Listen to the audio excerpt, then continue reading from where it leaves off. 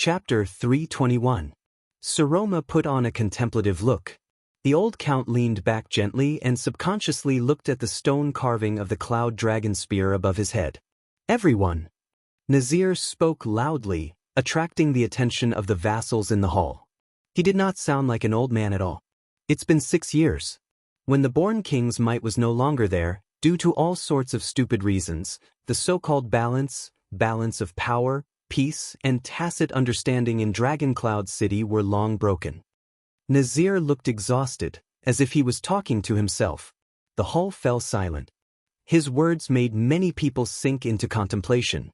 The 6 most powerful vassals broke off one after another over the vacant position of power left behind by King Nuven. The other 4 counts moved in unison. Other than Count Carcagel, the other 3 subconsciously avoided Lisbon's gaze. On one side, we, the counts, suspect that the powerful Lisban monopolized the political situation, isolated the Archduchess, and attempted to overrule the great legacy left behind by King Nuven. On the other side, Lisban sat in the position of regent. He hated us for not listening to orders after the late king passed away, and for our selfishness and self-preservation. Saroma was stunned. Nazir stared coldly at Lisban, whose face was as cold as ice. There was disappointment and hatred in his eyes. The slightly smaller families ruled conservatively in their own territories. They trembled in fear in this kind of confrontation. They benefited from both sides, and were afraid of taking a wrong step. The buzzing noises from the vassals quieted down for a moment. And the arrival of the calamities and the Queen of the Sky, the sudden death of the born king, and King Chapman's strange coronation in this place. How much of a storm have they stirred up among the people, causing them to panic? Saroma bit her lower lip gently and subconsciously looked at Thales. Nazir turned to the Archduchess. His tone was rather awkward. You are single and unmarried, and the Prince of Constellation, who has a sensitive status, often accompanies the palace. Who knows how many rumors have been stirred up, and how many people have been corrupted? Saroma stared at Thales without moving. But Thales only looked down at the tiles, even though Ian winked at him a few times to hint at it. Pain and anger flashed in Nazir's eyes, making it difficult to tell whether he was telling the truth or not. What's even more distressing is that, over the past 6 years, what the people outside Dragoncloud City saw was the fact that the once powerful and unparalleled Walton family's direct bloodline no longer had anyone to inherit it, except for an orphan girl. Hence, after the common-elected throne left Dragoncloud City, ambitious people like Chapman Lampard gradually became greedy. The long-haired Kulgan Rockney of the City of Faraway Prayers became arrogant and unruly. Beacon Illumination City, which had always been on good terms with us, turned a blind eye to us. Defense City and other places treated us ambiguously. The conflicts between the local nobles under the Archduke's rule and our vassals only increased. Count Nazir raised his head indignantly and rose from the back of his chair. He said coldly, not to mention the Empire's neighbors in the south. Who knows how many times they've secretly celebrated the decline of this city? Thales scratched his head, still pretending that he did not know. Nazir's tone became harsher. My lady, it's been 6 years. Without King Nuven, Dragoncloud City can no longer be united. As an Archduchess, can't you see the awkwardness, indignation, loss, and pain we experienced when we fell from the clouds to the bottom of the valley? Our so-called balance of power and power has long been completely shattered along with the late king during the world-shaking upheaval 6 years ago. The atmosphere in the hall turned from strange to somber. Lisbon's face darkened. Thales exhaled deeply. This Count Nazir, as expected of a hero who served King Nuven for many years. If only he wasn't standing against them. Under the Archduchess' pale face and the contemplative gazes of the vassals, Nazir shook his head with a pained expression. Now, my lady, do you understand what your marriage means? Do you understand what it means for you to have a strong and powerful husband? Do you understand what it means for you and your family to have a healthy and reliable heir? Nazir's expression was stern. His hair and beard flared up in anger. His words caused the Archduchess to freeze on her last expression. She was rendered speechless. Is this a sacrifice and price that is disadvantageous to you? Perhaps. Nazir swept his gaze over the vassals in the hall. But is this something that must be done? Of course. Saroma stared at Nazir in disbelief, as if she did not know how to react. We respect you, my lady. Old Count Nazir's expression became respectful again. He bowed to the Archduchess. But I believe that the best way to show this respect is to truly treat you as the ruler of Dragon Cloud City. We show you the facts that an Archduchess of a city should face, the price that should be paid, and the sacrifices that should be made, no matter how unpleasant and uncomfortable it is, no matter whether it is a predicament or an obstacle. Marriage is just one of them. Rather at a loss, Saroma stared at Count Nazir, who seemed to be sincere. Instead of treating you like a puppet on strings and locking you up in the depths of the palace after you are fully decorated. Instead of using the excuse of, for your own good, claiming to be a tree that can shield you from the wind and rain, and cutting off all connections between you and the cruel side of the world in a righteous manner. Nazir cast a scornful glance at Regent Lispan, whose face had turned green. What we need is an Archduchess who can protect and control Dragon Cloud City, my lady. And not an Archduchess who is used to decorate Dragon Cloud City. Nazir! Lispan's gaze became fierce. What did you say? He only spoke our minds, Prime Minister, Count Liner replied coldly. I really can't think of any regent who would treat our suzerain and vassal as a princess for 6 years. Even if she is a girl, she is still the last direct descendant of the Dragon Spear family. Lispan clenched his fists tightly. Behind him, the Star Killer, who was guarding the Archduchess, blushed. Thales felt a weight on his shoulder. Ian had leaned over. I can finally see the relationship between these 6 vassals, Ian whispered into Thales' ear. But this Regent Lispan, for the past 6 years, has he been staying in Heroic Spirit Palace for your little girl? Is he acting as a shield for her, or is he acting as a bait for her? You've asked the most critical question, Your Grace. Thales took a deep breath and forcefully suppressed the conjecture in his heart. Now, it is time to break that vase, my lady. Count Nazir ignored Lispan. He bowed to the Archduchess again, his eyes sparkling. The shattered tiles may sting your skin, but only fresh blood can cleanse the heart of a Northlander, even if you are just a girl. As Thales listened to Nazir's words, he suddenly felt a sense of familiarity. In that instant, he suddenly realized that perhaps this Count Nazir, or the other 4 vassals, were not as Putray had described them to be, powerful ministers with selfish motives. They were also not, as Lispan had been wary of, vassals who were eager to take action after Nuven's death. Thales' gaze swept past the astute Lispan, the level-headed Nazir, the rather friendly Hurst, the silent Karkagel, the callous Liner, and the blabbermouth Cotterson. On the contrary, what King Nuven had left behind for his successor might be a team that could continue the glory of Dragon Cloud City. However, this team had experienced the greatest accident left behind by King Nuven's premature death, an Archduchess.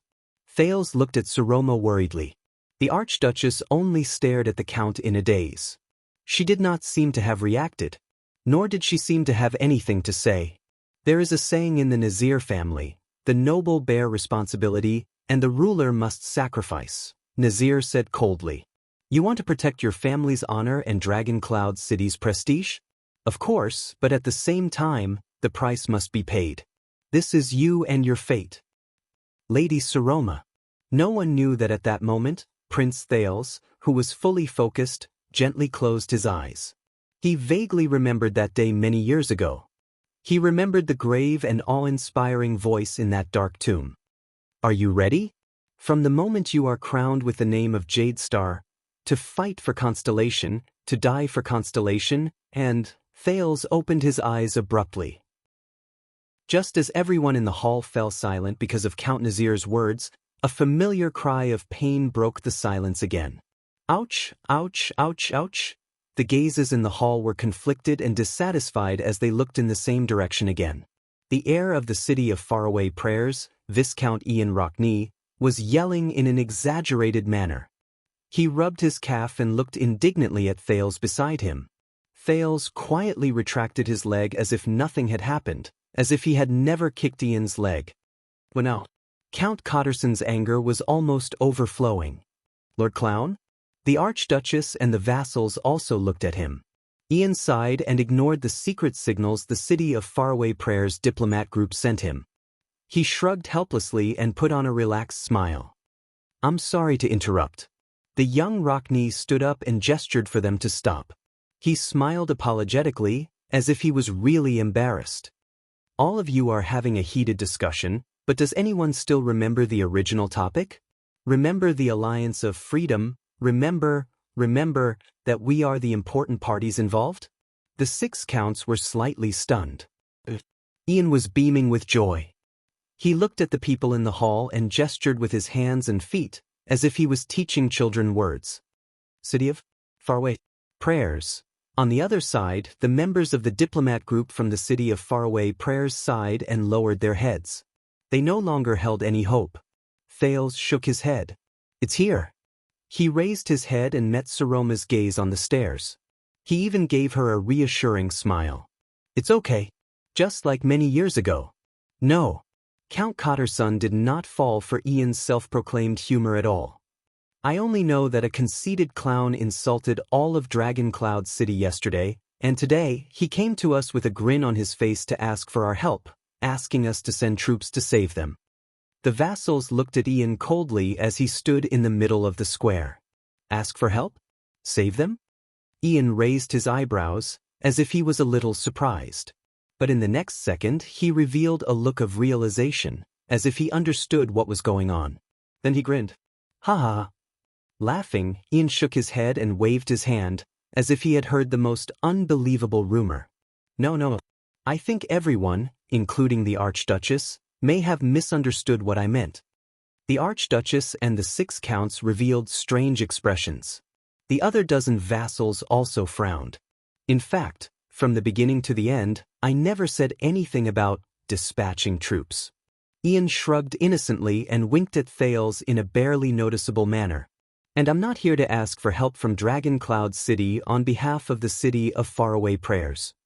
As soon as he finished speaking, Thales could clearly see that almost all the nobles in the hall were slightly stunned. Even the diplomat group from the City of Faraway Prayers were no exception. The Raven of Death even revealed an exaggerated, shape with his mouth at Old Boney, who was beside him. This was also the Archduchess' reaction. What? Saroma asked in surprise. We can solve the war ourselves. Ian waved his hand nonchalantly. What you said is very reasonable. If we can't even deal with that bunch of trash from the Alliance of Freedom, wouldn't it be too shameful for the Northlanders? Everyone was stunned. The nobles in the hall looked at each other, as if they could not understand the meaning of this sentence. The 6 counts, who were the most important, sank into deep thought. But all of you are gathering allies from all over the territory and isolating the king. Count Nazir seemed to be deep in thought. Once you fall into a war that cannot be resolved quickly, the Archduchess of the City of Faraway Prayers' appeal to fight against the king together will become empty talk. Oh, I'm really just here to ask the Archduchess to sign a letter of condemnation against the king. Ian was still smiling. He raised a finger and waved it in the air. But believe me, we don't need you to send troops. Nazir subconsciously looked at Lispan, but he realized that his old friend and opponent was just keeping quiet. Something's not right. Then, the City of Faraway Prayers. The seated Archduchess furrowed her brows slightly. Why did all of you come here? Ian took a deep breath. The smile on his face slowly disappeared, and his entire being became solemn. He turned his head and cast a glance at the puzzled vassals. 20 years ago, when my grandfather was seriously ill, the feudal vassals were suspicious of each other, the fiefs were unstable, and my father was in a terrible situation. Ian sighed slowly, then said in a sonorous and forceful tone, in the face of the Alliance of Freedom's rebellion, under the heavy pressure of White Mountain and even the Camions brazenly intervening, King Nuvan made a wise decision. Without hesitation, he sent Prince Soria to lead an army to the west to help the City of Faraway Prayers in the war. Ian's expression was sorrowful. He bowed deeply to Saroma, who was seated. The Rockney family will always remember this kindness. The vassals stared at the Viscount's unusual behavior, and endless puzzlement arose in their hearts. Saroma swept a glance at Thales. Ian straightened his body. His eyes were filled with reverence and excitement. And that war forged the Walton family's glory. Regardless of whether it was the Alliance of Freedom's army, the mercenaries secretly sent by Camus Union, or the elite troops of the White Elves, when they faced Dragon Cloud City and Extet's powerful army, they were all defeated at the first touch. They were far from being able to withstand it. Thales was secretly amused when he heard that. You speak as if you personally witnessed what happened 20 years ago, 19-year-old Sir Ian. Ian smiled at the vassals. My lady, your father and grandfather, oh, and also the families who joined the expedition to the west with you, spread the mighty name of Dragon Cloud City and the Dragon Spear family throughout the Golden Passage. You intimidated Camus Union, forced the White Elves to retreat, and your influence has continued to this day. That is your grandfather's historical achievements, your father's military achievements, and the glory and honor of your family. Nicholas the Star Killer grinned a little. Monty, the Raven of Death, shrugged in tacit agreement. Count Nazir furrowed his brows. Why did he say these things? Could it be? But I can also see that the great Dragon Cloud City is in trouble. His expression was the same as Count Nazir's, who was grieving just now. The scene just now made me extremely worried. You wanted to follow in your father's footsteps and protect the family's glory, but you were forced by the situation in Dragon Cloud City, and it was difficult for you to do so. The Walton family was helpless. Aside from Leaspan, the expressions of the 5 counts became more and more unpleasant. Their gazes became more and more bewildered. But it doesn't matter. Ian clenched his fists and waved them forcefully. The Viscount of the City of Faraway Prayers took a step forward without hesitation. I, the heir of the Rockney family, Ian Rockney of the City of Faraway Prayers, will make up for your regret. The Archduchess stared at him, puzzled. She blinked. Thales lowered his head. Very well, everything is going according to plan. I hope nothing goes wrong. But it's clearly a step in the plan. But what's with this slight displeasure in my heart? Thales subconsciously clenched his fists. Ian's gaze was firm, and his words were sonorous. Saroma, please be at ease. On behalf of the City of Faraway Prayers, I will lead an army to tread on the path your father took on his expedition. I will carry the Dragon Spear family's flag, carry your family's glory, and fight against the Alliance of Freedom. His sudden change in how he addressed the Archduchess shocked many people. In the name of the Walton family and the Rockney family, I will teach those useless Alliance of Freedom a lesson and rewrite our history. I will plant the Cloud Dragon Spear flag and the Knight's Law flag on top of Fort Liberté once again, and let all bards recite the great victory that belongs to us and Extet. I will tell our enemies that Saroma Walton, King Nuvan's granddaughter, Prince Soria's daughter, has collected the debt that belongs to the Dragon Spear family. Ian acted like a fanatical recruit. In the face of his aggressive gaze, the Archduchess panicked a little. Realizing something, Count Nazir gritted his teeth and said, Enough, Sir Ian, but the Count could not interrupt Ian. Please do not worry. The glory of the Walton family will not diminish just because Dragon Cloud City did not send troops. Ian took a deep breath. His eyes were filled with pride and excitement as he personally experienced the epic. Because soon, everyone will know that this war is not just a war between Extet and the Alliance of Freedom. It is also a war that I, Ian Rockney of the City of Faraway Prayers, am fighting for Dragon Cloud City's Saroma Walton. The entire hall burst into an uproar.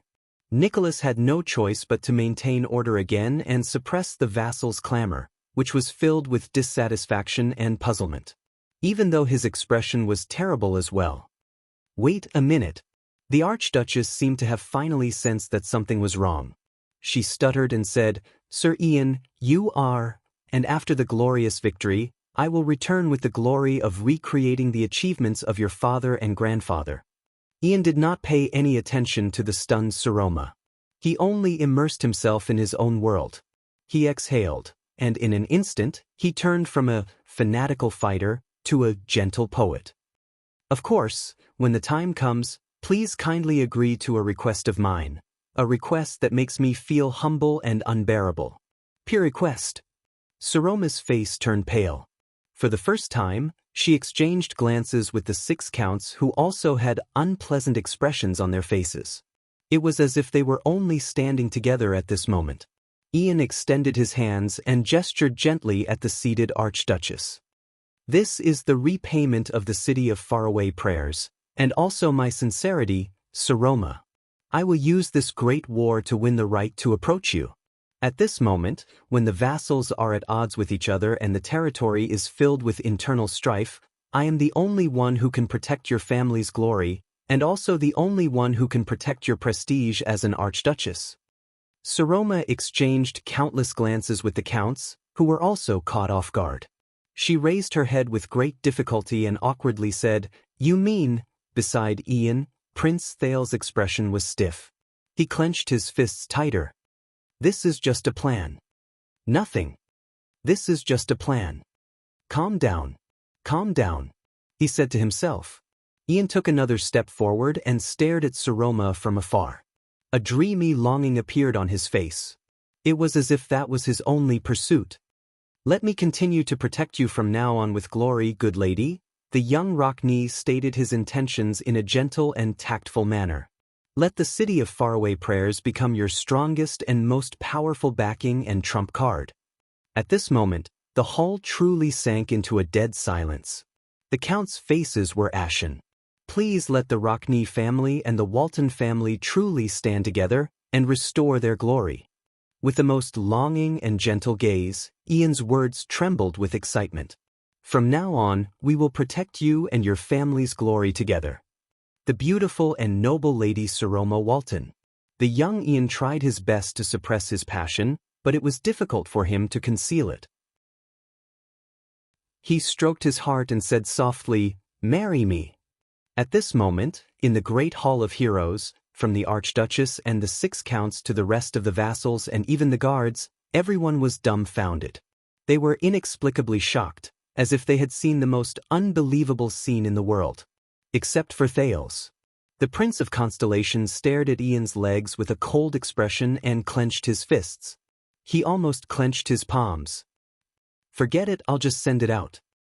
Clenched fist. "From today onwards, I will be a diligent person who writes." Chapter 322. Is this another one of your jokes? After a long while, amidst the shocked vassals, Count Cotterson was the first to speak. "Clown?" Ian turned around. Under the hostile gazes of the entire hall, he smiled cheerfully at the Archduchess. "Answer carefully." Cotterson's tone was filled with anger and malice. Without waiting for the other party to reply, he said, "Because it might cost you your life." The silent Thales noticed that even though most of the vassals were surprised, there were still a few people who stood out. Regent Leespan, who knew the most inside information, furrowed his brows. The old Nazir's gaze was unfocused. Carkagel, who had always been silent, stared at the Archduchess this time. He remained motionless. Thales thought of something. Beside the Archduchess, Nicholas glared at the Prince of Constellation in the corner with a cold expression. His murderous gaze seemed to be saying, "I know it's you, young prince. What are you planning to do now?" In the face of the Star Killer's vigilance and hostility, Thales had no choice but to give a friendly and weak smile. "These are my most sincere thoughts."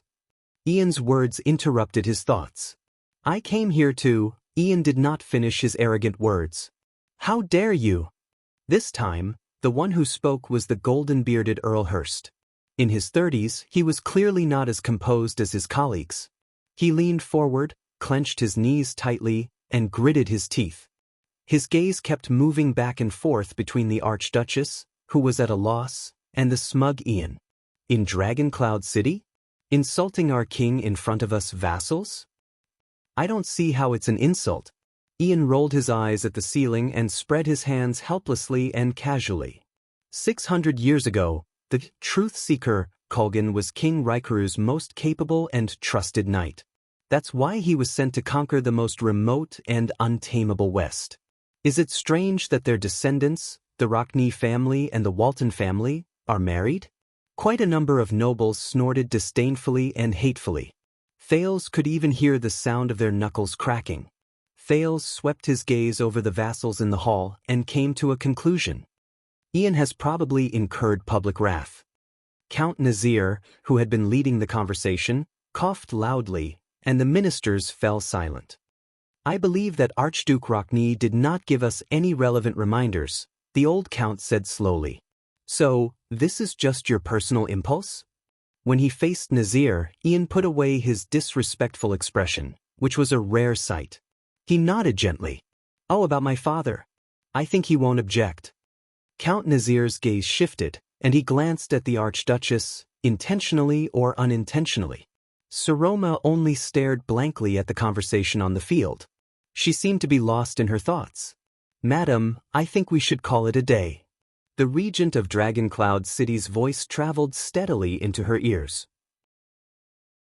This visitor from the city of faraway prayers is asking for too much. It was rare for Lispan to stand together with the vassals. He stared coldly at the relaxed Ian, and his words were blunt. I'm afraid we'll need to change the envoy for the negotiation between the city of faraway prayers and Dragoncloud City. Once he said that, the diplomat group from the city of faraway prayers became as anxious as ants on a hot pan. But Ian just laughed. Asking for something? The Viscount of the city of faraway prayers acted as if he had heard the most boring joke. Can't you see that me using the victory against the Alliance of Freedom to propose to the Archduchess is a good deed that will benefit both of us? Some of the vassals immediately spat in disdain. Some even cursed out loud. Win-win? Good deed? Only you can say that. Count Liner, who had always been expressionless, continued to hit the nail on the head and hit the nail on the head. Dragoncloud City doesn't need your charity, and we're not so kind as to let someone take advantage of the situation to satisfy the city of faraway prayers' dirty intentions. Dirty intentions? Ian snorted in disdain. Who was the one who forced the Archduchess to marry by sending troops as a condition? Who's the dirtier one? Only you can say that. He narrowed his eyes and shook his head. My lords of Dragoncloud City. Count Liner stared at him quietly and did not speak. Count Cotterson's face gradually contorted. A few seconds later, Count Cotterson's voice, which was filled with hatred and anger, rose clearly. Listen up, shameless clown. Cotterson glared at Ian fiercely. Go back and tell your father this. Dragoncloud City is not the city of faraway prayers. Here, it is not popular to form a marriage alliance with the lowly troubled West Billow citizens, even if they only have half of our bloodline. Once he said this, the vassals of Dragoncloud City let out low, mocking laughter. Ian's gaze darkened, and his shoulders trembled slightly. Thales narrowed his eyes. Wait a minute, the Rockne family is obviously a noble family in Northland, but Cotterson said that, to form a marriage alliance with the lowly troubled West Billow citizens, half of our bloodline. Thales glanced at Ian, who had an unpleasant expression on his face. He remembered that Ian had mentioned before that his mother was a local from the city of faraway prayers. He immediately fell into deep thought. Lispan coughed. Your Excellency Ian, we all understand your intentions. But we are not only talking about a marriage proposal and war. Regent Lispan stood in the middle of the hall. He warned everyone with his gaze as he said to Ian, this is politics. Ian sucked in a breath and put away his unnatural expression. He chuckled. What I'm talking about is the politics of marriage and war. Count Lispan did not speak. The politics of marriage and war. I see. You are. Lispan cast an unexpected glance at Thales. The prince's heart skipped a beat. This old man seems to know what we are up to. Forgive me for my rudeness, Count Lispan, but... Ian shrugged and slowly said, I'm sorry, Count Lispan. Why are all of you so anxious to speak up for the Archduchess? The expressions of the vassals in the hall, including Lispan's, changed again. Many gazes shifted back to Saroma, but the latter only pulled a long face and did not say a word. The gaze of the heir of the city of faraway prayers became stern. It was as if he had turned from a frivolous young master to the cold and aloof Viscount Ian. Just now, weren't you the ones who claimed that you wanted to show her the cruel side of this world? Ian raised his head and stared at the Archduchess on the stage seriously. Saroma, I am speaking to you as the heir of the city of faraway prayers. I will only accept answers from you. His voice was cold, clean and decisive. Saroma subconsciously bit her lower lip. Count Khatterson, who was furious again, was about to speak, but Lispan and Nazir raised their hands at the same time to stop him. Khatterson understood their gazes. This is not their turn. Lispan and Nazir raised their heads at the same time and looked at Saroma, waiting for her response. The air in the hall seemed to have frozen. It no longer flowed. On the steps, Saroma, whose face was pale and breathing quickened, swept her gaze over the people in the hall. Until she met Thales' gaze. Thales understood the look in her eyes. It was a gaze he was once familiar with, one that was filled with panic and anxiety. The Prince of Constellations smiled faintly. He raised his fist and clenched it gently over his heart. You can do it, Saroma. You can do it. The vassals still stared at her closely. Their gazes were filled with judgment and sizing up strangers. In the chaotic hall, Saroma and Thales' gazes met for a moment before they looked away. Thales lowered his head and sighed in his heart. Of course, Saroma, if you can't. He looked at his right palm. There were 2 scars left by a dagger when he was young. He took a deep breath. It's okay. I'm here. And me. A few seconds later, the Archduchess relaxed her lower lip. The corners of her mouth curled up slightly, and she nodded slightly. Her tense face finally relaxed a little. My vassals, their intentions are very clear. Saroma exhaled and said with a serious expression, Your Grace. She slowly said, enunciating each word clearly, the marriage between us is impossible. Ian's expression changed. As if someone had opened a window, the frozen air in the Hall of Heroes finally flowed again. Thales could feel that many of the vassals breathed a sigh of relief without batting an eyelid. Among them, the 6 counts were especially special. Nazir glanced at Lispan, who was opposite him again, but the regent just avoided his gaze. This made Nazir sink into deep thought as well. Saroma lowered her head and took a deep breath. I am very grateful for your appreciation and pursuit, but you are, after all, the heir of the city of faraway prayers, and I am the Archduchess of Dragon Cloud City. Even someone as shallow as me knows that this has never happened before. Under the vassals' gazes, which were much friendlier than before, the Archduchess cleared her throat and brought out the spirit she used to answer questions in Hicks class. She slowly said, Our abrupt marriage will bring about unexpected consequences. Extet may have an archduke in the future, and he will have the right to inherit 2 territories and titles at the same time. This will cause the entire kingdom to lose balance, and it will also bring us unnecessary trouble. But she was interrupted by Ian's chuckle. And you are just going to let your vassals do whatever they want to you and make decisions for you? Saroma? Thales saw Count Nazir and Count Lispan frown again. Ian clicked his tongue and shook his head. Then his voice rose. Oh no, my dear Saroma. The Viscount raised his index finger and waved it. He sighed and said, Don't think about your concerns and worries first. Think about the consequences you are about to face right now. If your current position is shaky, then worrying about the imbalance of the kingdom is meaningless. Saroma was stunned, and the vassals' expressions became even more unpleasant. Ian's gaze swept past the 6 counts. He chuckled and said, Your Grace, you know very well what the predicament you are facing is. The expedition to the Alliance of Freedom is a mission that you must complete. If you are unable to send your troops, it will not only damage your reputation, but also your family's reputation. Ian's smile became a little terrifying. His words also became fierce. Your situation has always been difficult, but today, if you still let this matter pass, you can only stand by and watch helplessly in the face of your family's mission, and you can only let your vassals do as they please without doing anything. Then from now on, the whole of Dragon Cloud City, even the whole kingdom, will know that you are just a ruler whose words carry no weight. Even your vassals look down on you, even though they do not think highly of you to begin with. The heir of the city of faraway prayers said loudly, Saroma, in order to avoid becoming an archduchess who has no opinions of her own, is manipulated by others, and is surrounded by wolves. Isn't this the reason why you gathered the vassals to attend the council hearing today? The archduchess did not speak. Thales saw the expressions of the 6 counts change one after another. Then, good girl, Ian said faintly, think about my proposal. Then, think about my suggestion. Think about what you can gain.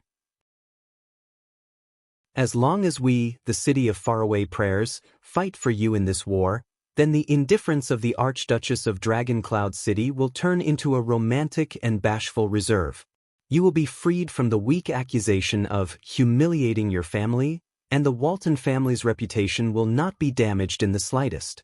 Ian smiled faintly. And after I win, this will become a beautiful story in all of Extet. It will change from a heavy story of a ruler and her vassals falling out to a romantic story of going to war for love. The hall was silent for a moment. The Archduchess still stared at Ian with a complicated gaze, as if she was thinking about his proposal. Count Liner and Count Cotterson looked at each other. They both felt that something was wrong. After what felt like a century, Saroma slowly raised her head. Her tone was a little desolate. Yes, when that time comes, I might have no choice but to marry you, the most sincere suitor who defended my father's honor for me, am I right? At that moment, all the vassals in the hall held their breaths. My lady! The young and vigorous Count Hurst could no longer stand it. His golden beard trembled inch by inch. I swear, as long as the Hurst family is still around, no one can force you. Saroma forced a smile at him. Then, can you count on these people? Ian raised his head abruptly. If I can use marriage to redeem my family's reputation, then compared to them, why isn't the city of faraway prayers a better choice? The young Rockney, who looked like he had victory in his grasp, chuckled and shook his head. In the future, no matter who it is, if they want to look down on your authority in Dragoncloud City, they will have to think about the price they have to pay. As soon as he finished speaking, the atmosphere in the hall changed again. The whispers of the vassals on both sides became softer and shorter. On the other hand, Regent Leespan and Count Nazir were both silent. Thales took a deep breath, retracted his observant gaze, and chased unnecessary thoughts out of his mind. So far, everything is going well. As long as there are no accidents, no, I can't be too optimistic. He clenched his teeth. Think about the places where accidents might happen. For example, the relationship between Leespan and the vassals is worse than we can imagine. Or, the Northlanders' deep-rooted view of women far surpasses their loyalty to their mission, the importance they place on honor, and their obligation to Dragoncloud City and the Archdukes. Or, what I'm most worried about. When Thales thought of this, he cast a sidelong glance at Ian. Like the Viscount of the City of Faraway Prayers changing his mind midway. Perhaps obtaining a marriage alliance with Dragoncloud City is more profitable than directly asking Dragoncloud City to send reinforcements? Thales desperately thought about every possibility. I hope it doesn't come to that. I hope there are no accidents. Otherwise, Thales turned around and glanced at the door. Ralph noticed his gaze and returned it with a questioning look. Now. Thales shook his head and gestured. No, it's fine. It's fine for now. Besides, Ian sighed and shook his head at Saroma in an extremely gentlemanly manner, I hope you understand that, at least compared to your vassals, I have no intention of forcing them. What we need is a symbol that Dragoncloud City is standing together with the City of Faraway Prayers, and a symbol that the Rockney family is fighting for the Waltons. He nodded in a friendly manner. If the marriage is too hasty, we can also skip this step first.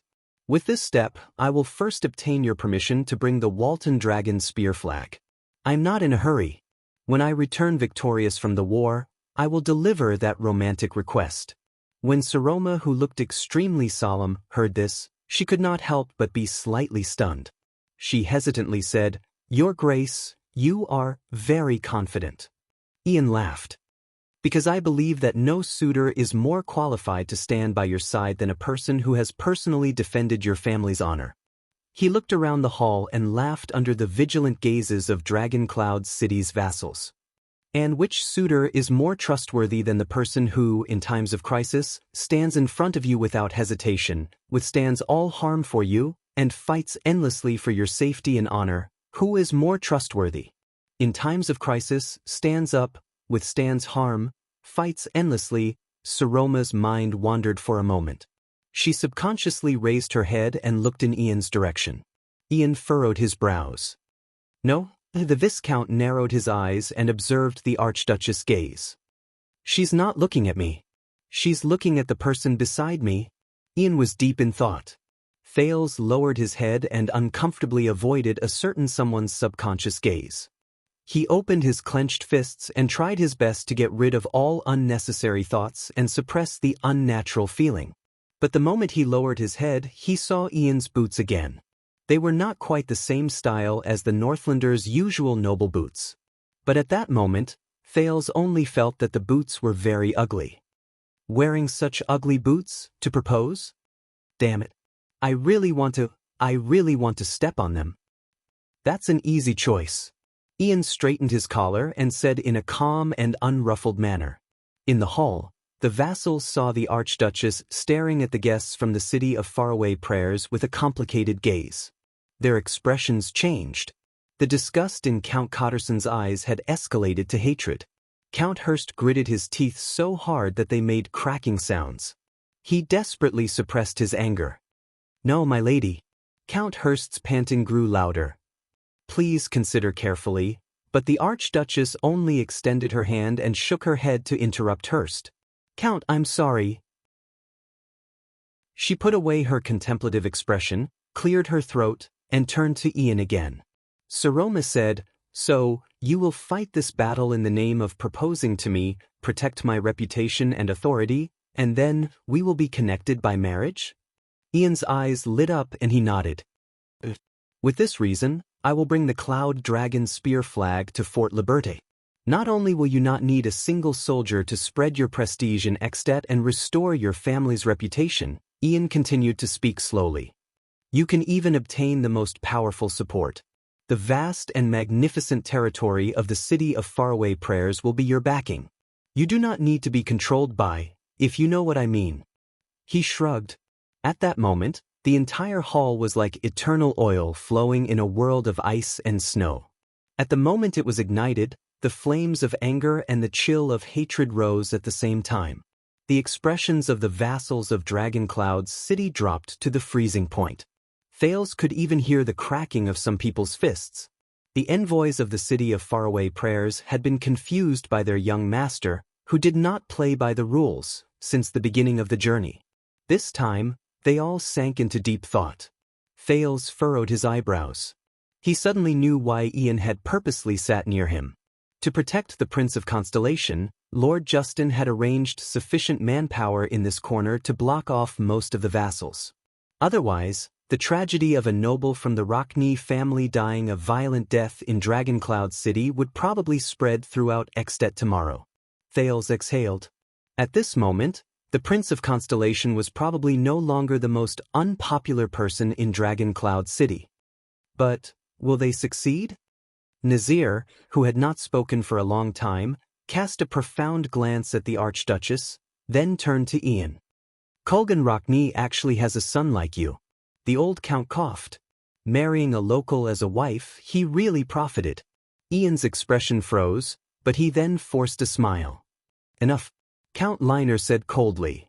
If it's for a marriage alliance and to prove Dragoncloud City and the city of faraway prayer's standpoint, I believe we can find a suitable candidate among the Walton family's collateral bloodline. But the Archduchess has important responsibilities in Dragoncloud City. It's impossible for her to marry you. Ian snorted softly. Here we go again. You're speaking up for the Archduchess again, as if you're her father or husband. The Viscount swung his arm, his gaze sharp. But can you really protect her? Asterisk thud. Asterisk Count Hurst punched the chair with a fierce look on his face. His golden beard trembled slightly. Why are we still wasting time here? Count Cotter's son snorted in agreement. Guards! Chase this Westerner out. But the Archduchess guards only stared at him sternly and did not move. Ian smiled nonchalantly. At this moment, everyone. The Archduchess' clear voice interrupted the conflict that was about to erupt. As masters, we must maintain our demeanor. Thales raised his head and, together with the vassals, turned his gaze to Saroma. It's here. The final blow. I hope there are no accidents. Your Grace, I have to say, you've given me a very interesting suggestion. Saroma sighed. It's even quite tempting. The vassal's expressions immediately became very unpleasant. Without sending a single soldier, I can solve the problem of the Alliance of Freedom, restore my prestige, my family's dignity, and even obtain the support of the city of faraway prayers. Saroma forced a smile with great difficulty. Her voice was filled with exhaustion. I only need to pay the price of a so-called romantic story. Ian bowed respectfully. That's right. Saroma looked at him quietly and nodded. The vassals could no longer sit still. Hurst could not help but exclaim in surprise, Lady! Count Liner narrowed his eyes and looked at the regent. Leespan, as the leader, as the regent, you have the duty to stop the lady's blind behavior. But Count Leespan was indifferent. He continued to look at Saroma. There was a hint of unfamiliarity in his eyes. Cotterson was furious. Leespan, we all know that the lady listens to you. Don't play dead. Say something. Nazir was also frowning, but his gaze was on Leespan. Only Carcagel, who had always been silent, did not say a word. He watched the situation in the hall quietly. The other vassals had different reactions. Some were worried, some were anxious, and some were gnashing their teeth. Thales stared at the vassal's expressions and clenched his fists. Saroma smiled and continued to stare at Ian. So, my dear Saroma. Ian waved his hand excitedly. Have we reached a consensus? The great alliance between the Waltons and Rockney? Saroma's smile grew brighter, and there was even a hint of relief in it. Thales closed his eyes. Under the gaze of the entire Hall of Heroes, the Archduchess of Dragoncloud's city gently leaned against the back of her chair and looked at the stone carving of the cloud dragon spear above her head. Your Grace. The Archduchess' voice was indistinct, as if it came from the horizon. At that moment, the entire hall was first filled with rhythmic breathing sounds, then immediately fell silent. Ian was stunned. Saroma, what? In the next second, Saroma straightened her back from her chair.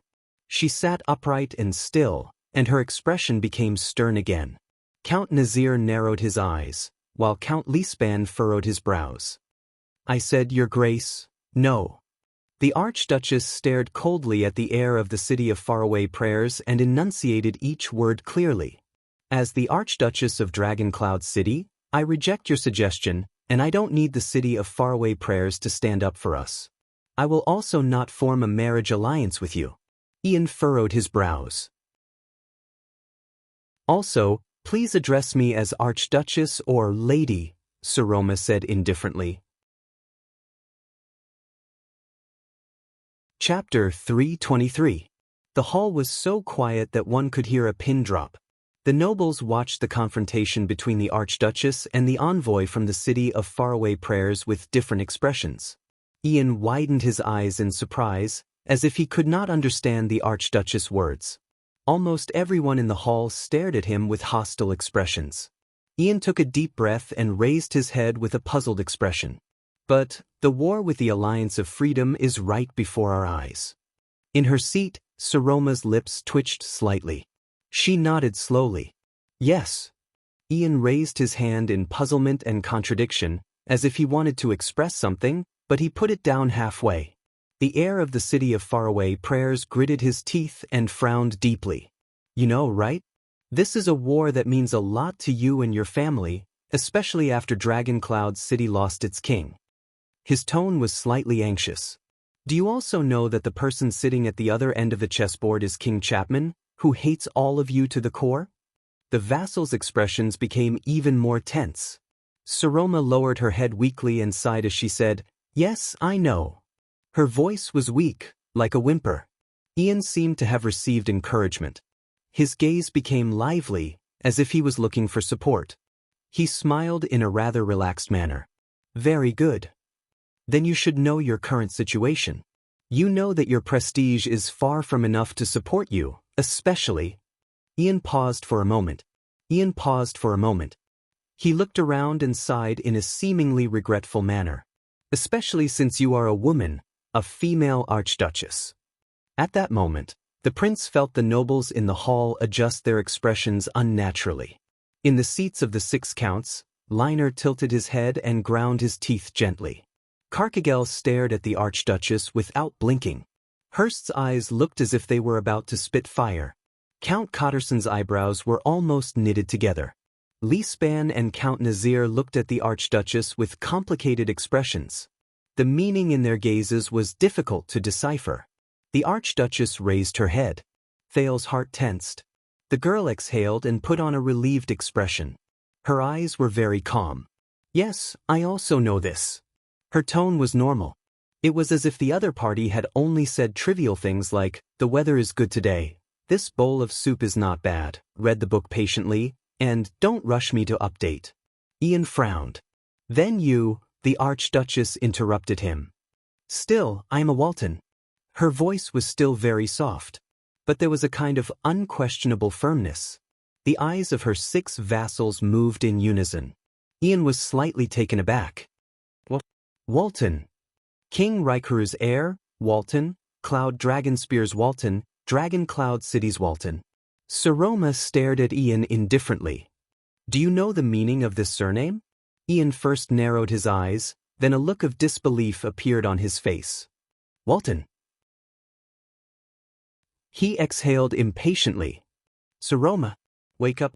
Think about the scene just now, think about the attitude of your vassals. Then, think about my suggestion. Ian waved his hand in exasperation. This is the only way for you to salvage your predicament. The Viscount's words echoed in the hall. The vassals' expressions became unnatural again. Saroma smiled. Her gaze met with Ian's in the air. No, the archduchess said softly, it isn't. The Waltons are the Waltons. Saroma turned her gaze and looked at each of the vassals with different expressions. Cloud Dragonspear has never fought alone.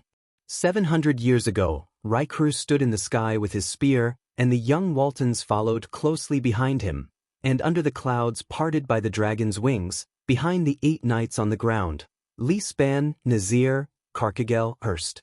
Countless Northland knights, whether they are famous or nameless, charged forward without hesitation. They stood together, and together, they cast the battle that reversed the cold wind, tore apart the darkness shrouded by the calamities, and won a future for the world. Under her seat, Count Hurst's expression changed.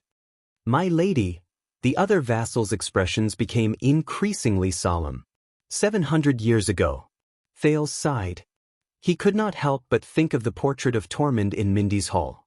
The sorrowful king of Renaissance also charged forward with his spear, and the 6 knights beside him, riddled with wounds, raised their reins and charged forward without regret. He also thought of the madness of Giza and Asda's duel. Asterisk thud. Asterisk at this moment, Saroma slapped her seat and unexpectedly stood up. The entire hall was slightly startled. But nothing was more shocking than the Archduchess' next move. Everyone, today, at this time, and in this place, I, the Archduchess of Dragoncloud City, Saroma Walton, officially issue Dragoncloud City's wartime enlistment order. The girl's light and clear voice rang in the Hall of Heroes, echoing between the thick stone bricks. Dragoncloud City declares war on the Alliance of Freedom. Thale's breathing froze. It's here. Before everyone could react to the stupefied and horrified scene, the Archduchess took a step forward with a determined expression. Her voice was cold and harsh, but it was filled with an unprecedented sense of power.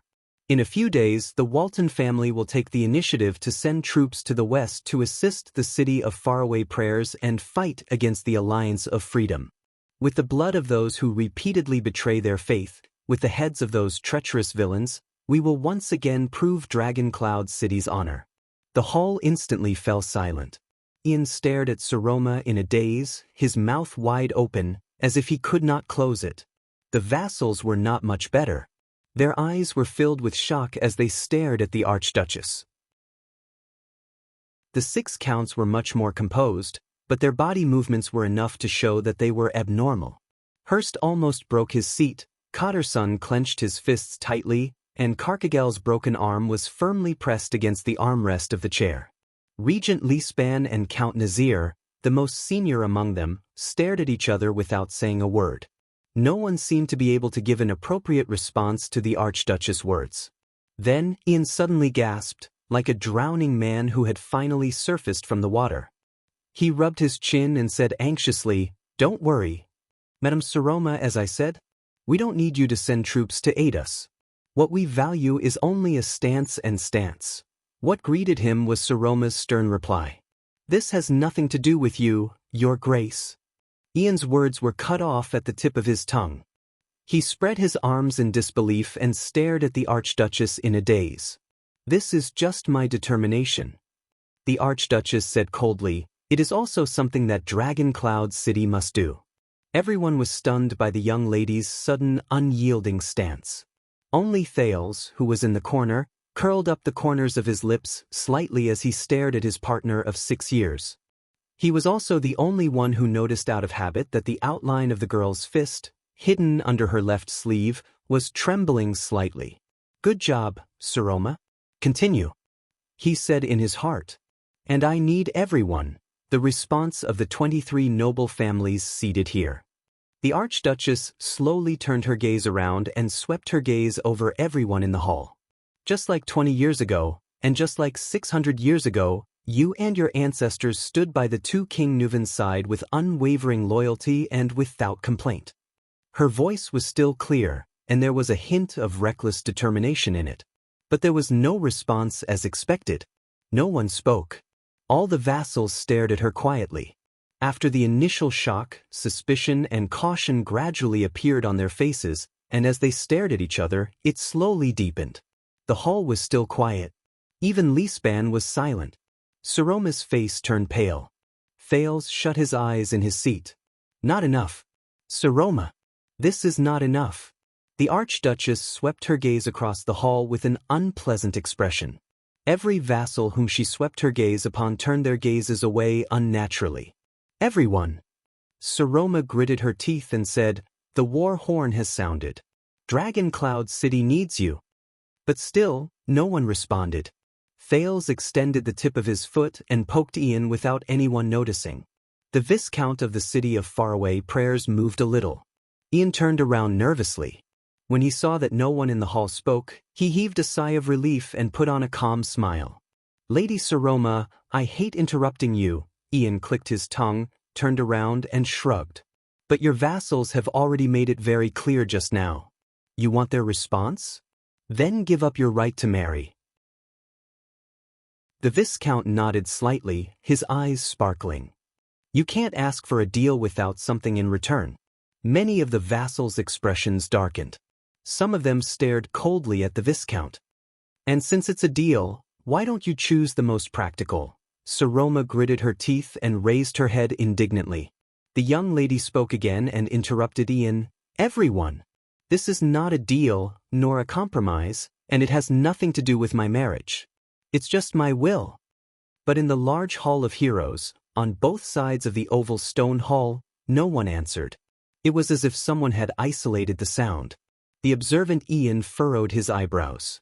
On the stairs, Saroma looked at the silent hall with difficulty, as if she was bearing 1,000 pounds of pressure.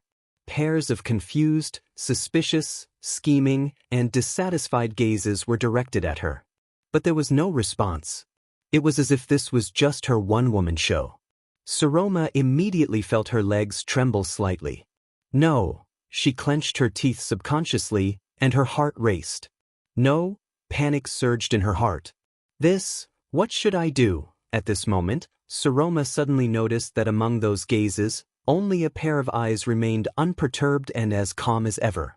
They only stared at her quietly from afar. Just like always. Just like the past 6 years. The owner of the gaze smiled at her, raised his left hand and tapped his thumb. Saroma trembled slightly. She suddenly felt a weight on her thumb, which was tucked under her left sleeve, due to her nervousness and absent-mindedness. It was a ring. 6 years ago, that guy had personally put the ring on her finger. That pair of eyes blinked gently and immediately looked elsewhere. But that one blink seemed to have given the young lady strength. Saroma's cheeks trembled slightly. She took a deep breath. The young lady did not look at the entire hall aimlessly. Instead, she turned to the most senior count at the lower seat. "Honorable Count Nazir, thank you for your speech just now." Count Nazir had been staring at Lisban. When he heard this, he slowly shifted his gaze. "My lady," Saroma's expression became solemn. With great difficulty, she said the following words, "You allowed me to see what kind of predicament Dragon Cloud City is in right now. We can no longer wallow in the regrets and misfortunes of the past. But this also makes me even more certain that the future of Dragon Cloud City cannot be protected by the suspicions and schemes between the ruler and the vassals." At that moment, Count Nazir's gaze flickered. "So, I will not use my own marriage in exchange for your compromise. Dragon Cloud City is not so divided and weak that we need to rely on internal marriages to free up our hands and unite against a foreign enemy." Nazir slowly leaned against the seat behind him. He was still silent. "The honor and victory left behind by my grandfather and father can only be protected and won by us with our own hands." The 6 counts at the head of the table reacted differently, and their expressions varied. The Archduchess glanced at Ian before she looked at her group of vassals again. "Only by doing so can we truly prevent external forces from interfering with Dragon Cloud City, no matter what method they use." Ian was a little embarrassed. "This is a little too much, Saroma," but Saroma did not give him a chance to speak again. The young lady took a deep breath. "So, no matter what, the Walton family will go on an expedition to the west. With King Nuven's remaining prestige, we will follow Prince Soria's footsteps and seize back what belongs to us with our own hands." Saroma stood in front of her seat, in front of the Soul Slayer pike. She looked around at the entire hall, clenched her fists, and her face was pale. "Even if," the Archduchess gritted her teeth, "even if no family responds to me." The quiet hall was filled with the sound of people inhaling at different speeds. "Even if we are the only ones to go to war." In the face of the Archduchess' fluctuating tone, many of the vassals' expressions became strange. Even the guards, who had no right to speak, could not help but look at her frequently. Ian sighed. "You know, Saroma, you don't have to do this. This will be very ugly." The Viscount's eyes began to become solemn and vigilant. "Be it now or when we go to war. Forcefully ordering to send troops will only force everyone to the brink of falling out with you. It will further damage your already shaky prestige, and you will only receive greater humiliation. You will have no way out." This sentence seemed to have pierced a hole in the stagnant atmosphere. The changes in the vassals' expressions became more and more urgent, and they became more and more difficult to read. "Yes." Saroma flashed a bitter smile. "I know." The Archduchess then looked at her vassals, who had complicated expressions on their faces. Her gaze was unfocused. "I know that I am far from being comparable to the former King Nuven. Perhaps in this lifetime, I will never be able to compare to him.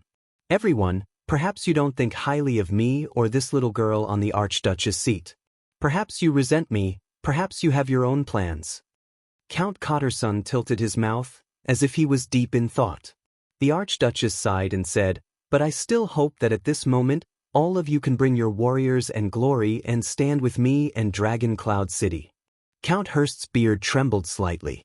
To prove to the outside world, to this guest from the city of faraway prayers, who claimed that she could save me from my predicament with just a marriage, that Dragon Cloud City is still powerful and united, and that I do not need to bend my knees to outsiders to protect myself.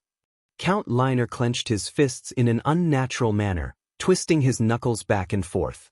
In the next second, Saroma raised her left hand with a solemn expression. Her sleeve slid down from her forearm, revealing her fair wrist. She also revealed the ring on her thumb. Everyone, I believe that no one in this world is more qualified and capable than all of you, my vassals, to fight for me and obtain victory for me. Because I am Dragon Cloud City." When they saw the ring, everyone in the hall frowned. They seemed to have remembered something. But Dragon Cloud City is not just me, it is all of you sitting here. Before everyone's eyes, the Archduchess gently took off the large ring inlaid with a black stone and raised it high. "Everyone, in the name of the Walton family, I am going to war." The Archduchess' gaze turned cold and she shouted, "Are you coming?" Thales trembled slightly. "Are you coming?" The girl's voice echoed in the hall again. But this time, the vassals stared at the black ring. They stared at the people and things it represented. Lisbon's expression was complicated. The one-armed count closed his eyes. Count Nazir's face tensed up, which was rare. The vassals looked around in bewilderment and whispered to each other. Saroma took a step forward and said coldly, "Everyone, I also believe that as vassals, all of you will not allow a foreign guest to happily snatch away your responsibilities and obligations, and then flaunt his prowess in front of you." Ian was startled. The girl raised the ring on her hand and pointed it at the stone carving of the cloud dragon spear at the top of the hall. "The most loyal vassals of the Walton family, King Nuvan's brothers and sisters." The girl's voice rang again, "Are you coming?" As he listened to the Archduchess' words, Thales was a little dazed. He seemed to have returned to 6 years ago, to the days when he fled in despair. In the shelter of Bright Moon Temple, he was also like this, desperately shouting similar words at Nicholas, who was about to flee. "But this is my decision, Northlanders. Are you coming?" The noises of the vassals became louder. Thales' gaze met Nicholas, who was on the stairs. The prince saw similar surprise in the Star Killer's eyes. "Saroma, little rascal," an indescribable emotion surged from his heart, and he could not suppress it. He could only recall what happened 6 years ago, over and over again. "That's right, we are going to commit suicide. Northlanders, are you coming? Are you coming?" Dragon Cloud City. In the hall, Saroma's voice was raised to the limit. Her youthful, high-pitched voice echoed in the ancient palace. "Are you coming?" The hall gradually quietened down. Many of the vassals had already ended their anxious conversations. Their gazes were all raised, and they looked at the most important people. They were waiting for their decision. The Archduchess gritted her teeth. The arm that held the ring trembled slightly, and the rims of her eyes were slightly red. "Northlanders." She was practically roaring at everyone in the hall. "Are you coming?" Asterisk clang. Asterisk a guard, who was suppressing his emotions, accidentally pressed down on the hilt of his sword. The blade collided with the wall and let out a sharp, piercing sound. This sharp sound made everyone even more tense, and the atmosphere became even more oppressive. But there was still no response from the hall. The Archduchess was the only one who gritted her teeth. Her gaze trembled as she raised the Ring of Triumph, which symbolized the Archduke of Dragon Cloud City. She stood alone in front of the Soul Slayer pike and faced the anxious men in the hall. Among the 6 counts, Cotterson, Hurst, and Liner's abnormalities could no longer be concealed. They exchanged anxious glances with each other, as if they could not reach an agreement for a long time. 1 second. The one-armed count still had his eyes closed and was silent. 2 seconds. Ian narrowed his eyes and exhaled rather gloomily. 3 seconds. The silent confrontation between Lisban and Nazir seemed to have come to an end, but they still did not say a word and waited quietly for the situation to unfold. Time passed. The atmosphere in the hall became increasingly unbearable.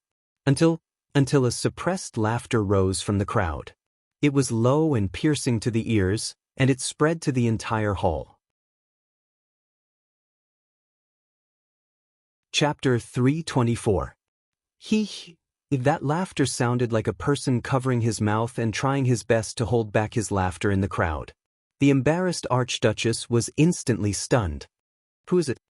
The Northlanders, who were already feeling restless amidst the indescribable conflict, turned their heads to look for the source of the laughter. They soon found their target. Not far from Viscount Ian, A teenager sat on a chair with his arms on his knees and his chin propped up. He looked at the people and things in the hall with interest and chuckled softly. Many people saw his face clearly. Many people's expressions changed when they saw the emblem on his robe. Northlander? The teenager with the 9-pointed star emblem chuckled softly. From time to time, he imitated the Archduchess' tone and said, "Are you guys coming? Are you guys coming?"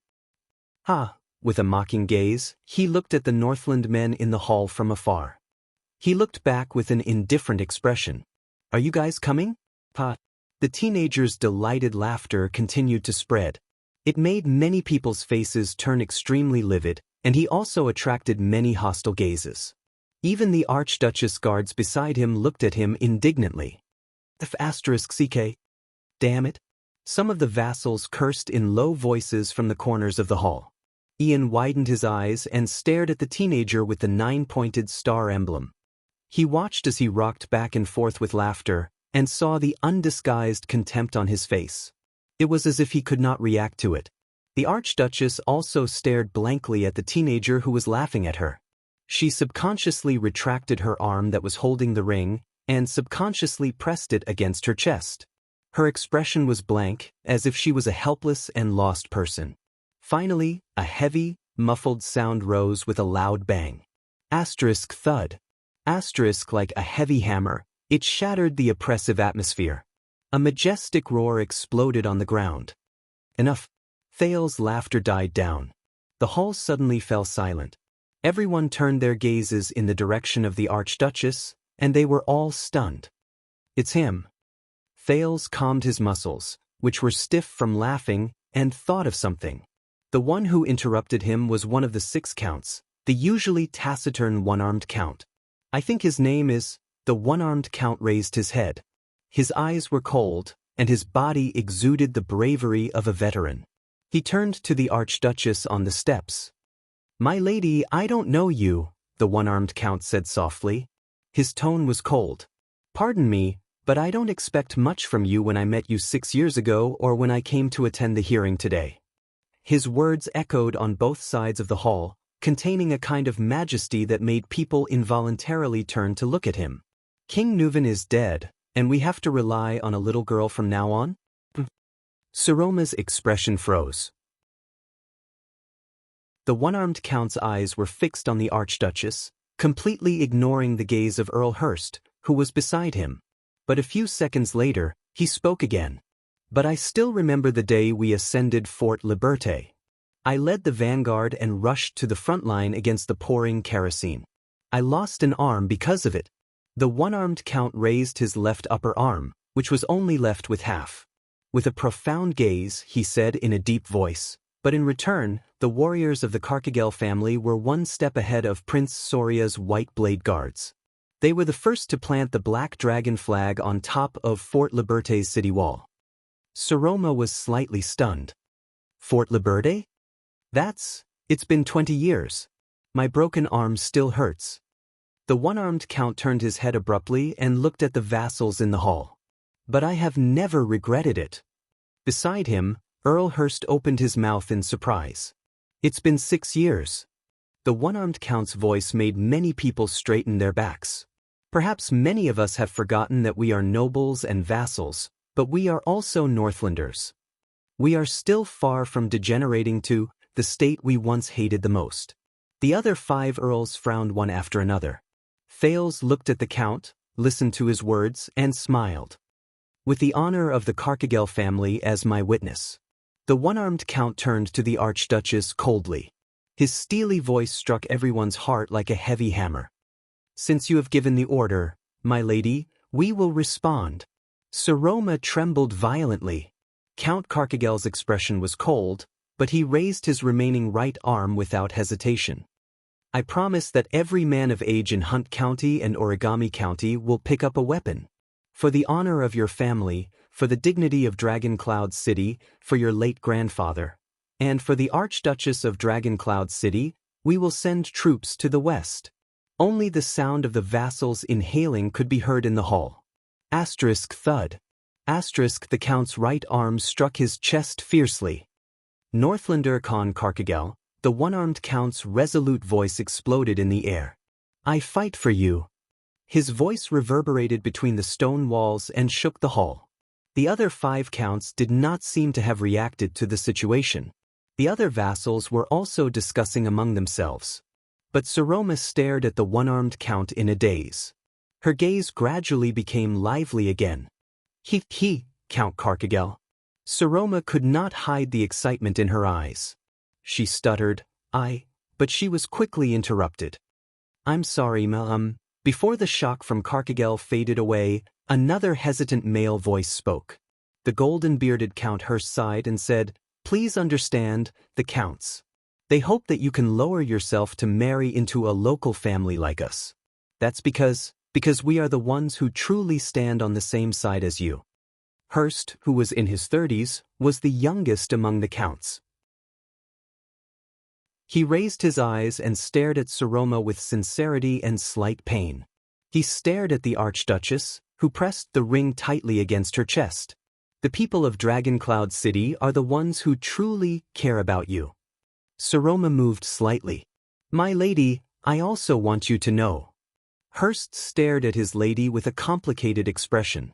The people who can bring you glory are definitely not just outsiders from the city of faraway prayers.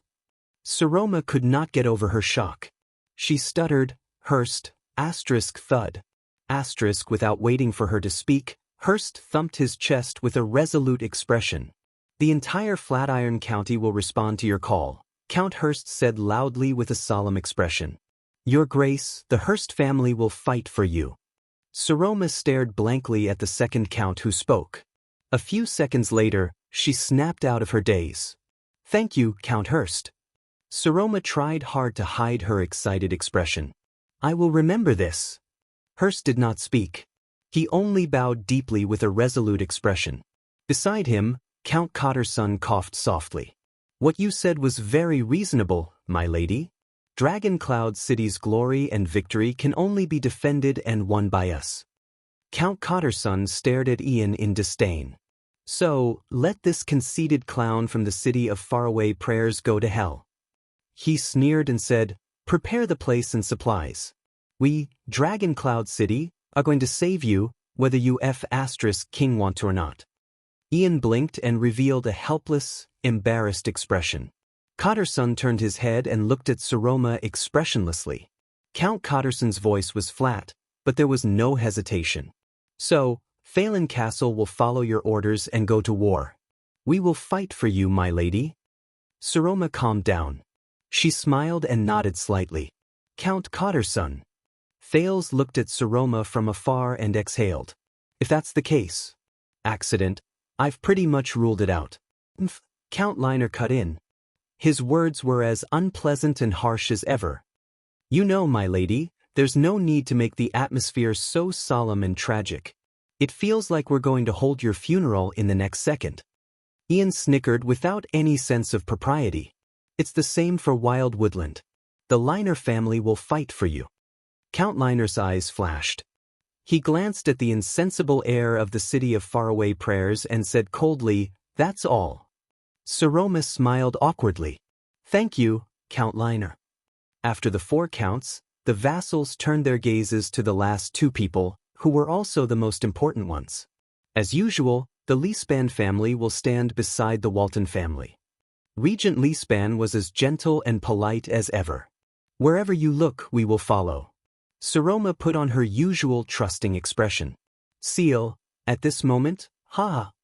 Across from Leespan, Count Nazir did not bother to hide his exaggerated laughter. He slammed his chair so hard that it creaked. I see. The Archduchess and the Count stared at him, puzzled and nervous. But Nazir's laughter soon died down. The old Count stared at Saroma quietly. For the first time, recognition appeared in his eyes. Well done, my lady. Nazir nodded slowly and looked at Ian with a profound gaze. Not a bad move, young Lord Rockney from the city of faraway prayers. I just realized it now. Saroma was slightly stunned. Huh. Ian sat back on his chair indifferently. His expression was still that hateful disdain. The observant Thales sighed. This old man, He probably saw through it a long time ago. Nazir sighed. I showed you the cruel side of the world, my lady, and you immediately returned the favor. Saroma was a little surprised. She anxiously replied, Count Nazir, I didn't. Nazir raised his hand and cut her off. That's enough, my lady. You have indeed exceeded my expectations. The old count sighed and looked at his old colleague. Isn't that right, Seal?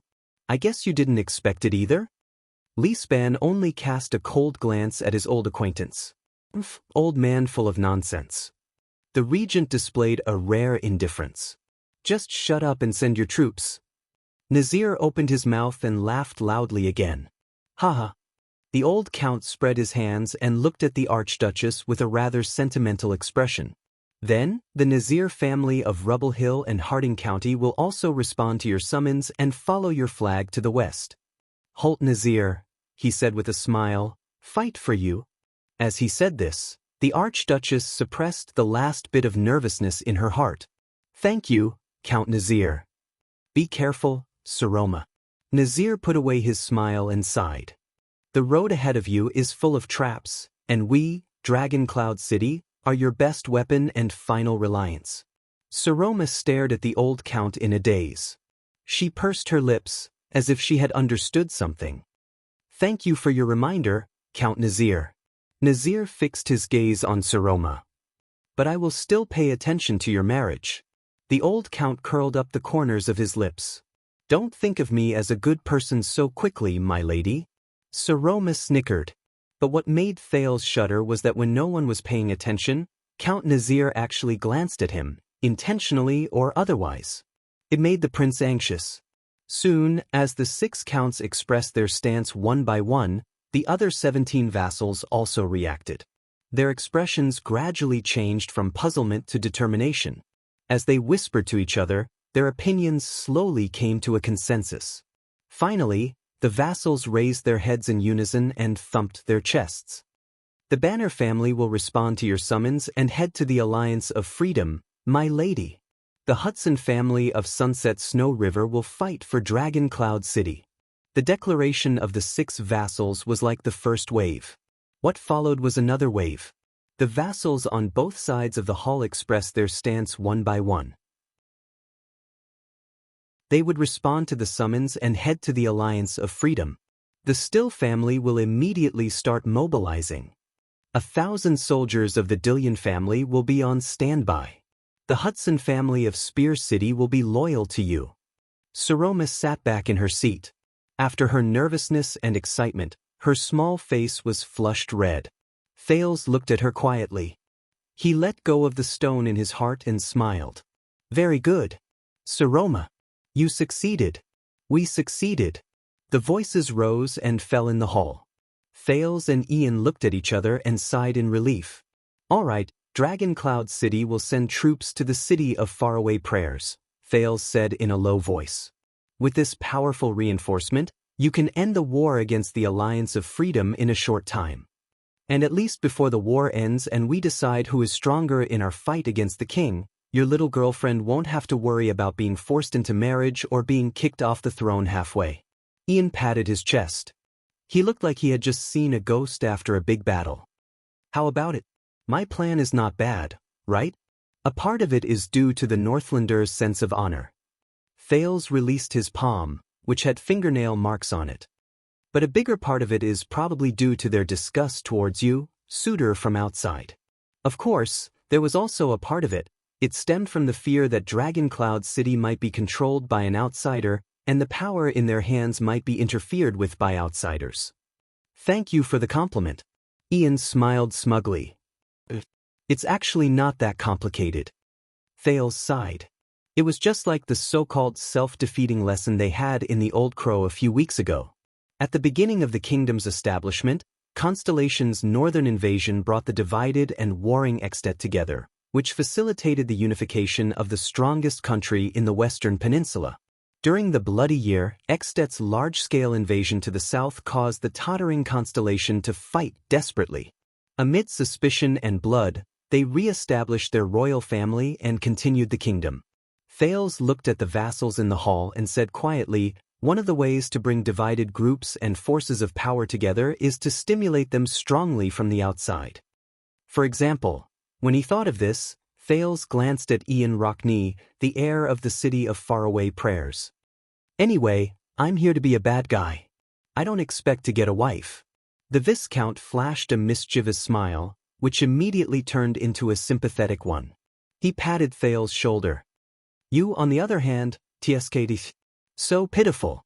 Thales' expression froze. Regent Lisbon's voice rang. Then, we will discuss the specifics of sending troops with the city of faraway prayers. The prince coughed unnaturally. Before Ian said anything strange again, he changed the topic. You know, I just thought of an interesting point. Ian raised his eyebrows.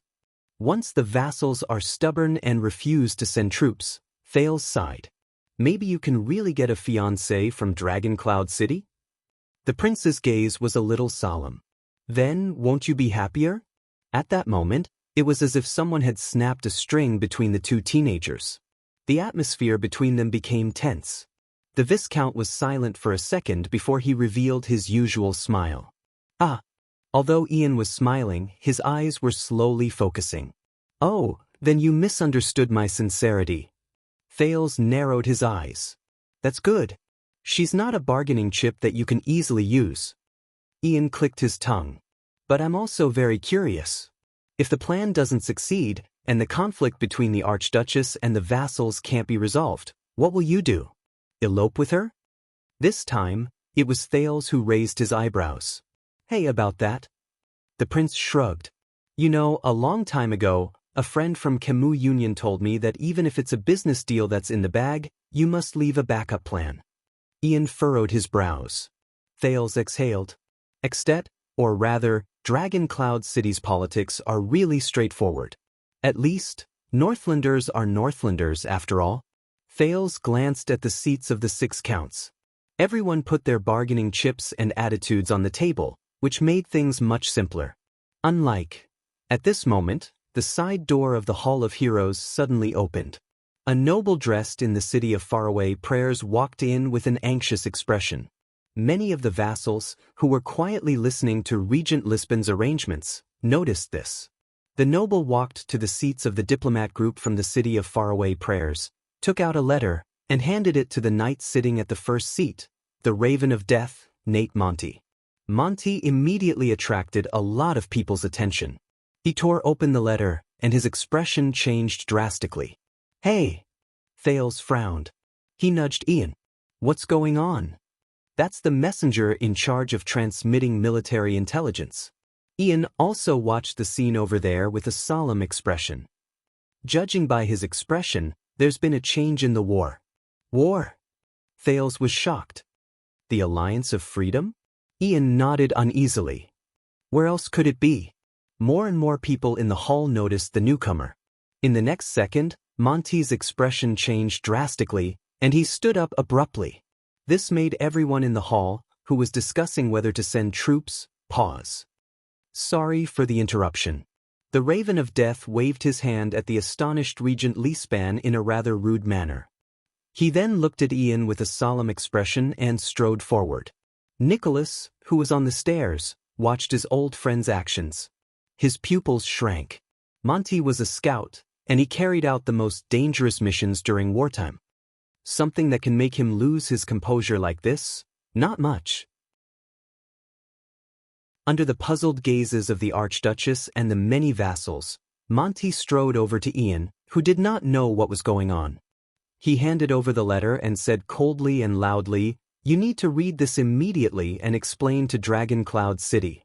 When he said this, Monty's cold gaze swept over Thales. Thales shuddered. The feeling of being watched rose in his heart again. The prince smiled awkwardly, raised his hands, and took a step back. Alright, I won't read it. But things were not that simple. No. Ian read the letter in his hand and raised his head with a pale face. This is... Monty nodded expressionlessly.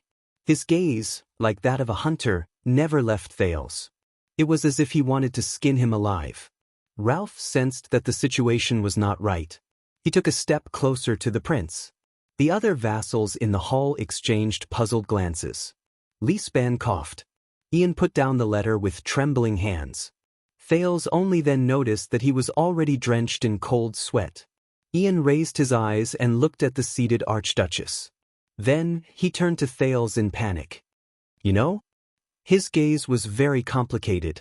There was suspicion, anger, and even conflict in it.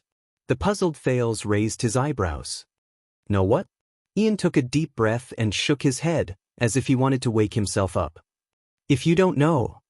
The air of the city of faraway prayers gritted his teeth. All right, Monty, I will tell the Archduchess later. Asterisk slap. Asterisk his shoulder was immediately seized by the raven of death.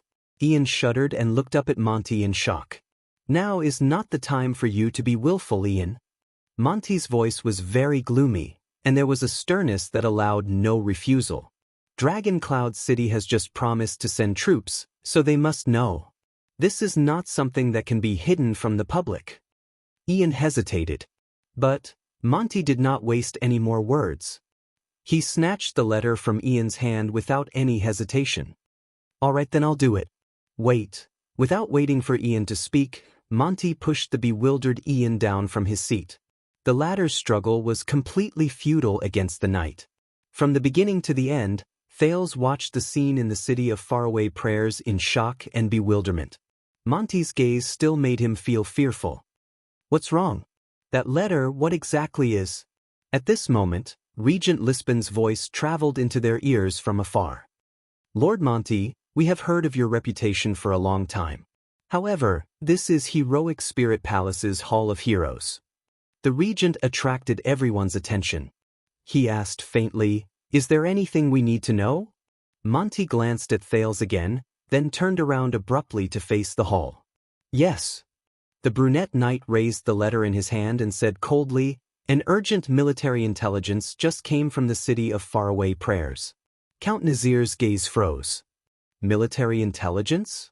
Monty nodded and strode forward. Thales noticed that Ian was clenching his fists tightly. His gaze moved back and forth between him and the Archduchess. A few days ago, we detected a third army in the desert to the south of the city of faraway prayers.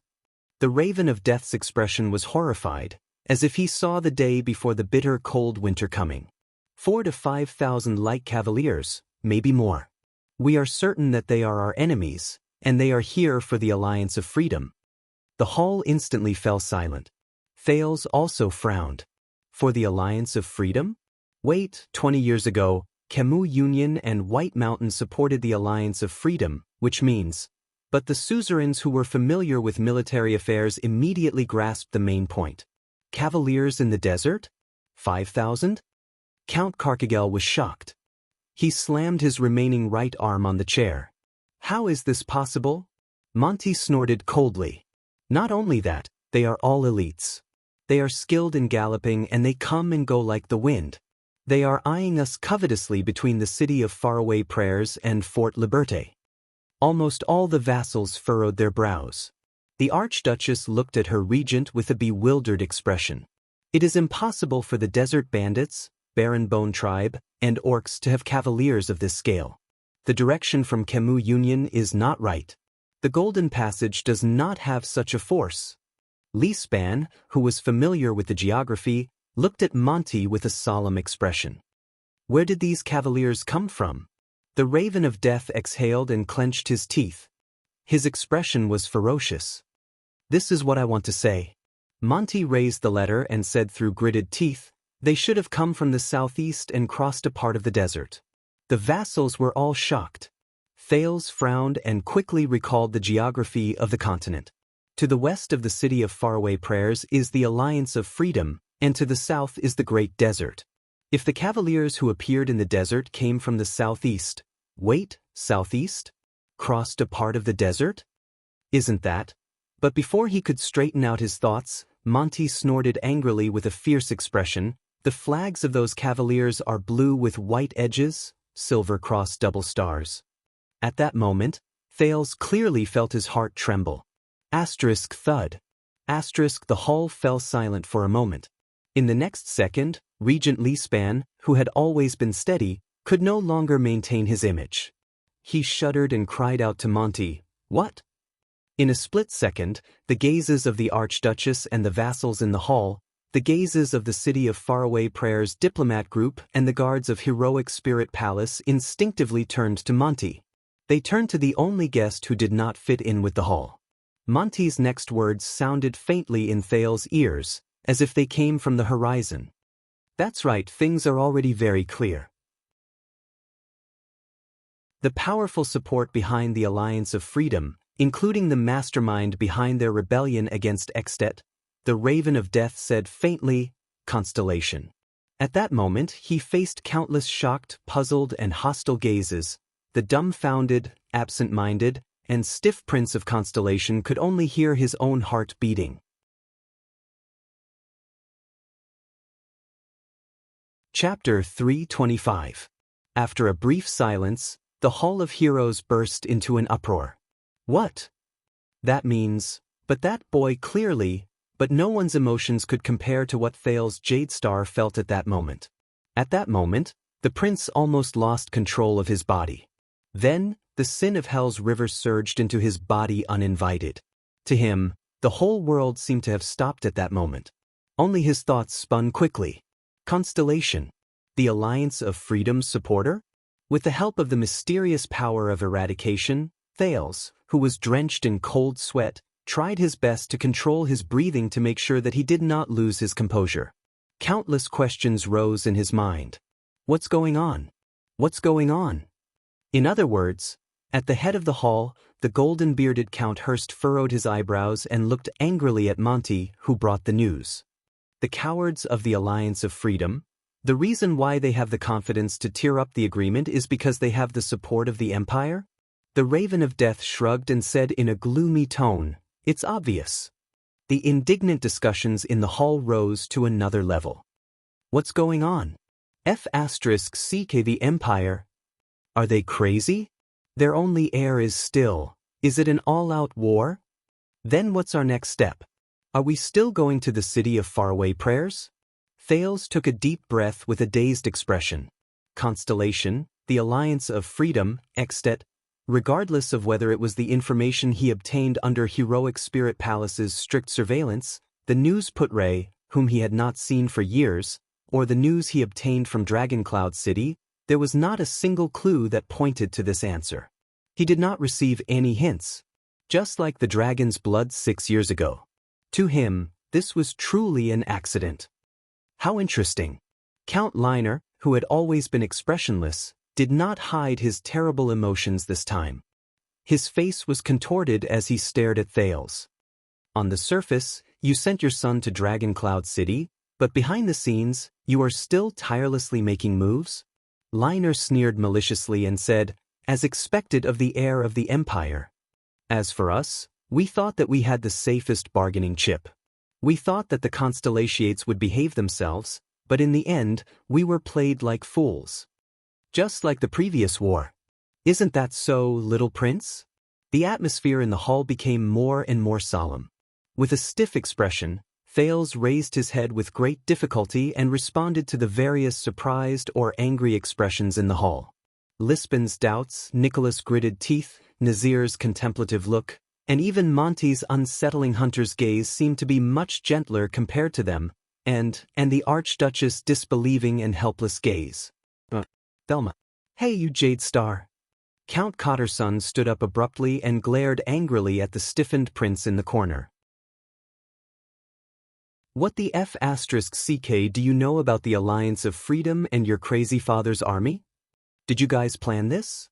Thales clenched his fists. The beads of sweat on his forehead became denser and denser. I don't know anything. Everything, but before the words left his mouth, the prince clenched his teeth. Now was not the time to panic, nor was it the time to cry injustice. Just as I thought, the accident happened. What I needed to do was to deal with it and minimize the damage. Calm down, Thales. Calm down. Cotterson said angrily, Are you mute? His voice represented the rage in the Northlanders' hearts at that moment, and it echoed in the hall. The prince raised his head abruptly, but he saw a panicked and helpless gaze in Saroma's eyes. The Archduchess subconsciously looked at Thales, then at the equally solemn Leespan. She looked helpless. Seeing how fearless he is, perhaps Dragoncloud City is too kind to him. Count Liner clenched his fists, and terrifying cracking sounds came from his knuckles. He said softly, "Perhaps we should return to the Northlanders' tradition. Do something a little more forceful?" Thales did not answer. The Northlanders' gazes on the Prince of Constellation became fiercer and fiercer, including the Archduchess guards who protected him. In this atmosphere, even the equally shocked Ralph subconsciously pressed down on his arm. Under everyone's gazes, the second prince could only try his best to remain calm and maintain the most basic of thoughts. He did not even have time to care about Ian, who was also sweating profusely and constantly tugging at his sleeves. If that's the case, something is wrong. Very wrong.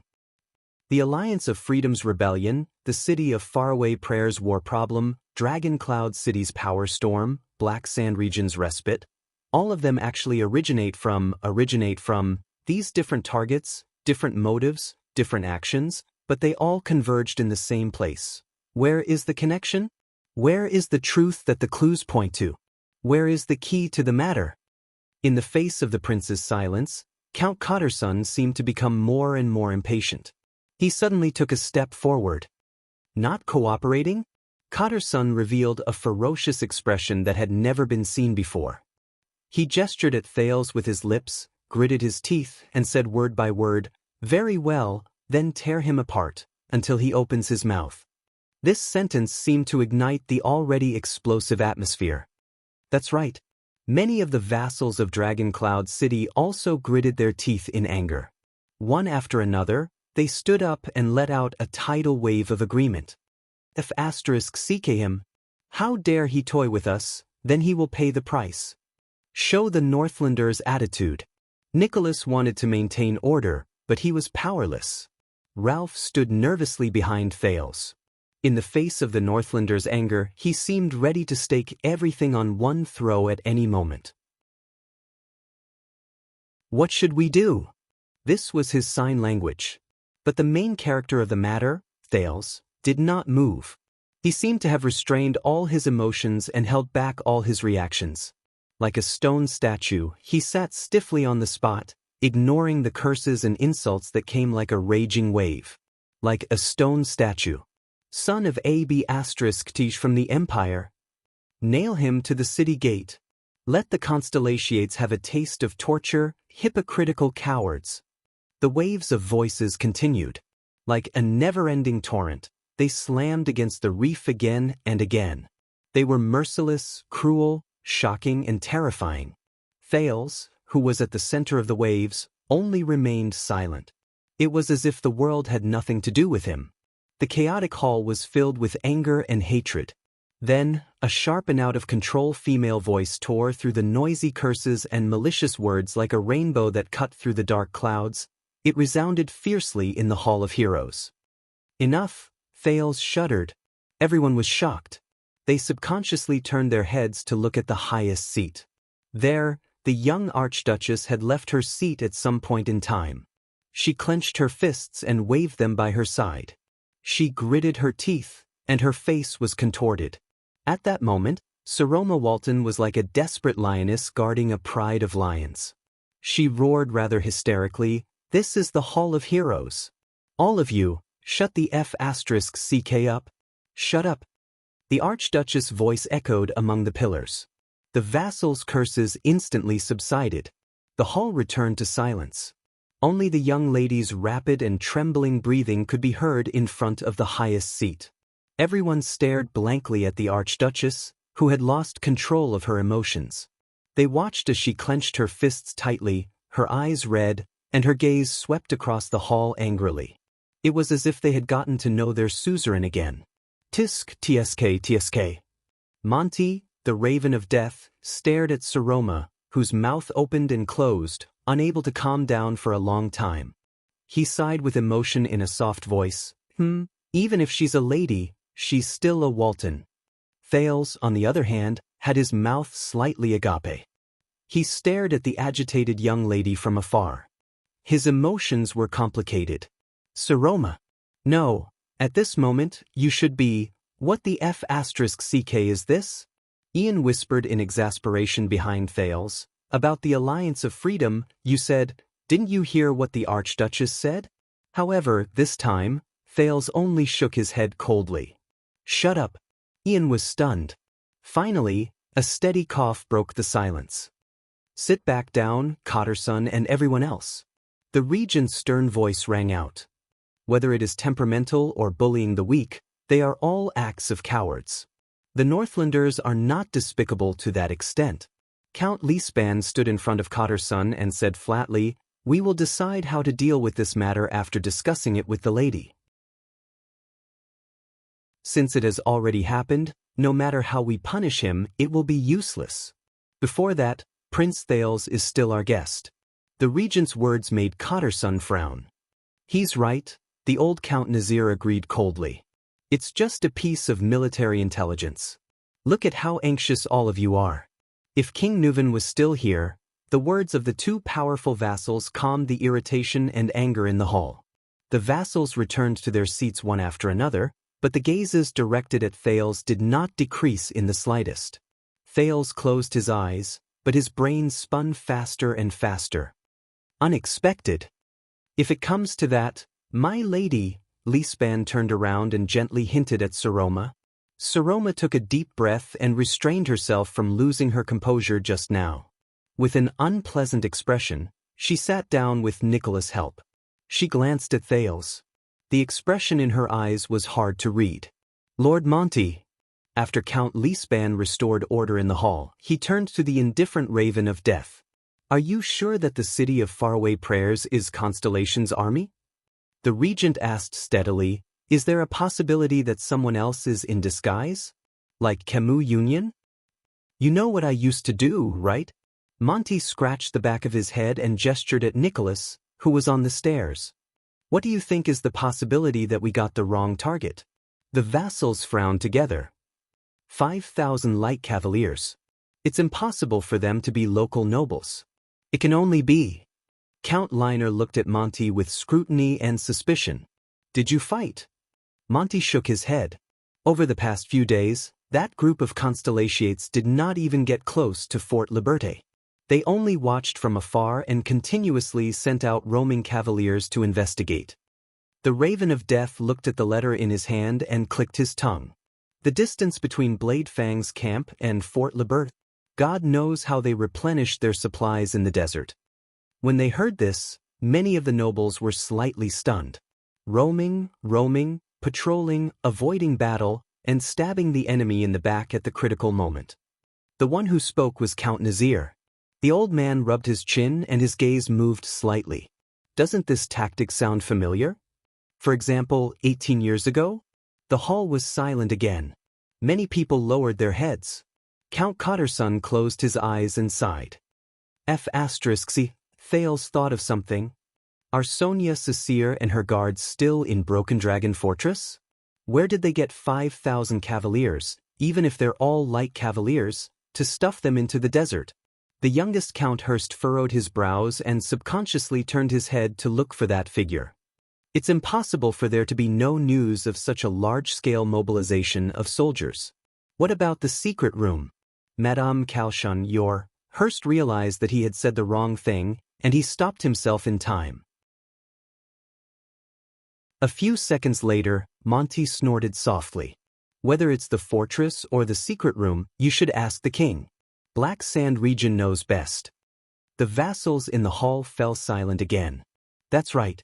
The throne is no longer in Heroic Spirit Palace and Dragon Cloud City. The secret room, which only serves Extet, is naturally the same. Everyone felt dejected. This is Dragon Cloud City after King Nuvan passed away. When he heard this, Count Leespan heaved a long sigh. This is no longer important. What's important is that if Constellation is involved. The regent stared at the bleak Archduchess with a solemn expression. Then our next expedition to the west. The vassals' discussions rose in the hall again. Count Liner sneered. Think about it. When we are attacking the city, there are 5,000 people in the desert in the south watching us calmly, waiting to attack us at any time. And behind them, there might be the entire constellation. Count Liner sneered. 20 years ago, even if we had 3 archdukes working together, because of the intervention of the White Elves and Khemu Union, the war still dragged on for nearly a year. He narrowed his eyes as if he was remembering that year. Guess how long Constellation can drag on for? 2 years? 3 years? The king must be very happy to see this. The diplomat group from the city of faraway prayers looked at each other. Their expressions were unpleasant. The atmosphere in the hall became more and more oppressive. Thales ignored the hostile gazes that swept at him from time to time and quickly rearranged the information he knew. Things will not be that simple, nor will they be that complicated. It's just that the chessboard needs to be elevated a little. I originally thought that this was a storm between Extet and the Alliance of Freedom, or even within Extet. The Alliance of Freedom fought for independence, Black Sand region fought for survival, the city of faraway prayers fought for their own interests, Dragon Cloud City fought for the balance of power, and the other archdukes longed to watch the king weaken and Dragon Cloud City split. And now, Constellation has to be added to the mix. Then, in this storm, where is Constellation's greatest interest? This is just an optimistic situation. Count Cotterson counted with his fingers, as if he was talking to himself as he calculated the numbers. If the other side is really Constellation, which has turned out in full force after the Bloody Year. Worse still, if we include the White Elves, who suffered losses in the previous war, and the 4 northern cities of Khemu Union, who made bets based on the situation. And we only have Dragon Cloud City and the city of faraway prayers. Count Nazir watched him calculate the chips and let out a long sigh. He said the words that made many Northlanders feel indignant. When was the last time Extet lost a war? No one spoke. Thud.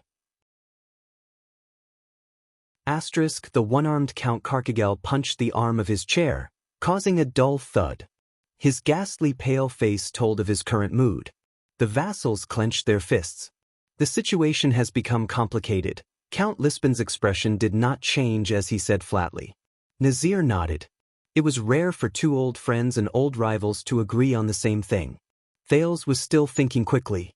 One after another, guesses surfaced in his mind. If the plan to dispatch troops remains unchanged, we will need to readjust the deployment of our military forces, including the quality of the soldiers we recruit. The old count's tone was solemn. Our enemies are the Alliance of Freedom and Constellation. The difference between these two is not insignificant. You mean retreat? Lisbon's words traveled into his ears steadily. I did not say that. After all, the lady has already made a promise, and this concerns the honor of Dragon Cloud City and the Walton family, Count Nazir said solemnly. But if we still want to dispatch troops to fight, we cannot deal with it carelessly like we did before. After all, the opponent we are facing is our old enemy of nearly 700 years. The Shield of the Western Peninsula, the descendant of the Empire.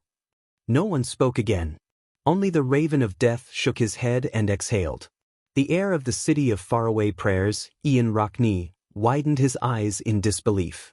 He looked at Thales, then at Saroma on the stairs. How can this be?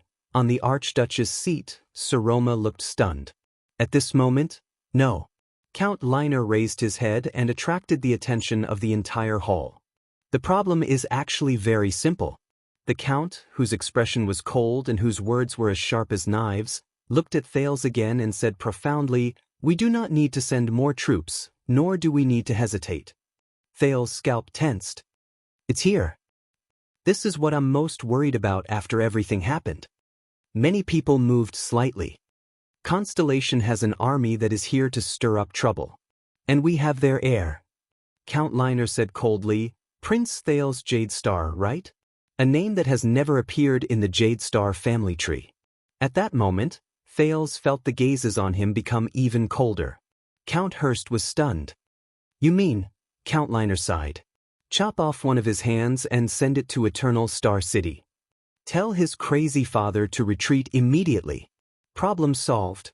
At that moment, the Archduchess turned her head abruptly and stared at Thales in disbelief. But Thales was still unmoved. So, The Archduchess anxiously looked at her regent, but Count Lisban only shook his head slightly, signaling for her to calm down. The Northlanders quietened down and looked at Thales with increasingly strange gazes. Among them, Monty, the Raven of Death, flashed him a strange smile. He still looked like a hunter looking at his prey. Thales sighed. Hey, enough is enough. Finally, Count Hurst could not help but say, this is not in line with the Northlanders' way of doing things. The ignorant era where the Iron-Blood King dug out his heart and drank wine has passed for more than 3,000 years. Count Liner shook his head. This is his use. Thank the gods, after wasting 6 years of food, this precious hostage is finally put to use. Thales clenched his fists. Wait a minute, that's the Iron Hand King who executed 300 nobles in one night. It is said that the lunatic watched the entire execution without blinking. Count Cotterson snorted coldly and disrespectfully. If he really has a heart of stone like the rumors, and refuses to retreat even after this, Count Liner laughed. Enough, all of you. Count Hurst snorted impatiently. Release him in exchange for a retreat, or just kill him to show our attitude.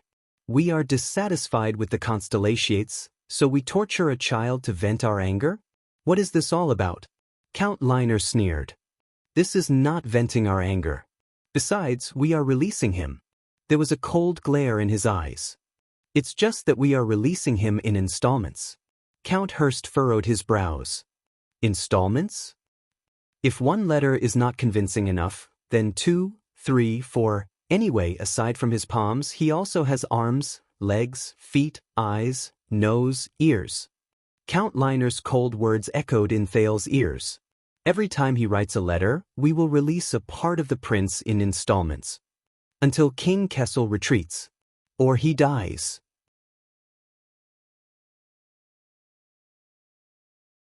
Chapter 326. The hall fell into silence once again. Thales closed his eyes, as if he was tormented by his own fate. But no one knew that at the moment Count Liner made his cruel suggestion, the second prince of Constellation finally figured out one thing.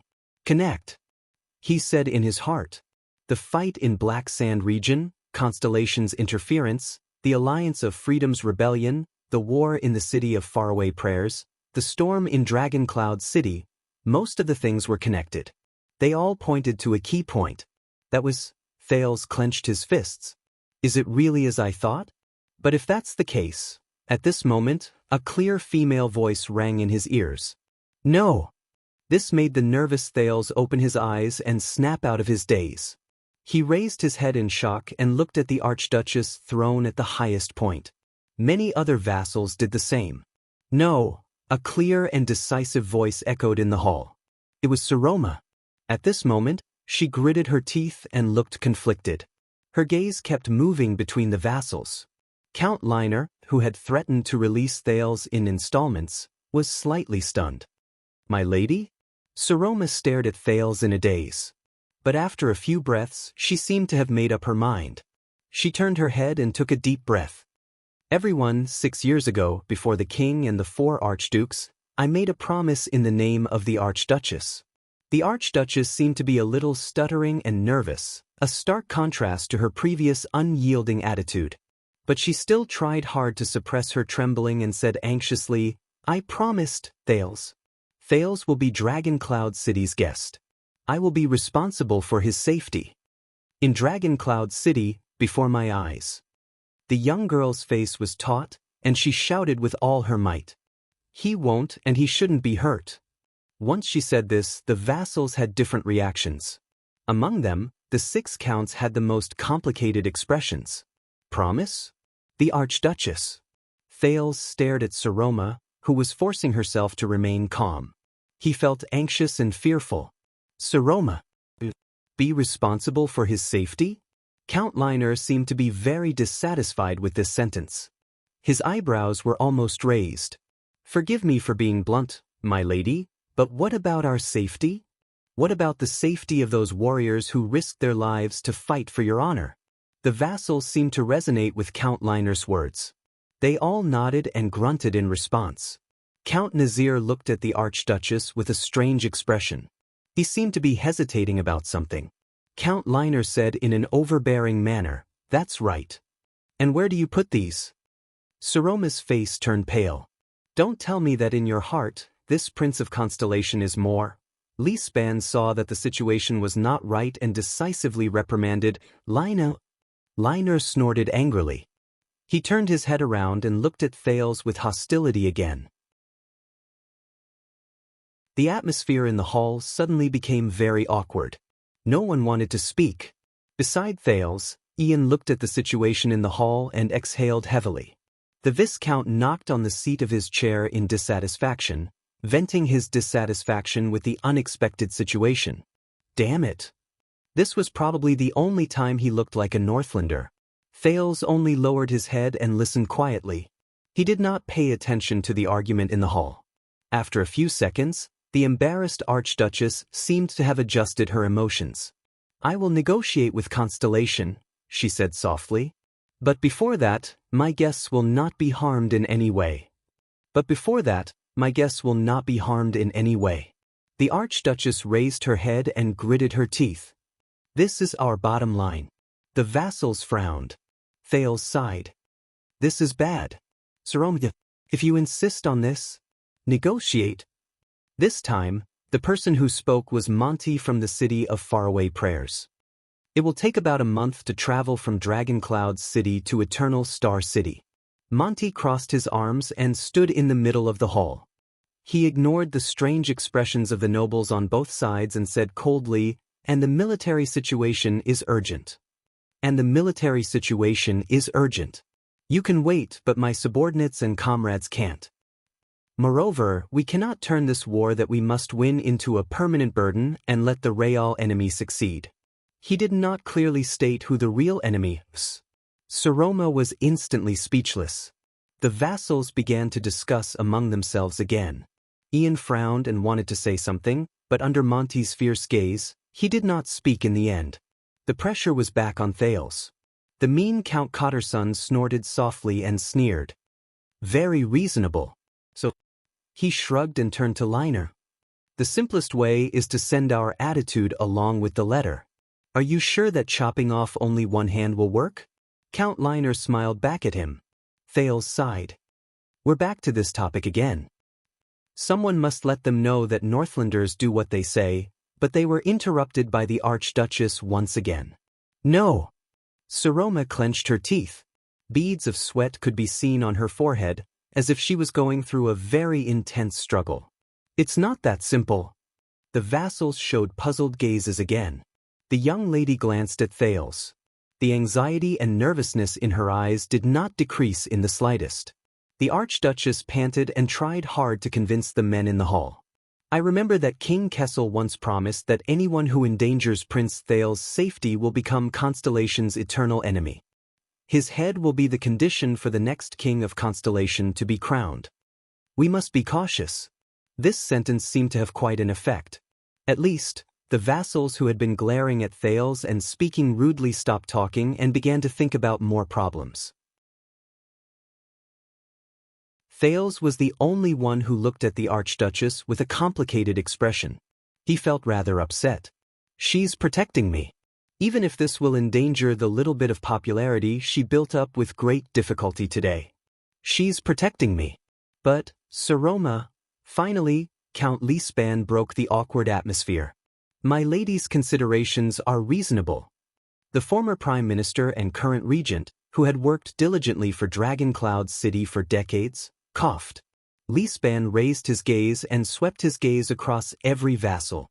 "If that king is really cold-blooded and does not care about the kingdom's future or his son's life, then no matter how many times we release this prince, the result will be the same. In the end, we will be the ones who will be forced into a dead end. Is Dragon Cloud City really prepared to take the prince's head and become the target of public criticism?" The hall fell into silence again. The Archduchess cast a grateful glance at Li Span. "That's right, Seal. I mean it." Li Span only nodded mildly. This made the other counts frown and cast dissatisfied glances at the regent. But the girl still breathed a sigh of relief. "Fortunately, Thales doesn't have to." But then she was slightly startled. Thales was staring at her from afar. The Prince of Constellation sighed. With a hesitant expression, he shook his head gently at her. No, Saroma. Don't. Thales thought quietly. Saroma was stunned in her seat as she watched the prince's actions. She remembered what Thales said earlier. Promise me, Saroma. On the next day of the council hearing, no matter what happens, don't do anything stupid. She looked at Thales, who shook his head helplessly. She could not help but bite her lower lip. Don't care about others. Don't care about anything else. Don't hesitate or hesitate. In that case, you, Thales, are you the other people you mentioned? The girl thought bitterly. In the corner of the hall, Thales was still shaking his head gently. Just choose the path that suits you and the Archduchess the most. That's enough. I will solve the rest of the problems. Saroma struggled to look at Thales. But Thales, the current you can't even protect yourself. Oh, my lady. This time, the one who spoke was Monty. The vanguard of the City of Faraway Prayers diplomat group deliberately raised his eyebrows. But didn't you summon the vassals to Dragoncloud City precisely to restore your father's glory and boldness and to prove that you are a qualified ruler? The Raven of Death clicked his tongue and said, and now, in the face of the Empire's empty threats, you are backing down and afraid. Were all those words about protecting the family's honor just for fun? Dissatisfied discussions immediately rose in the hall. The vassals' expressions became much more unpleasant. Saroma clenched her teeth again. Her face was tense. Show some respect, Raven of Death, the golden-bearded Count Hurst reprimanded in displeasure. You once served in the White Blade Guards and received King Nuven's kindness. There is no reason for you to make things difficult for his granddaughter. Speaking of this, you must know that I left the White Blade Guards in Dragoncloud City for more than 10 years. Monty shook his head at the Archduchess with a mocking expression. He did not hide his disdainful tone at all. Compared to the past, all of you are really old and much more sentimental. I even suspect. Nicholas' expression changed while he stood beside the Archduchess. He said in a deep and unquestionable tone, "Shut up, Monty." When he heard his old superior's words, Monty immediately stopped talking. He snorted softly and did not speak again. Thales could not help but size up the Raven of Death with his fierce gaze. Something is not right. He once again felt that something was not right about this visitor from the City of Faraway Prayers. But what exactly is wrong? At this moment, Count Carcagel, who had not spoken for a long time, suddenly raised his head. Then let's bring him along. The one-armed count said fiercely, bring him to the west. Everyone in the hall, including the Archduchess, Thales, and Ian, was shocked. The surprise lasted for a few seconds.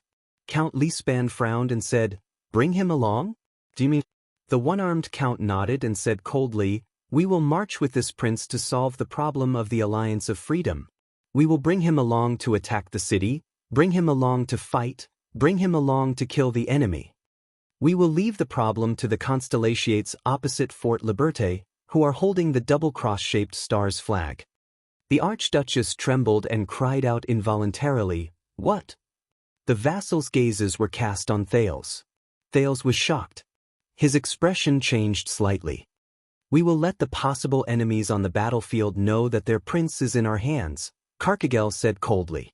If they do not want to see any tragedies or accidents happen, then it is best for them to know their place. Wait for us to get rid of those cowards in Fort Liberté. The moment he finished speaking, it was as if the hall was covered with a layer of ice. Ha! Monty laughed out loud. I like this idea. Things that cannot be solved at the negotiation table, of course, must be solved on the battlefield. Saroma revealed a look of disbelief. She subconsciously glanced at Thales, then at Carcagel. Lispan and Nazir glanced at each other, each deep in thought. Perhaps this is a good idea, the old Count Nazir said faintly a few seconds later. Indeed, my lady, your promise back then is very important. It is also best for Prince Thales' safety not to be destroyed in our hands. Compared to an awkward negotiation that involves all parties and the outcome is unknown, Bringing the prince to the front line as a bargaining chip is more effective. Count Lispan, who was listening by the side, sighed. On the other side, Count Liner's expression was still calm, but his words were sharp. He looked at Saroma's panicked expression and chuckled. Very reasonable. If Prince Thales were to meet with an accident because of his battle with the Constellations, what would happen to him? The responsibility will not be on our side. Thales closed his eyes again and exhaled. When the vassals agreed to send troops, there was a moment when he thought that they had already won. However, accidents always come suddenly. The Archduchess widened her eyes and subconsciously shook her head. How are you going to deal with him? Upon hearing the Archduchess' words, the counts frowned. Carcagel's deep voice seemed to have some kind of power that made people shudder. If the other party restrains themselves, then we will act as usual. We will take him for a walk. The hall was silent for a moment. Saroma gulped. The Archduchess' voice rang again. What if the other party does not restrain themselves? Count Liner sneered, while Count Cotterson shrugged. Then we will do what we should do, Carcagel said coldly. As long as we conquer Fort Liberté, everything will be over. What we should do? Thales lowered his head in silence and did not speak. What should I do? If I want to solve the current predicament, I must pay a corresponding price. The problem is, do I have to take that step? That is, Count Hurst stared at the Archduchess' expression. His golden beard trembled and he frowned. I think it is feasible. Saroma clenched her teeth. Seal, she said to the last count with great difficulty, do you agree as well? My lady. Regent Lispan looked at the young girl with a serious expression. This is the best method for now. Countless people will rush to the battlefield for you, so you must consider their lives for the sake of the war. No problem. Ian appeared at this moment. His eyes brightened. He coughed softly and smiled again. The city of faraway prayers will welcome your highness' presence. Thales clenched his fists. He raised his head and looked at Saroma nervously, waiting for her response. Saroma also looked back at him hesitantly. Their gazes met in the air. Thales sighed and shook his head gently. No, Saroma. Don't do this because of... A few seconds later, the Archduchess' expression became firm again. She looked at Thales and shook her head too. Thales' heart trembled. He understood her response. No. The Archduchess raised her head abruptly. Thales, he must stay in Dragon Cloud City. Stay in Heroic Spirit Palace. Saroma's expression was firm as she said resolutely, and I promise that I will personally write a letter to King Kessel and remind him that his heir is still with us. I will use all means to ensure that Constellation will not pose a threat to our war. Thales closed his eyes. The vassals' expressions changed at the same time. They stared at their female ruler with unfamiliar and dissatisfied gazes. The atmosphere in the hall seemed to have returned to the time before Ian proposed. Thales heaved a long sigh. Saroma, if you do this, this will make our previous efforts... Thales opened his eyes gently. He gestured at Ralph behind him. The Phantom Wind follower was slightly stunned. He nervously looked at the various hostile gazes in the hall, but still bowed slightly and left with his back against the wall. Thales exhaled. In the end, it still came to this. His fists were trembling. Well, my lady, your relationship with him and this Prince of Constellation is quite good. Monty sneered. Just like the rumors say. These words were like pouring oil on the fire, making the atmosphere in the hall even more solemn and solemn. Lispan saw that the atmosphere in the hall was becoming more and more off. He quickly coughed and interrupted the Raven of Death. My lady, I don't like to say this, but someone interrupted the regent even faster. For the sake of the gods, you have said no many times about this matter. Across from Lispan, Count Nazir frowned and spoke slowly. As the ruler, my lady, of course you have the right to say no and force us to carry out your will. The old count enunciated each word, as though he cherished every word in his words. But please remember, every time you say it, you have to pay a price. It's just that some of the prices are visible and visible, while some are invisible. Under the Archduchess' shocked gaze, Count Nazir said flatly, "Unless you have the ability to fool your people again and again, otherwise, if you pay too many of these prices, one day, they will accumulate into a huge debt that even someone as noble as you cannot repay." Saroma gathered her hands under her sleeves. Her expression was unpleasant. Count Nazir.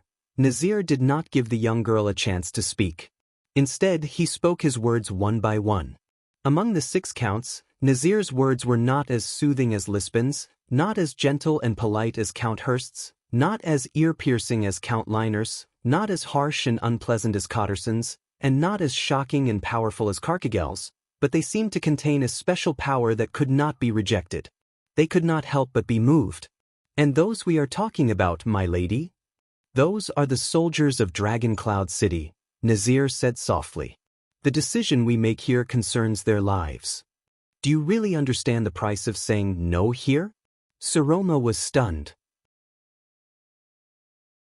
"Those are the sons of countless mothers, the husbands of countless wives, and the fathers of countless daughters." The old count spoke very slowly, but every word he said made the vassals consciously listen to him quietly. These Northlanders, all left their homeland in response to your summons and rushed to other places." Saroma's breathing became chaotic. She stared at Nazir in a daze. She felt as if there was a heavy stone weighing 1,000 pounds pressing down on her from the air.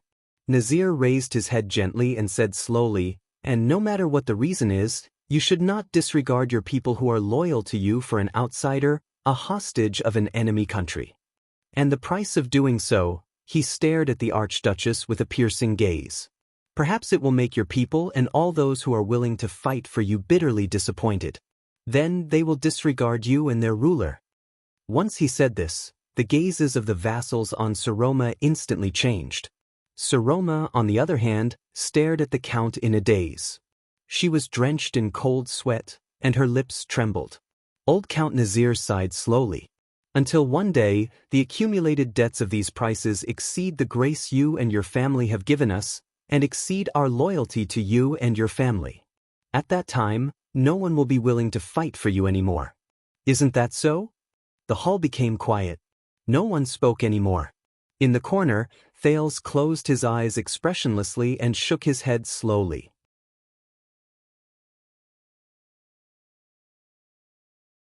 Chapter 327.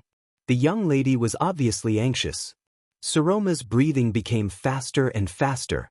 She subconsciously shook her head. "But, Count, no." But her hesitation only lasted for a few seconds. The Archduchess raised her head again and spoke in a firm tone. "Count Nazir, you don't understand."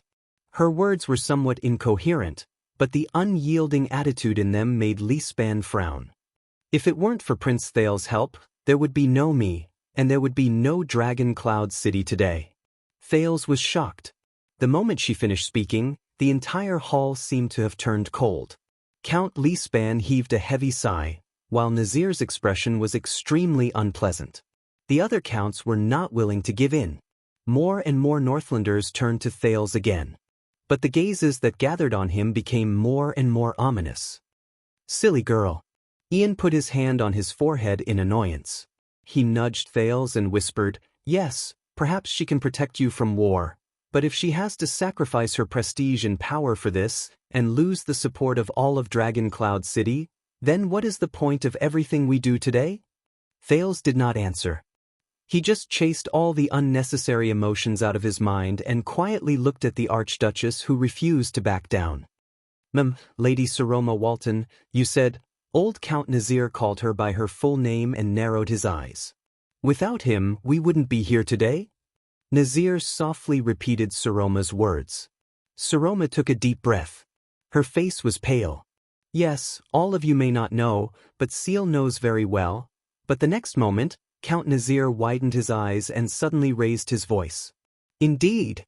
His sonorous voice shook the hall. The old count stood up from his seat. The vassals' expressions changed simultaneously. Saroma was stunned by the count's sudden outburst. Nazir's expression was tense. His tone was stern, causing people to forget his age. "Do you think we don't know?" 6 years ago, from Archduke Pofrit's conspiracy, to the calamities entering the city, to King Nuven's death and King Chapman's coronation. Yes, I know what role those despicable constellations played in that tragedy. Discussions rose in the Hall of Heroes again. Saroma stared at him in a daze. Count Nazir stared coldly at Saroma, then at Thales. Madame Kaoshan explained it very clearly. What came with the Prince of Constellation was the disaster that caused Dragon Cloud City to collapse and the earth to shatter. It is us who are in such dire straits today. Li Span was about to say something to soothe his cheeks, but when he heard this, he could not help but be stunned. Kaoshan. The regent sighed. It seems like you are not as contemptuous of Black Sand Region's hand as you said. Old friend. Nazir snorted coldly. The old count cast a sharp gaze that did not match his age, sending a chill through the hearts of those who came into contact with it. It's been 6 years, and the disasters brought about by this ominous prince have never stopped. Nazir paced around slowly and said to the slightly panicked Archduchess, "It's been 6 years. As a so-called hostage, he can't be easily touched, used, or harmed, but he's still in Heroic Spirit Palace, living and eating with you." Saroma was speechless. But that's not important anymore. I don't care how many pieces that prince will be chopped into. Because what I can't stand the most is not those unpleasant rumors, nor is it the prince's misdeeds in Dragon Cloud City. Nazir stared at the Archduchess sharply, then at Thales. His expression was extremely solemn. It's what I saw today. You, the dignified Archduchess of Dragon Cloud City, actually allowed him to so easily influence your decision, and allowed him to be so deeply involved in Dragon Cloud City's internal affairs? In the hall, the sounds of discussions among the vassals rose again. Quite a number of people cast their gazes on Thales again. And the prince only lowered his head gently, ignoring Ian's quiet grumbles beside him. This makes me very uncomfortable. Even Lisbon's autocracy did not make me so angry. Li Span stared at his old friend with a steely expression. I hate saying this, but... Nazir gritted his teeth, and there was a hint of resentment in his words that was not there before. Dragon Cloud City has had enough. Whether it's the disaster that year, or the current predicament. Whether it's Black Sand Region or Constellations. Whether it's by your side, or far away on the battlefield of the Alliance of Freedom.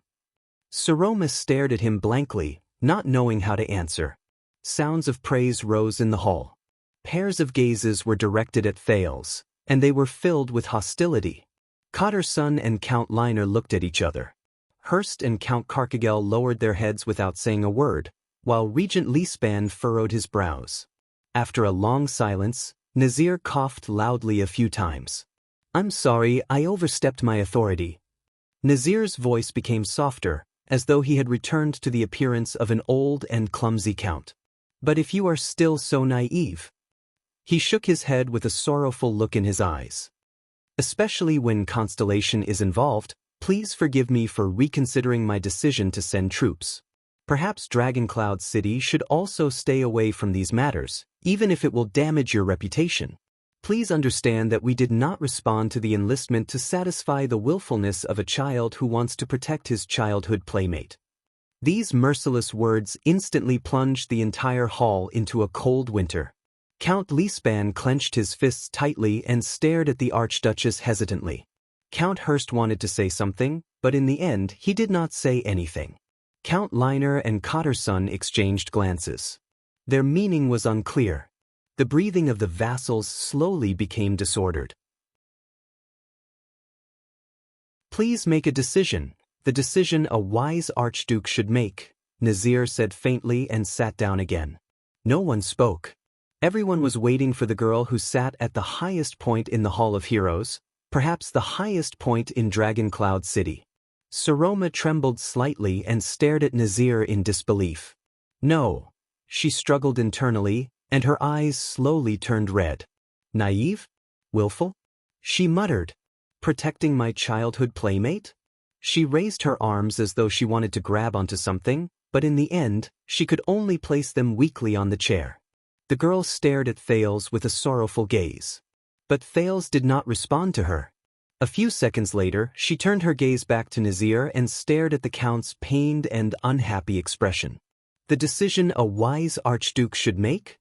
Her expression slowly turned into one of anger. It's easy for you to say, Count Nazir. The girl's breathing gradually quickened. You weren't there, though, Nazir. A puzzled look appeared on Count Nazir's face. Saroma took a deep breath. 6 years ago, when the disaster happened. You weren't there, she said with great difficulty. Count Nazir listened to the Archduchess' words and frowned. Beside the prince, the Viscount of the city of faraway prayers tugged at his sleeves angrily. Did you see her expression? I don't think it's good. Thales nodded expressionlessly. He suddenly had a premonition of what Saroma was going to say. An inexplicable emotion broke through the seal of the sin of Hell's river and surged into his heart. My lady, Count Nazir sighed, you are now King Nuvan. Saroma raised her head and interrupted him loudly, when King Nuvan unfortunately passed away. This name made many of the vassals' hearts clench. Many of them thought of His Majesty and lowered their heads. That blood calamity, when Shield District was destroyed. When the Queen of the Sky descended. During those times, all of you weren't there. With a mournful expression, Saroma slowly curled up the corners of her lips. More than that. Also, when King Nuvan took Alex away from him. When he put that ring on my hand. When I was captured by that monster.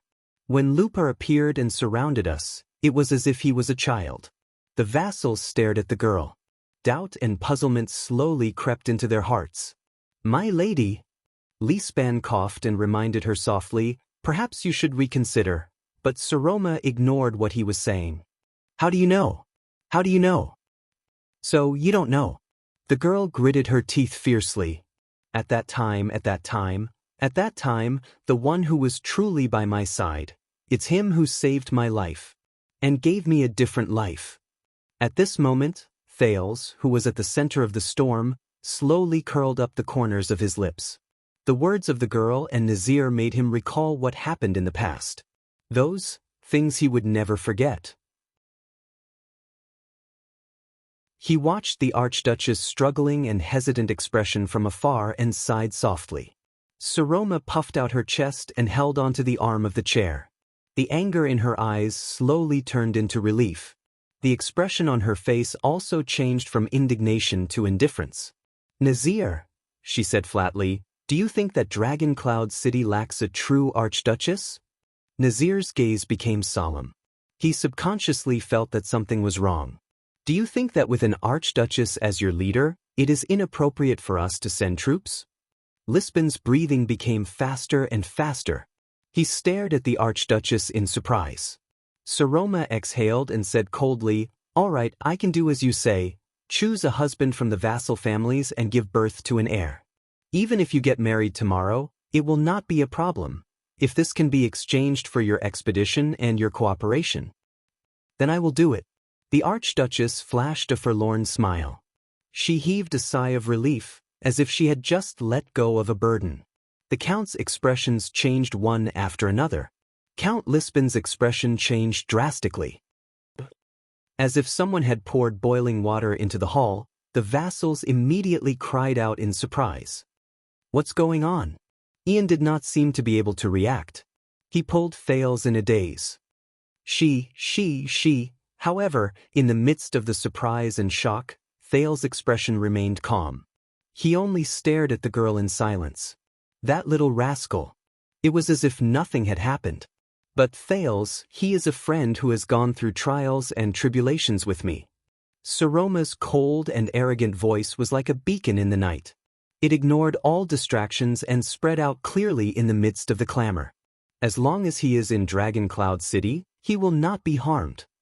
And I will not treat him as a sacrificial chess piece and send him to the front lines just because I am wary of Constellation. She cast a warning glance at Cotterson and Count Lina. The two counts turned their faces away with unnatural expressions. Monty, the Raven of Death, who was watching from the side, had a solemn expression. However, there was something else in his gaze as he stared at the Archduchess. This is my promise, and it is also a favor I owe him. Saroma glanced at Thales. There was an indescribable emotion hidden in her eyes. A favor that is worth repaying with a lifetime. The voices of the vassals became louder and louder. The Count's expressions turned ashen at the same time. Count Hurst even turned his head away with an angry snort. Thales stared back at her quietly. A second later, the prince flashed a faint smile. It was the same smile he had all those years ago. He completely ignored Nicholas' angry glare from beside the Archduchess. As if she had received encouragement, Saroma's expression became lively. The Archduchess raised her head proudly and looked at the entire hall. "Everyone, what do you think of this deal?" Count Nazir stared at her in a daze. He seemed to be shocked by the girl's determination and was speechless for a long time.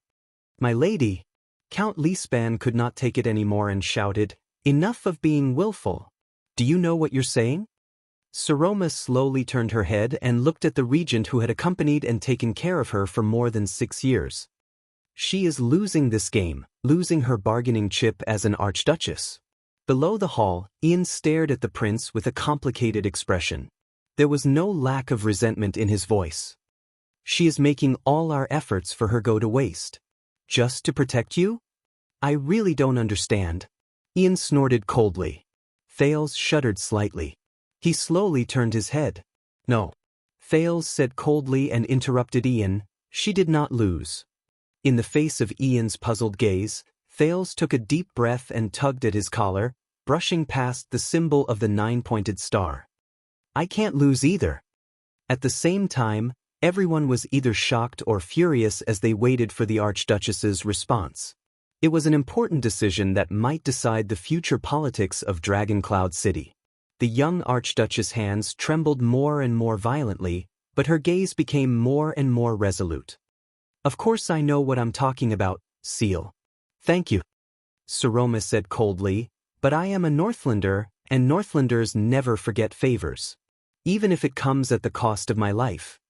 At that moment, all the Northlanders fixed their gazes on their ruler, but everyone's expression was solemn.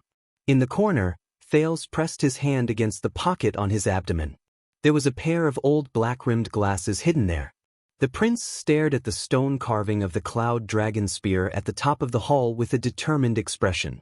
"At least, with me around, she won't lose," he said flatly to Ian, who was beside him. Ian was dumbfounded. "What do you mean?" Ian seemed to have figured something out. He became nervous. "Thales, what are you going to do?" The corners of Thales' lips curled up slightly, revealing a smile. As I said, Thales seemed to be a little sentimental. He chuckled and said, "A backup plan." In the hall, the Archduchess stared coldly at Count Nazir and opened her mouth gently. "Instead of sitting in this position with guilt in your heart in the future, when you think about today, however," before Saroma could finish her words, "Ha ha!" A loud, undisguised laughter rang out in the Hall of Heroes out of nowhere. It interrupted the Archduchess' emotional words. It also broke the solemn atmosphere. Saroma, who was about to speak, was instantly stunned. "Ha!" The laughter continued. Many of the vassals were also stunned. Lisban frowned, Nazir turned his head in surprise, and more nobles turned their gazes in displeasure, looking for the idiot who had no respect and did not pay attention to the occasion. "Ha ha!" The laughter went back and forth, echoing without restraint. It seemed like something really funny had happened. Saroma and the other vassals frowned together and looked in the direction of the laughter. The Archduchess was stunned. The others, including Ian, were also stunned. They stared in disbelief at the person who continued to laugh. The people of Dragoncloud City did not react. They let the laughter continue for a while. But the laughter continued. "Ha!" Then, the captain of the Archduchess Guards, the Star Killer Nicholas, who was in charge of maintaining order, shouted angrily. "Shut up!" The Star Killer's roar drowned out the laughter and echoed in the hall. Finally, the second Prince of Constellation, Prince Thales Jadestar, who had been laughing heartily and rocking back and forth, stopped. Slowly he drew back his upraised head. Thales did not care about the angry gazes of the others. He leisurely and contentedly straightened his back on the chair. It was as if this was just an outing.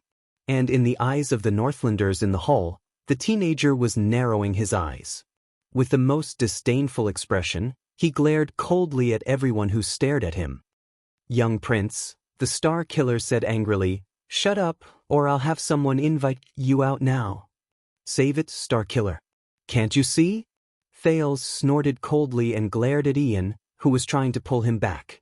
"In this hall, your roar is the same as the Archduchess' prestige.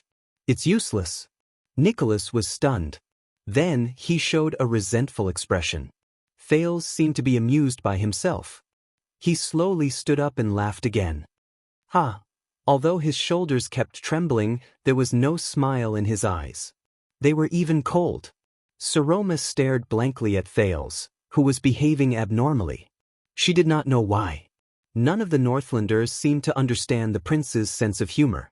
They stared at the presumptuous prince in unison.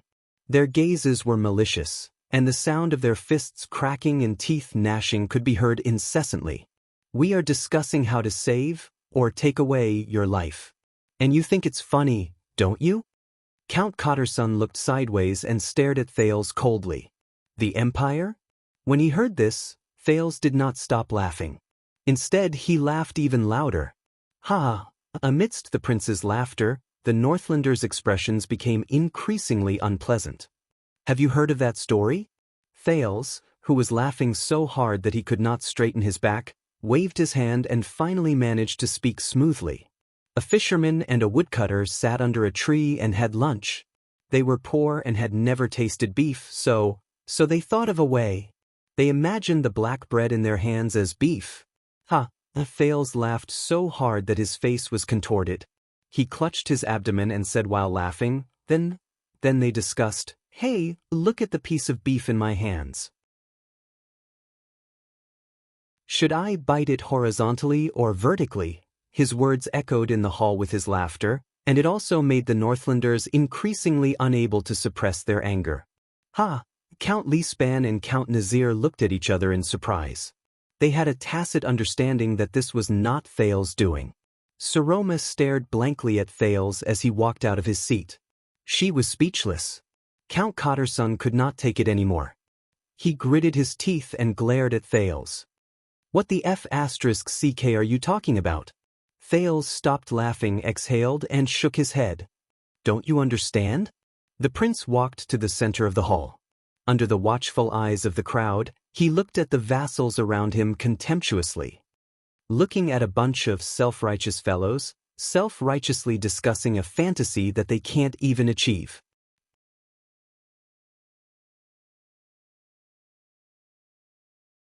Chapter 328. This sentence caused a huge uproar in the hall, like sparks splashing on eternal oil. The vassals were enraged. This F***king, F***ck him, guards. But before the vassals could vent their anger, Thales spoke again. His voice rang through the hall. "You know, sometimes I miss Nuven very much." The prince sighed, but his words were devoid of respect. "I want to say to him, look, great Dragon Cloud City, this is what's left of you. Your pitiful inheritance, Nuven." Thales turned around and looked up at the stone carvings above his head. He spread his arms at the nobles on both sides and shook his head in a seemingly dispirited manner. "Just a bunch of old fogies with rigid thinking, guarding a useless and cowardly little girl. For the sake of that little bone in Dragon Cloud City, they tear each other to pieces. I've listened for so long, I've had enough." His expression changed and he said disdainfully, "As Nuven's vassals, all of you are truly pitiful." Bang. Blasphemy against the late king? Count Karkagel smashed his chair coldly. "You'll regret what you said. I swear."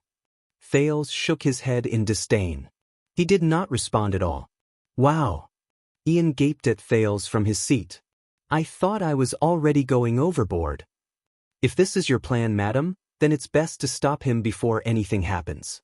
Nicholas' already pale face was now filled with anger beyond the situation.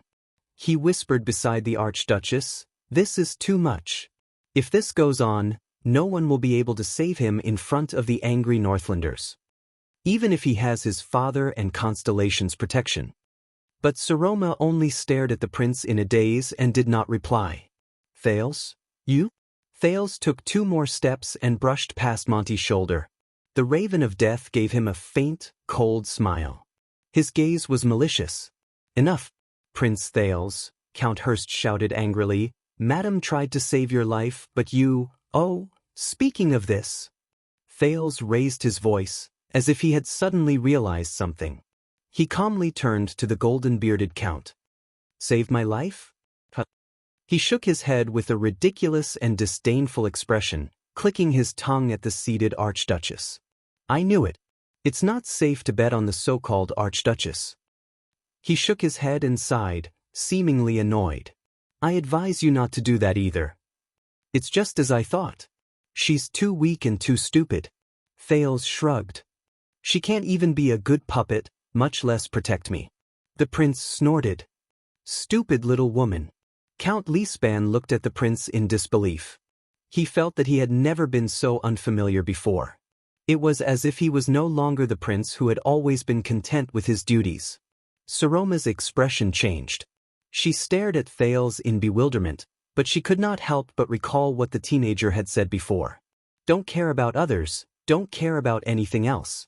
Don't hesitate or hesitate. I'll take care of the rest. This is your way of solving problems? How dare you insult Our Lady? Count Hurst clenched his fists. His face was contorted, and he enunciated each word to express his anger. Not bad, Prince Thales. Your Highness, as a constellatiate, you really have guts. Then, let us see how long you can be stubborn. Thales blinked. The Northlanders have said this to me more than once. The second prince exhaled, seeming very helpless. In the end, 6 years have passed, and my head is still on my neck. Count Hurst roared furiously like a beast whose territory had been invaded. The Northlanders burst into deafening curses. The Archduchess guards even held down 2 vassals who could not help but step forward. This is really interesting. Count Liner stared coldly at Thales. My lady, it seems that your judgment of people is somewhat biased. Saroma, however, quietened down at this moment. She looked at Thales with a hint of sorrow, but she could only see a false emotion in the prince's eyes. Thales, what do you want to do? The Alliance of Freedom was our doing. It was Constellation's premeditated plan. Thales took a deep breath, turned to the Northlanders in the hall, and shouted, adding fuel to the fire, And what can you do? Northlanders? Dragon Cloud City? Hold endless hearings and quarrel in the castle? Then, use pretentious words to boast about your achievements that were never yours to hide your incompetence and foolishness? I've had enough, he sneered. As if all of you have really contributed a lot to Dragon Cloud City. Countless angry shouts rang in the air, and the passionate Northlanders gave passionate suggestions such as, kill him. Count Nazir frowned and stared at Thales. He gestured to Lispan, who was sitting opposite him. What's going on? But the regent only shook his head. He did not know either. And what annoys me the most is, your Archduchess is right about one thing. Thales sighed, and his expression turned cold. 6 years ago, if it wasn't for me, Dragon Cloud City would have long since ceased to exist. Since when did all of you have the right to shout and discuss how to deal with me? Thales spun around on the spot and took in every pair of gazes. He laughed loudly and raised his voice, drowning out the Northlanders' curses. As if you can really do it. The voices in the hall grew louder. Now, if I say, chop off one of his hands, Count Liner said coldly and loudly, is there anyone else who objects? One-sided shouts of anger and agreement rang in the hall. Thales laughed without a care in the world. He turned around and faced the now speechless Archduchess. He spread his arms. Come! Like a brave warrior who was ready to risk everything, he laughed angrily and happily on the battlefield. Everyone from Dragon Cloud City, the second prince of Constellation, Thales Jadestar, is here right now. Take me as a hostage, the teenager shouted. Chop off my hands or feet, it's up to you. 3 Archduchess guards held down the 5th vassal who was about to rush forward, Count Hudson. Thales could no longer remember whether he was Sunset Snow River or Hudson of Spear City. But it did not matter. Thales stared coldly at the enraged Northlanders. It's about time. Ian stared at Thales in the hall and furrowed his eyebrows tightly. What are you trying to do? This is Dragon Cloud City, and you're facing Northlanders. If this goes on, even if you want to be sent to the city of faraway prayers safely, it's impossible. Saroma stared at Thales, who seemed to want to challenge all the authoritative figures in Dragon Cloud City. That's right. At this moment, no one, talk about marriage, talk about conscription, and talk about the Archduchess qualifications. But you did, Thales? When she thought of this, she could not help but feel a lump in her throat. Thales roared angrily again. But all of you must remember. Thales waved his arms and glared at every Northlander who was gnashing their teeth. He raised his head and shouted angrily, "On that day in the future, on the day I wear the 9-pointed star crown and receive the staff of constellation, every debt will be settled, and every hatred will be washed away." His words were like a bucket of cold water. The angry shouts in the hall immediately stopped. In the name of Jade Star. This is a promise from the heir to the throne of Constellation. Thales took advantage of the silence to lower his voice and soothe his hoarse throat. He said coldly, "Remember, every single one of you.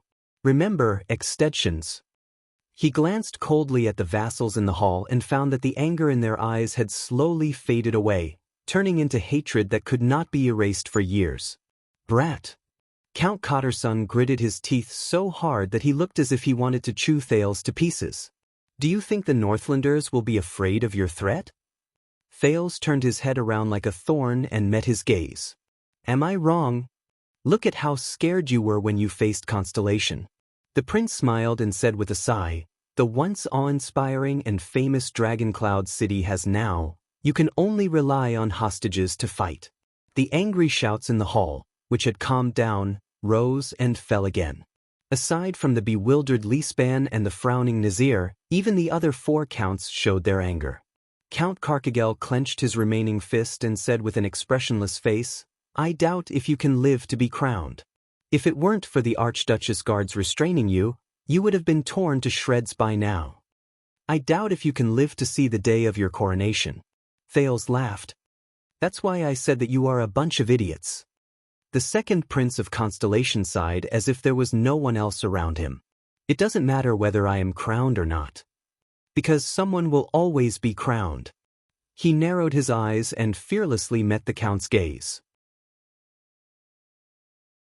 "When it comes to how to deal with me, you have never faced me, but..." The prince slowly opened his mouth and finished his sentence, "The entire constellation." Thales finished his words flatly and was greeted by another wave of angry protests. But he was completely unaware of it. At this moment, when everyone's attention was on Thales, a servant hurriedly pressed his body against the wall and went behind Regent Lispan. He then leaned close to his ear. Some people noticed this, but their attention was immediately attracted by Thales and they shifted their gazes again. However, Lispan's expression changed. He lowered his voice and said, "What? The servant nodded. After Lispan asked a few more questions, his expression became increasingly worse. Count Nazir noticed his old friend's expression and immediately cast him an inquiring gaze. Against his expectations, the usually steady old Lispan had a dejected and panicked expression. He shook his head at the puzzled Nazir. Lispan took a deep breath and stared at Thales in disbelief. He smiled bitterly. "Is that so, Prince Thales? I see." A second later, Lispan waved his hand weakly, as if he had given up on something. The servant left, but the confrontation in the hall continued. "We, Extet, fear no opponent," Count Liner said coldly. Earl Liner coldly said, "Because of your foolish actions, kid, your fate today has already been decided. And it will be the same in the future. Do you think that you will be able to rest easy after you return to Constellation's tall city walls in the future? Perhaps you have forgotten 18 years ago we..." Thales cut him off mercilessly. "Oh, you have no right to represent Extet. Don't talk about Extet, and we all the time." Thales chuckled. Don't think too highly of yourself either. Not everyone has the right to represent such a big country. Count Liner's gaze became more and more vicious. I will remember what you said. I will put the debt of provoking the alliance of freedom and constellation on your head. But Thales was not afraid, as if this was just a stroll in the backyard. Forget it. In front of me, it is not up to someone of your rank to speak so harshly. He shook his head in disdain. Count Liner, your rank is still too low to threaten the next supreme king of constellation. The king's vassal of a country. Liner's face immediately turned livid. At this moment, bang, the main door of the hall was suddenly opened. A deep and sonorous voice rang out in a low voice. I seem to have heard someone say that not everyone has the right to represent Extet. Even a count's rank is not enough to speak to a certain king's heir. The argument in the hall stopped. Most of the people stared at the door in a daze. They did not understand what had happened. Thud, thud, thud. The sound of footsteps rang. Under everyone's puzzled gazes, a middle-aged noble with a frosty expression stepped into the Hall of Heroes, accompanied by a few Archduchess' personal guards, as if no one else was present.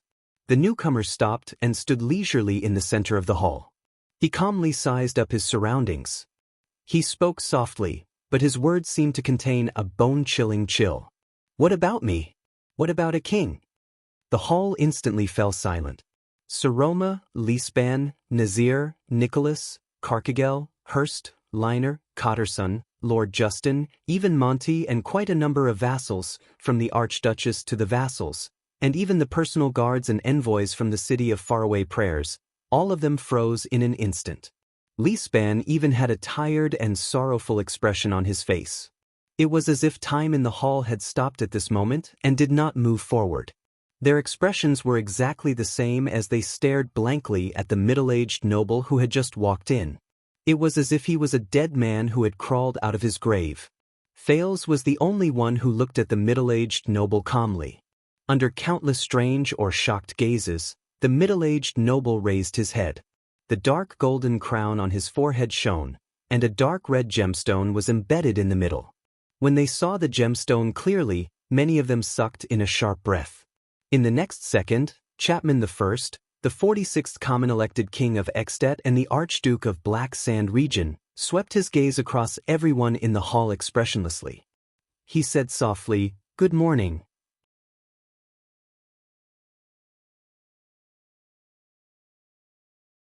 Chapter 329.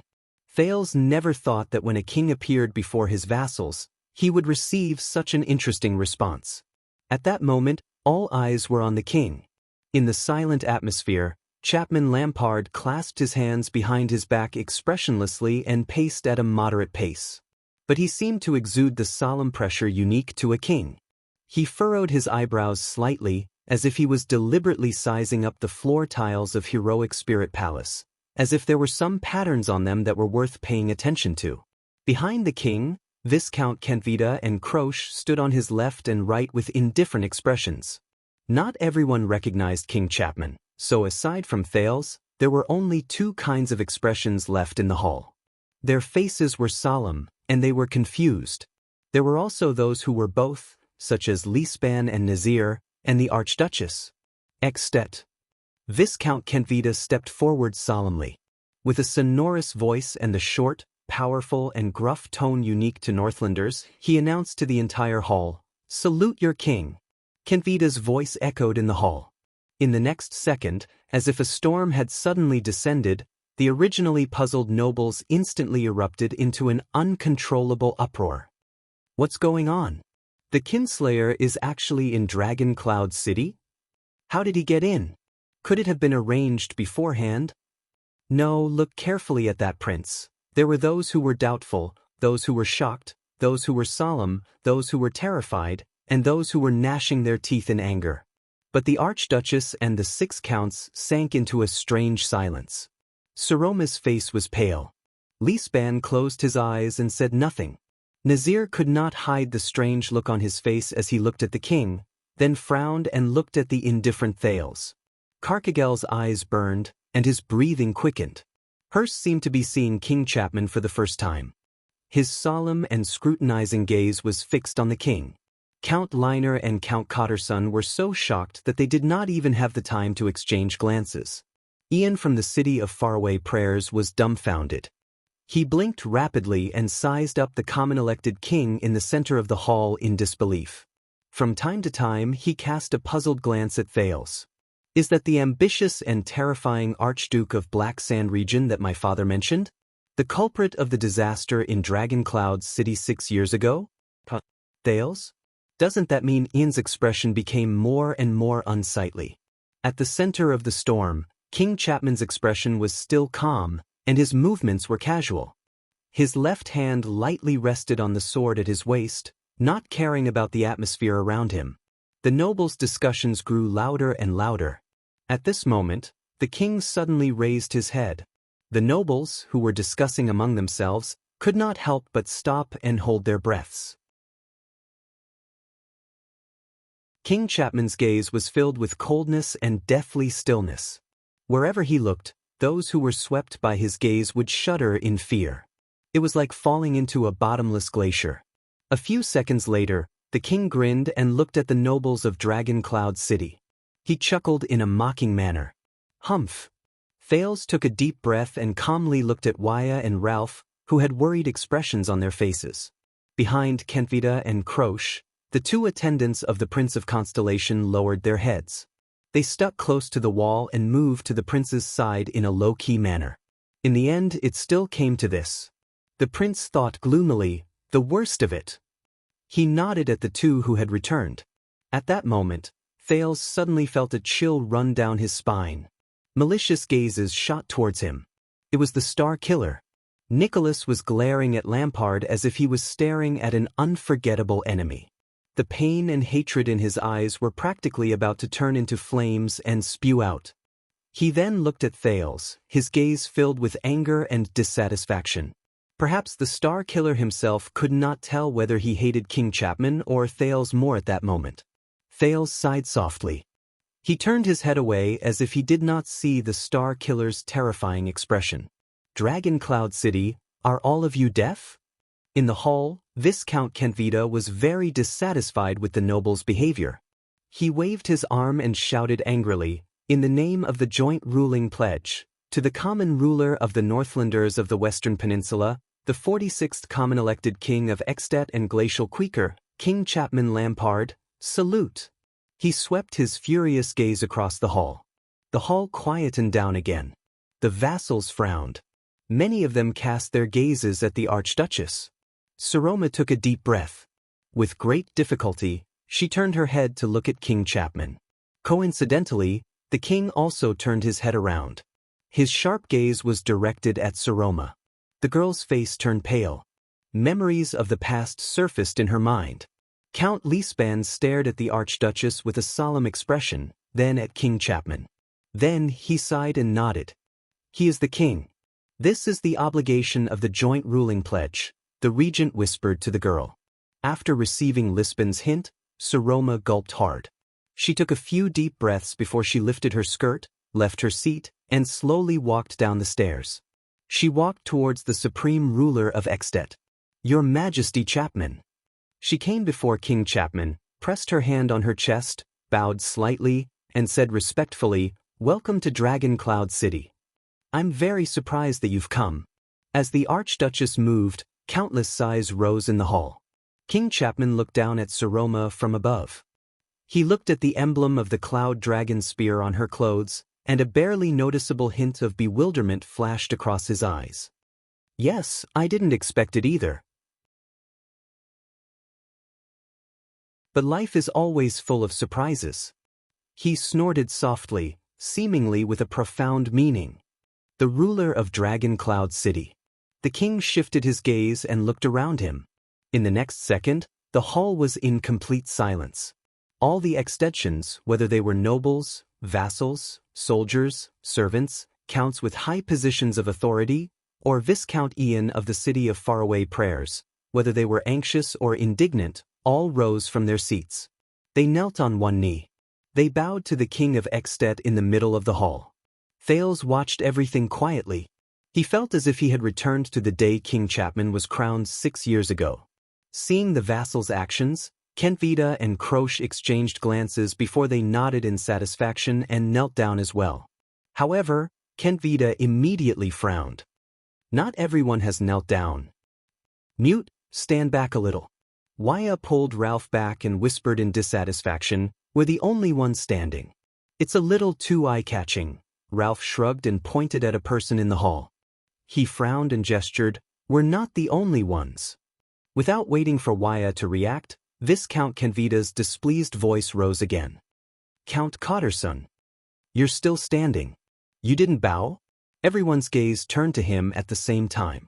One of the 6 most powerful counts in Dragoncloud City, Count Shalon Cotterson of Phelan Castle, stood on the spot with an indignant expression. Compared to the vassals around him who were kneeling on one knee, he stood out. "I still remember when we were young and fooled around together in Dragoncloud City. At that time, you respected and feared King Nuvan," Count Cotterson said coldly, "and now, you come back to Dragoncloud City to show off your might, Chapman?" King Chapman's eyebrows twitched slightly. He snorted through his nose. He seemed to find this very interesting. "Listen up, Chapman. We are the vassals of the Archduchess of Dragoncloud City." Cotterson did not show any weakness. He withstood the king's gaze and said in a gruff voice, "We are also her vassals. We only salute her." Saroma stared in astonishment at Cotterson, who had been on bad terms with her before this. It was as if this was the first time he had met this earl who spoke harshly. All the people in the hall quietly watched the confrontation between Cotterson and King Chapman. But the king ignored him and looked away. He seemed to be indifferent. In this hall, only the Prince of Constellation does not have to salute the king, Count Cotterson, Kentvita said flatly. This Viscount Kentvita is probably still holding a grudge for the embarrassment from the last time we met. A malicious glint shone in the Viscount of the City of Halting Light's eyes. "Why, are you also a Constellatiate?" The moment he said this, Count Cotterson's face immediately turned livid. Many people furrowed their eyebrows. "Kneel down and show your loyalty to the king," Kentvita said coldly. Count Cotterson took a deep breath. He stared at the king in disdain, then at Kentvita. He was about to open his mouth to retort, but someone grabbed his shoulder. Cotterson turned his head in surprise. Count Lino was holding his shoulder. His expression was unpleasant. "Kneel down. He is the king after all. Etiquette is secondary. But if you do not want to be labeled as a disloyal because you violated the joint ruling pledge the next day, and if you do not want to become the enemy between Dragoncloud City and the king," there was a hint of warning in Count Liner's tone. "Kneel down, don't cause trouble." Cotterson raised his head indignantly and looked at the king. He thought of something, and his expression was one of struggle. King Chapman continued to stare back at him with a dark expression. A few seconds later, Cotterson gritted his teeth. In the end, he closed his eyes and knelt down on one knee. His hand, which was holding his knee, trembled slightly, as though this was a great humiliation. The king's cold laughter rang in the hall. "If you do not want to kneel down..." King Chapman's expression became animated, as though he had suddenly come alive from a portrait. "Then do not kneel. A true Northlander does not lie to himself." He cast a scornful glance at Cotterson. "What do you say, Cotterson, my old acquaintance?" Count Cotterson, who had already knelt down, immediately had an extremely unpleasant expression on his face. "Get up and return to your seats, everyone. Especially you, young lady." King Chapman cast a cold glance at Saroma. The latter could not help but clench her teeth. She then looked around. "Do not let me ruin the atmosphere." The vassals in the hall slowly stood up. What followed was the sound of many people clenching their fists. Below the Archduke's seat, Count Nazir said in a low and solemn tone, "When did he arrive in Dragoncloud City? You did not know about it beforehand?" Opposite him, Li Span sighed. "At this point in time, is this important?" Nazir glanced at the king, who acted as though there was no one else around him, and snorted softly. "I thought you would stop him, be it outside the city or outside the palace, and not allow him to enter as though there is no one around, Your Grace. I was thinking about it, Regent Li Span replied bluntly. Perhaps we could even add a sideshow like Dragon Cloud City kills the assassin who broke into the palace. But Lispan's gaze then tensed up. If the news of the common elected king's arrival at Heroic Spirit Palace had not spread throughout Dragon Cloud City at the same time as his arrival, Nazir's gaze froze. Spread throughout Dragon Cloud City? Everyone knows that he is here. Li Span nodded cautiously and solemnly. In another morning, I reckon that all of Extet will know. Nazir furrowed his brows and retracted his gaze from the king's head. So, it is already impossible for us to seize the opportunity to attack him? Li Span nodded. They came prepared, so they have nothing to fear. The former prime minister's expression was stiff. We can only face them head-on. Nazir snorted softly and cast his gaze on the special teenager. It seems that we, all of Dragon Cloud City, have been played a ruthless trick. Li Span did not speak. But like his old colleague, he also locked his gaze on Thales. Thales just stood quietly on the spot and did not move an inch. He did not seem to care about King Chapman, who was not far away. Beside him, Ian from the City of Faraway Prayers looked at Thales hesitantly, then at King Chapman, who had suddenly appeared. He subconsciously shook his head. In the hall, Saroma, who had returned to her seat, took a deep breath and cast a worried glance at Thales, who was as expressionless as the king. She then asked anxiously, "May I ask why you are here, Your Majesty? After all, this is the day of Dragon Cloud City's State Affairs hearing. If you don't mind, we can," but the king interrupted her. "Of course." King Chapman did not hesitate. He strode forward and began to size up the 6 counts with different expressions. At the same time, he went straight to the point. "I'm here to help." The king's powerful voice echoed in the hall. The vassals frowned. "Help?" Saroma repeated, puzzled. "Yes." As Kentvita whispered in his ear, King Chapman turned around and sighed. But before that, following the king's gaze, the vassals' gazes turned in puzzlement. In the end, they landed accurately on the heir of the City of Faraway Prayers. "Ah, someone from the City of Faraway Prayers?" King Chapman enunciated each word clearly. He stared at Ian like a wild beast that had been lurking for a long time. What a surprise! Ian was shocked. His entire body stiffened, and an inexplicable anxiety rose in his heart.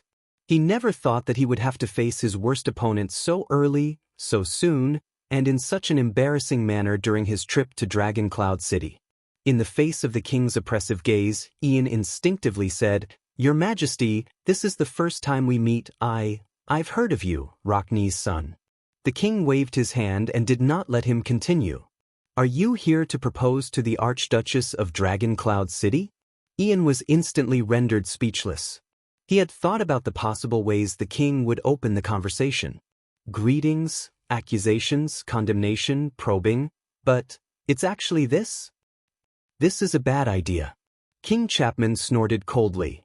"Your status is unworthy. It's more appropriate for your father to propose himself. Doesn't he love doing this kind of thing the most?" Ian's face instantly turned pale. Behind the king, Croche chuckled softly, as if she had sensed something. Beside her, Viscount Kentvita smiled. "His Majesty has avenged you," Kentvita whispered to the female warrior with a mischievous smile. "Truth be told, when Rocknee proposed to you in Heroic Spirit Palace 6 years ago, without waiting for him to finish, Croche rudely replied with 2 words. Shut up." Kentvita shrugged and did not say another word. After 2 seconds, Ian, who had lost his composure, composed himself. He pretended to be calm and replied in his usual relaxed tone, "It's not very appropriate to say that. After all, I'm also considered the heir of the Rocknee family and the City of Faraway Prayers." Ian deliberately enunciated his words and said, "Before you inherited the title of Archduke, didn't you have the same status as me?" The vassals of Dragon Cloud City frowned. "Is that so, heir? The same status as me?"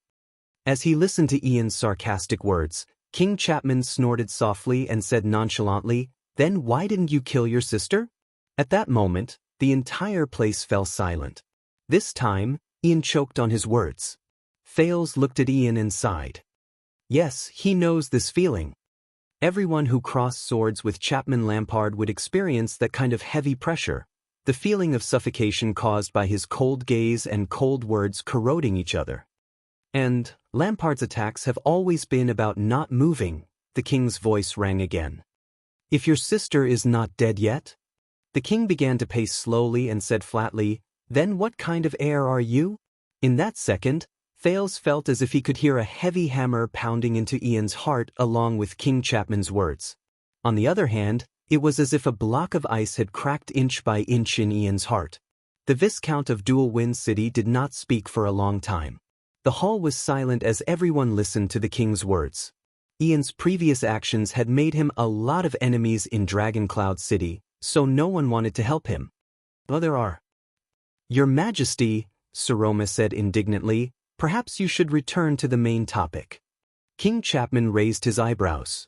Oh, of course. For example, the city of Faraway Prayers, which rules the western part of Extet, sends a viscount who doesn't even have the right of succession to ask Dragon Cloud City for a marriage alliance.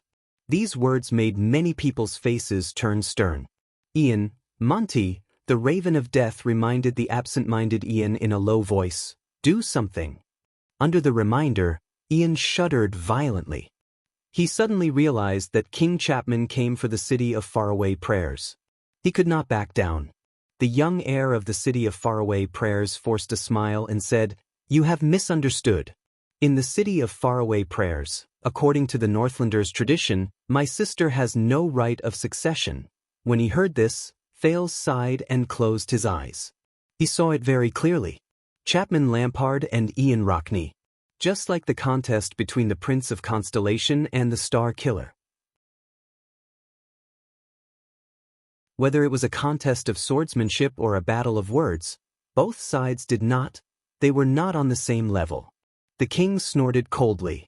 At the same time, he cast a warning glance at Saroma, who had just interrupted him. No right of succession? But could it be that you are hinting at the Archduchess of Dragon Cloud City, Saroma Walton, whom all the archdukes, including me and your father, acknowledge as a female, the Archduchess of Dragon Cloud City, Saroma Walton? King Chapman spoke slowly in a normal tone, but his words caused the expressions of all the vassals of Dragon Cloud City to change drastically. No right of succession? Sitting on the Archduchess' throne, Saroma's breathing quickened as she stared at King Chapman in a daze. Ian was stunned again. In the face of the king's gaze and words, he was tongue-tied. His chin trembled continuously, but he could not say a word for a long time. Ian, who usually did not bother about trifles, was rendered speechless at this moment. There was no time to rest. The king soon spoke again, breaking the uncomfortable silence in the hall. Don't take it seriously. It was just a joke. Even if your father comes to propose. King Chapman glanced at Ian coldly from the corner of his eyes. Fortunately, you are not that stupid. If your families really become in-laws, I will not be here to help you. Ian looked at King Chapman. But for the future of Extet, the king glanced at the people in the hall. There was a deep chill in his voice. He is here to declare war. The atmosphere in the hall froze. The vassals became alert. Ian, who was usually eloquent, was rendered speechless, as if his tongue had been cut off. Ian turned to Thales indignantly. Damn it. Damn it. Thales. You and your father and the others, 6 years ago in Dragon Cloud City, which was in a desperate situation. How did you play against an opponent like Chapman Lampard, and not be at a disadvantage? Leespan and Nazir looked at each other in unison. They saw the uneasiness and nervousness in each other's eyes. The city of Faraway Prayers can no longer be counted on. The situation is not good. King Chapman raised his head again and sized up the decorations in the hall. He did not relax in the slightest when it came to Ian's question. I heard that Archduke Rockney has been very close to some of my restless vassals recently. The expressions of the vassals in the hall changed. Not very close. Ian took a deep breath and chased away the discomfort and loss of composure brought on by the king's pressure. He tried his best to force a smile. But under the joint ruling pledge, we pay attention to every noble of the kingdom, especially to ensure that their natural legitimate rights are not violated. Please forgive me. Thales closed his eyes gently. No, indeed, they were not very close. But the city of faraway prayers is the mastermind behind the scenes. The city of faraway prayers wanted to rope in Dragon Cloud City, end the war quickly, and defeat the Alliance of Freedom without any delay. It was also because they wanted to avoid falling into a quagmire. To ensure their influence over the vassals of Black Sand region, so that I can support them in defending their autonomy and fighting against King Chapman. The king's gaze was focused on the Soul Slayer pike behind the Archduchess. He seemed to be distracted and reminiscing about the past. He snorted softly in response, whether intentionally or not. But Thales knew that King Chapman was definitely not daydreaming. Is that so? Chapman the First seemed to have just snapped out of his daze. He said faintly, "Yes, I almost forgot. Your father, Kulgan, is such a generous and upright man." Ian furrowed his brows. He sensed that something was wrong. King Chapman sighed. So, when I heard that the city of faraway prayers was in trouble, I left my own troubles behind and came all the way here to help. The vassals of Dragon Cloud City became alert. The war in the city of faraway prayers was related to Dragon Cloud City's reinforcement. It was also related to the contest of power between the archdukes and the king. The city of faraway prayers is safe and sound. Ian raised his guard and spoke cautiously. He said cautiously, You don't have to worry. Ian fixed his gaze on King Chapman. Previously, Ian's imagination about Archduke Lampard and even King Chapman, his expectations and fixed impressions of him had long since been shattered by what he saw today and the few words they exchanged. This king was truly an extremely terrifying opponent. But Ian still underestimated this king who had been crowned for 6 years. Really? Don't worry? King Chapman's tone was raised slightly. He turned to the person he had never paid attention to since he arrived. What do you say? He was also the person who had been temporarily overlooked because of the king's arrival. Prince Thales? Everyone in the hall was shocked. What? That means? Lisban and Nazir's gazes were fixed on the prince. Their gazes were especially sharp. Under many people's gazes, Thales took a deep breath and opened his eyes. It's his turn. Since we've already come this far. His gaze swept past the vassals of Dragon Cloud City and finally stopped on Saroma, who was at the highest point. Saroma stared at him in disbelief. Her gaze seemed to be asking him, "What's going on?" Thales smiled. "Remember what I said, Saroma. No matter what happens, she had to choose the path that was most suitable for the Archduchess." In the next second, Thales turned around in a steady and resolute manner. He faced the strange gazes that filled the hall and the seemingly calm King Chapman. Constellation thinks so. Extet is represented by the city of faraway prayers. You shouldn't rudely interfere with the internal affairs of the Alliance of Freedom. So, we sent an army to observe the relationship between the Alliance of Freedom and the city of faraway prayers. Thales used the shortest and most appropriate words to share the information with King Chapman, who had just arrived. And regardless of whether it's the city of faraway prayers or Dragon Cloud City, everyone here seems to be, I'm not very satisfied. After Thales finished speaking, he pursed his lips tightly.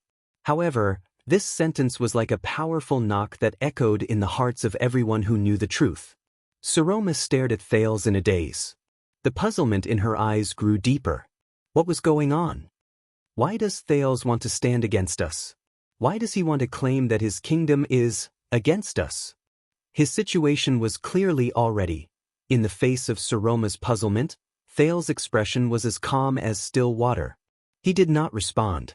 Ian of the city of faraway prayers opened his mouth in shock, but he could only speak halfway. Thales, what kind of joke is this? Didn't you say that you didn't know anything? But now you... In the face of Ian's questioning, Thales' expression was calm, as if he did not hear anything. On the other side, the star killer, Nicholas, stared at Thales with an increasingly dark gaze. There was even hatred in his eyes.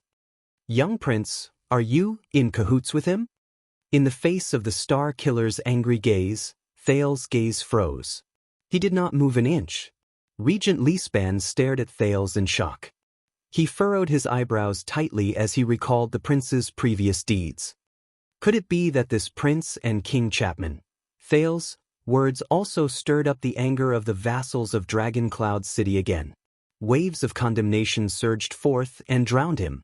Count Cotterson of Dragon Cloud City gritted his teeth and said, "Hey, you little rascal," but he was interrupted. Count Nazir held him down with a solemn expression and shook his head. "Your Highness, is this your plan?" Waya, who came to listen to the council hearing for the first time, immediately whispered nervously into the prince's ear, "It doesn't seem too good." Ralph cast a scornful glance at the attendant. "This is considered bad? You didn't see it, but when the Northlanders were discussing how to dismember the prince." In the face of these people's gazes and discussions, Thales was indifferent, as if it had nothing to do with him. He only waited quietly for King Chapman's response. King Chapman frowned slightly and paused for a few seconds. He seemed to be digesting the news. A few seconds later, he relaxed his brows again.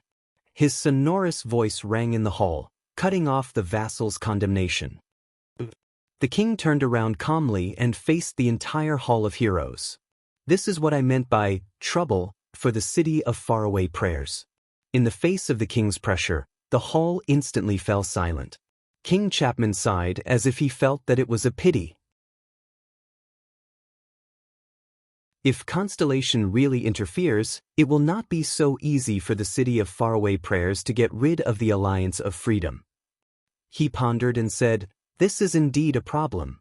Under the gazes of the people in the hall, King Chapman curled up the corners of his lips and revealed a rare smile. "Prince Thales," he said in a sonorous voice, "why don't you come to Black Sand City as a guest?" The vassals and envoys were all stunned. Thales frowned fiercely. It was just as he had expected. Saroma was the first to react. She cried out involuntarily, "Your Majesty, what did you say?" The expressions of Lispan, Nazir, and the others changed. In the face of countless shocked and confused gazes, King Chapman smiled coldly.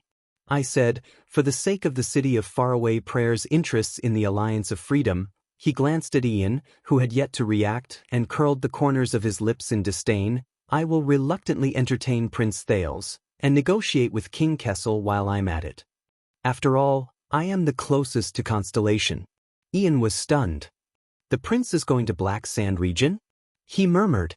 But soon Ian, who had figured out what was going on, was shocked. He stood up in a panic, his face pale. "Prince Thales cannot go to Black Sand." Behind the king, Viscount Kentvita snickered. "You are welcome, Sir Ian. After all, as His Majesty said, we are here to help." King Chapman put on a strange expression, like a cat who had caught a mouse. Chapman Lampard stared at Ian, who had lost his composure. His eyes shone with a frightening, cold glare, and he enunciated each word clearly through gritted teeth. "Kulgan Rockney is so enthusiastic that he doesn't forget to care about the vassals of Black Sand region even though he is far away at the borders."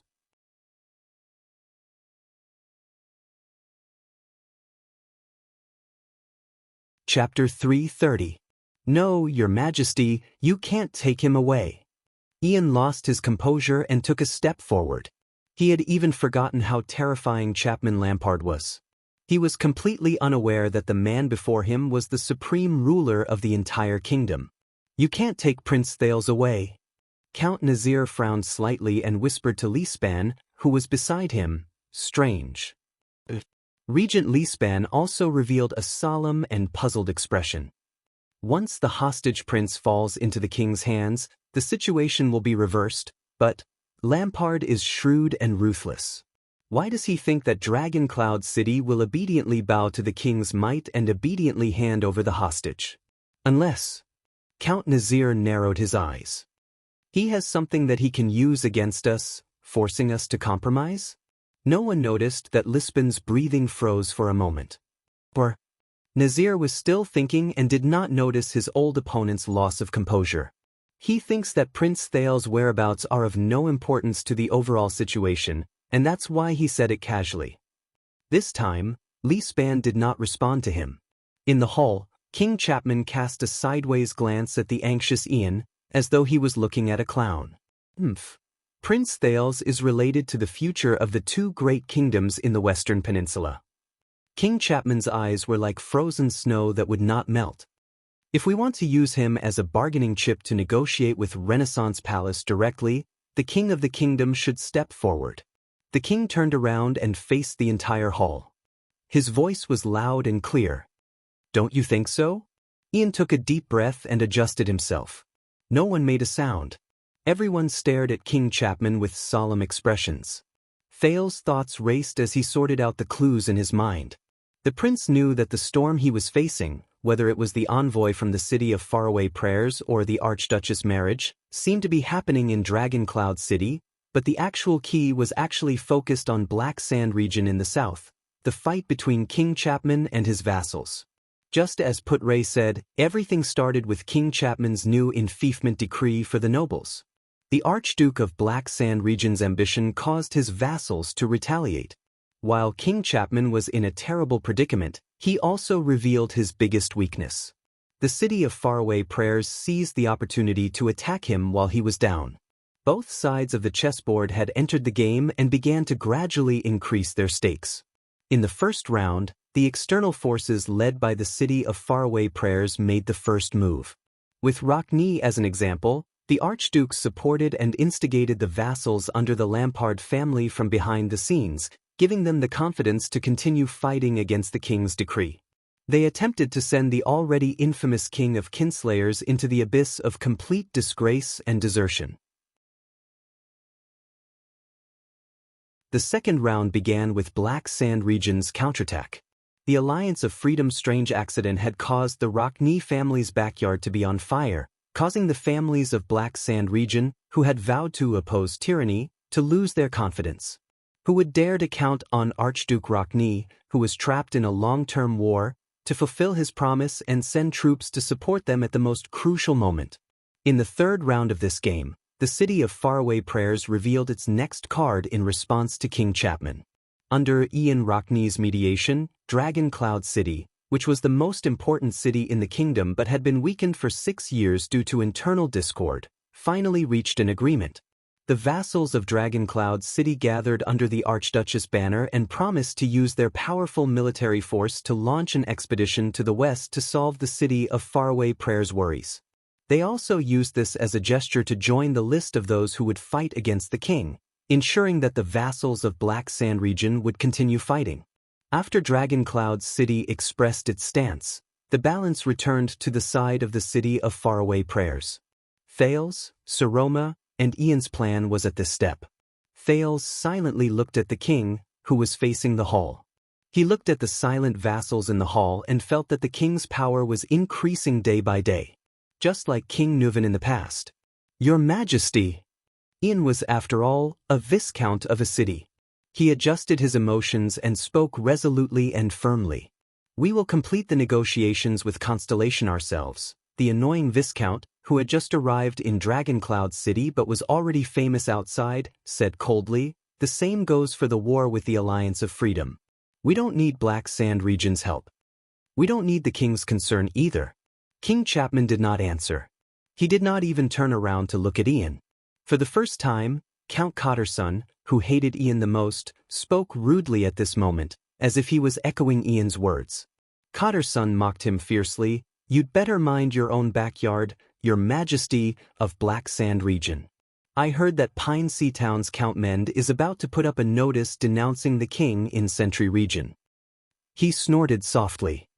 We can't count on a king who can't even manage his own territory. Obviously, the words mocking Black Sand region's internal instability worked. When Viscount Kentvita, who stood behind King Chapman, heard this, he could not help but furrow his eyebrows tightly. King Chapman raised his eyebrows slightly. Your Majesty! Saroma, who had not spoken for a long time, had a tense expression on her face. She could not hide the nervousness in her heart. The ones who have a grudge against the Alliance of Freedom are, after all, Dragon Cloud City and the City of Faraway Prayers, the Archduchess said seriously. This is a battle that only belongs to the Walton family and the Rockne family. For the sake of Extet's victory, Prince Thales will be more effective in the City of Faraway Prayers than in Black Sand City. Thales nodded slightly, but his gaze was gloomy. You're right, Sir Roma. But the last thing King Chapman needed right now was probably a reason that was based on reason. The king stood quietly for a few seconds, as if he wanted to savor the air at this moment. Only then did he slowly turn around and show half of his side profile to the furious Cotter's son and Ian, who looked as if he was facing a great enemy. He then looked at the Archduchess and nodded at Thales. All of you really like this boy, don't you? In the quiet hall, King Chapman's pupils shrank slightly, and he let out a rather uneasy voice. All of you are counting on him to force Constellation to intervene? In the face of the king's retort, Ian had no choice but to bite the bullet and reply, this is the City of Faraway Prayers' internal affairs. It has nothing to do with you. As he listened to the people in the hall fighting over him, Thales could not help but sigh. Be it himself or Sir Roma, they were now facing an accident that they had not expected. It could also be said that this was the fourth round of the chess game. The sudden entry of Constellation's army made the clear balance of military power uncertain again, and shook the City of Faraway Prayers' initial overwhelming advantage. Constellation's army was a threat that could not be ignored in the battle against the Alliance of Freedom. Their attitude determined how much trouble the Alliance of Freedom could bring to the City of Faraway Prayers. This put Thales at the heart of the struggle. Once Thales arrived at Black Sand region, it meant that the bargaining chip with Constellation and the initiative in the war in the West had finally fallen into the king's hands. He could make Constellation retreat and end the war as soon as possible, or prolong the war. This also meant that Black Sand region had the City of Faraway Prayers under its control. In the face of the undeniable failure of the Rockne family behind the scenes, the suspicious vassals of Black Sand region would lose their confidence and hope and give up resisting the king. Then, the scheme the City of Faraway Prayers set against King Chapman to ruin his reputation had basically failed. But what was worse was that because of Thales' decision to stay or leave, the prince could not help but sigh. A crack appeared in the relationship between the stubborn Archduchess and her vassals. It also made Dragon Cloud City, who had originally planned to send troops, become uncertain again. So, he could no longer sit by and watch. Thales stared at King Chapman, who should not be standing there. With a heavy heart, he thought, I have to use this final trump card. A dangerous trump card with a price. But 20 years ago, King Nuvan used all of Extet to attack the Alliance of Freedom, didn't he? Chapman sighed. Now that the Alliance of Freedom has changed again, as his successor and nephew, I can't just sit by and do nothing. When the vassals of Dragon Cloud City heard King Nuvan's name, they stared at King Chapman with increasingly hostile expressions. Why would the Alliance of Freedom change at this time for no reason? Count Liner's expression was cold. He continued to use his sharp tongue to hit the nail on the head. Just like 18 years ago, when your father, the former Archduke of Black Sand region, lost his life in the hands of a few defeated soldiers of Constellation while he was surrounded by guards and under your watch. Don't tell me you don't know? A kinslaying king who has no bottom line? At that moment, the stubble on King Chapman's face trembled slightly. When they heard Count Liner's extremely obvious and malicious hint, a sneer rose in the hall. Beside the king, Kentvita and Croce's expressions turned cold. They were about to step forward and speak, but they were stopped by Chapman's hand gesture. Thales stared quietly at King Chapman, who did not say a word. Ever since this man was crowned as a kinslayer, especially after his coronation, no matter if it was a noble family or a commoner, the entire kingdom had never stopped talking about him, regardless of whether it was true or just pure malicious slander, or slander. Extet's kinslayer. Chapman the First, the kinslayer. Other than power, this name would accompany him throughout his life. It would even be written in the history books, followed Chapman to his grave, and passed down to the future generations. But even so, this man, Thales stared at Lampard's eyes, which were as calm as still water. The wariness in his heart deepened. The lady has spoken very clearly. Our intentions are also very clear. This is just a local conflict. Count Carcagel's eyes were spitting fire. We did not ask you to come, Your Honorable Majesty. Don't flatter yourself. King Chapman's eyebrows twitched slightly. He nodded and did not say a word. As the 3 counts of Dragoncloud City joined the battlefield and joined forces with the Archduchess and Ian, the king seemed to have nothing to say for a moment. But Thales sighed. He knew that if Lampard was such an easy person to deal with, then the second prince would not be here right now. Ian raised his eyebrows and seemed to have regained some confidence. Now, Your Majesty, if there is nothing else. King Chapman turned his head abruptly and stared at Ian coldly with a pair of cold eyes. Ian was shocked. The air of the city of faraway prayers' words seemed to have been choked, and he did not continue. The king sneered and shook his head. Local conflict? The king raised his head slightly. Thales noticed that the dark red gemstone in the center of his crown was slightly reflecting light. It reflected the light in the entire hall. But Constellation has already intervened, hasn't it? The king said softly in a relaxed manner. So, let me confirm it again. King Kessel seems to have some complaints about the Alliance of Freedom, so he sent an army to the Alliance of Freedom?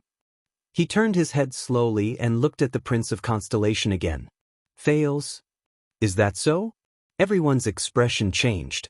Thales took a deep breath. Once again, everyone's gaze was focused on the guests from Constellation. Many people seemed to have figured something out and looked at the prince nervously. Among them, Ian, Saroma, and Nicholas were the most nervous. But in the face of Ian's anxious gaze, Saroma's puzzled gaze, and the Star Killer's angry gaze, Thales' expression remained the same. Even the prince's eyes did not waver. As if he was in a trance, he calmly opened his mouth and uttered the only word. When he said that, Ian's expression was the first to change. Thales, the Viscount of Dual Wind City of the City of Faraway Prayers, breathing quickened, and he said in disbelief, "Are you really on his side?" Ian stared at the Prince of Constellation with anguish and anxiety. How is this possible? Thales did not speak. Ian seemed to be very indignant. His facial muscles twitched violently a few times. In the next second, Ian suddenly pounced forward and grabbed Thales by the lapel. Waya and Ralph, who were already prepared, rushed forward and stood in front of Thales to block him. Ian wanted to go forward, but Monty, who was behind him, only swung his hand and grabbed Ian's shoulder firmly. "Calm down, Ian," the Raven of Death said coldly. Ian, who could not take another step forward, took a few deep breaths and calmed down. He rudely flung Monty's hand away, gritted his teeth, and said indignantly, "Answer me, Thales." Thales closed his eyes and sighed. The entire hall watched this scene in silence. "I have always been on your side, Ian." The prince did not seem to see Ian's half-reprimanding and half-surprised gaze. He said faintly, "Don't you think that handing this matter to King Chapman, to the king you both serve, is the best way to handle it?" When they heard Thales' words, many people frowned. Ian stared at Thales in a daze and shook his head with a pained expression. Thales did not answer. There was no change in his expression, as if he had lost the ability to change his expression. He only stared at the air in front of him quietly. At that moment, even Saroma slowly lowered her head. Her eyes were filled with disappointment. Nazir's gaze was deep and cold as he whispered to Lispan, "It can't be clearer. We have this hostage, but he colluded with outsiders and played us in the palm of his hand." Lispan stared at Thales from afar and sighed slowly. "So, this prince is indeed the king's ally." "How ironic." King Chapman laughed. His voice echoed in the hall again. "So, that is the country's action. This is no longer a local conflict. For the entire kingdom of the dragon, the Alliance of Freedom's disrespectful actions will not be easily forgiven." The king snorted coldly and no longer looked at Thales and the dejected Ian. "This is not just about the interests of the City of Faraway Prayers, nor is it about Dragoncloud City's reputation. With an imposing and sarcastic smile on his face, like a general who already had victory in his grasp, he waved his arms grandly at the nobles in the hall who had unpleasant expressions on their faces. "This is my answer to you and your father, Thales, and I will definitely take action." King Chapman's voice was soft, but it carried a lot of weight. Thales closed his eyes and quickly opened them again. There was still not a hint of emotion in them. Very good. It was as though Chapman was not talking about the country behind him. King Chapman smiled again. He was usually stingy with his smiles, but it was as if he was going to use half of his smiles on this day. He paced towards the Archduchess and said slowly, "I'm not sure." Then, as the common elected king of all of Extet, I hereby declare. His words made many nobles nervous again. What was he going to do? And the king did not let the people down.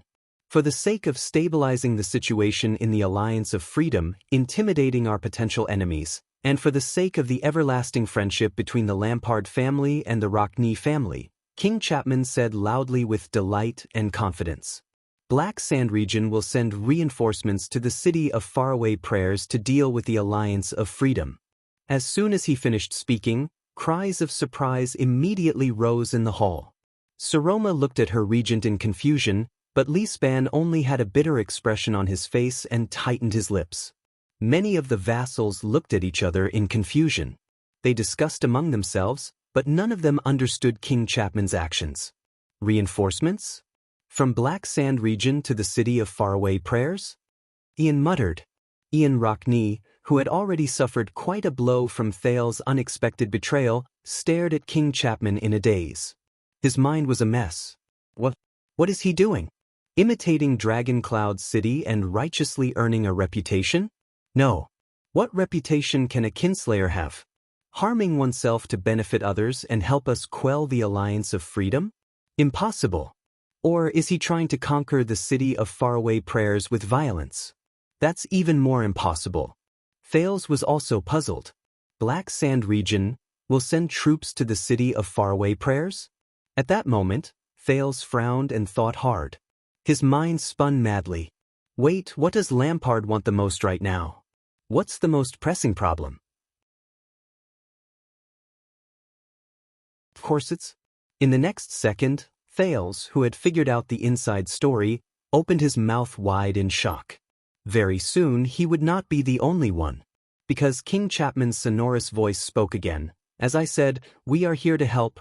Very soon, from the northern plains to the tributary of Sunset Snow River, from the Sighing Hills to the eastern and western pine forests, every village, every castle, and every noble in Black Sand Region will receive my summons.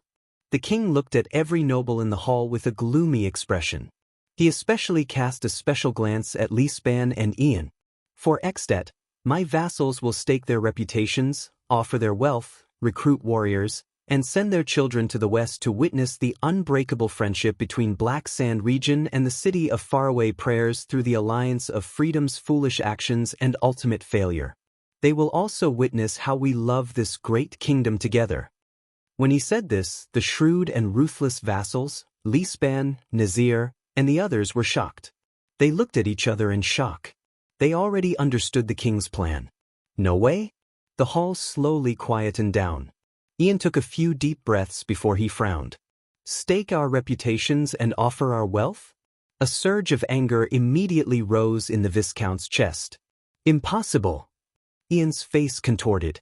He could not help but shout at King Chapman, "Do you think that by using the name of assisting the city of Faraway Prayers, you can make the world believe that we have secretly made peace with you and are in cahoots with you?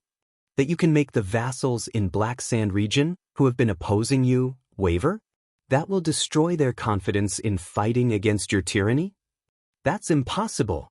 The Viscount trembled slightly. The indignation in his eyes was plain to see. The entire Black Sand Region despises you, spits on you, and opposes your **T decree. Ian glared at Thales angrily, as if he still bore a grudge against Thales' betrayal.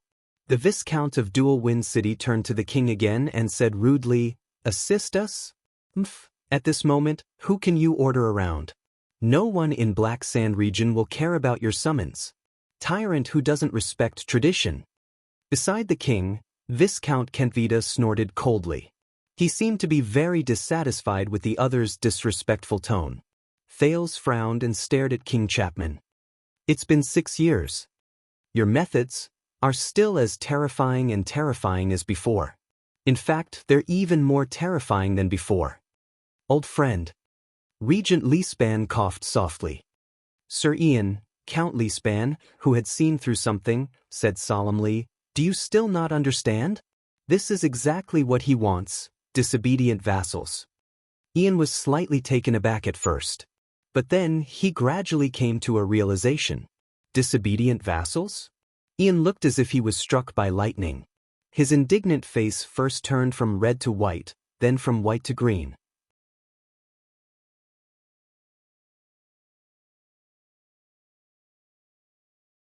Chapter 331. Asterisk clap, clap, clap, clap, asterisk a lonely but ear-piercing clap rang in the hall. The nobles frowned and turned their heads. The king was relaxed. He raised his hands calmly and clapped softly. It was as if he was enjoying a theatrical performance. Thales felt a wave of discomfort in his heart. He remembered the bloody dawn 6 years ago. At that time, Lampard was the same. He clapped softly, walked out of the murderous army, and walked towards Thales and Little Rascal with victory in his grasp. "Indeed, thank you for reminding me, Ian Rockney," King Chapman said flatly as he clapped. "My vassals have been a little restless lately. Many people have nowhere to vent their energy." The king inhaled and exhaled slowly. His gaze was cold. "So, this is the best opportunity, isn't it? I will provide them, who can't suppress their passion, with a chance to serve the country. This is the right time." Behind the king, Kentvita crossed his arms and chuckled. Ian slowly came to his senses and stared at the king in a daze. He seemed to have expected it, but he still refused to believe the facts he deduced. What do you mean?" King Chapman did not speak. He only curled the corners of his lips and revealed a vulture-like cruel smile. Viscount Kentvita, the second assistant advisor of Extet's Imperial Conference, stepped forward gently. Just as His Majesty said, from the moment the Prince of Constellation opened his mouth to confirm. No, it should be from the moment the Constellation army appeared. This was no longer a local conflict. In fact, it's no longer about who the Alliance of Freedom, who broke the treaty, is loyal to. It's no longer as simple as a dispute between Extet and its tiny affiliated kingdom. He grinned and revealed a bright and relaxed smile, but his words contained a message that made the nobles frown. What the city of Faraway Prayers is facing is the honor and humiliation of all of Extet. It's our national dignity in the face of our mortal enemy, Constellation. As I said to the Archduchess in this hall a few weeks ago, Kentvita said slowly, in the face of Extet's honor and humiliation, our internal disputes become insignificant. Saroma recalled the meeting a few weeks ago, and her face immediately turned pale. Kentvita snorted softly and said, regardless of whether it's a small misunderstanding between archdukes or the vassals' small dissatisfaction towards the king, they should all be put aside, shouldn't they? He gently spread his hands. This is the supreme name, the war of the country, and the unavoidable righteousness of the joint ruling pledge. Some of the vassals of Black Sand region, in the face of righteousness, if they dare to reject His Majesty's conscription order, if they are unwilling to recruit soldiers, if they are unwilling to mobilize, if they are unwilling to obey orders, if they are unwilling to come, Viscount Kentvita seemed to be very happy to see the people from the city of Faraway Prayers suffer. He shrugged and deliberately chuckled in a low voice. Bang. Behind Kentvita was Croche, who had disliked him since a long time ago. She mercilessly knocked on the assistant counselor's head. Speak properly. Viscount Kentvita rubbed his head indignantly and did not say anything else. But no one was paying attention to them anymore. King Chapman's voice rang out again, and this time, it was especially chilling. Northlanders don't need cowards. Especially those people. Those who refuse to put aside their internal disputes, their dissatisfaction towards the king, their passion to go to war, and their willingness to die in the face of the righteousness of the country are cowards. The king looked around at the people in the hall. His eyes shone with a cold glare. What other reason do they have to occupy the name of nobility, the benefits of titles, and drag out an ignoble existence in the world? And as their suzerain, what other reason do I have to be soft-hearted towards them? Sighs rose and fell in the hall, along with exhales of indignation. Thales watched all of this coldly from the sidelines. His heart was heavy.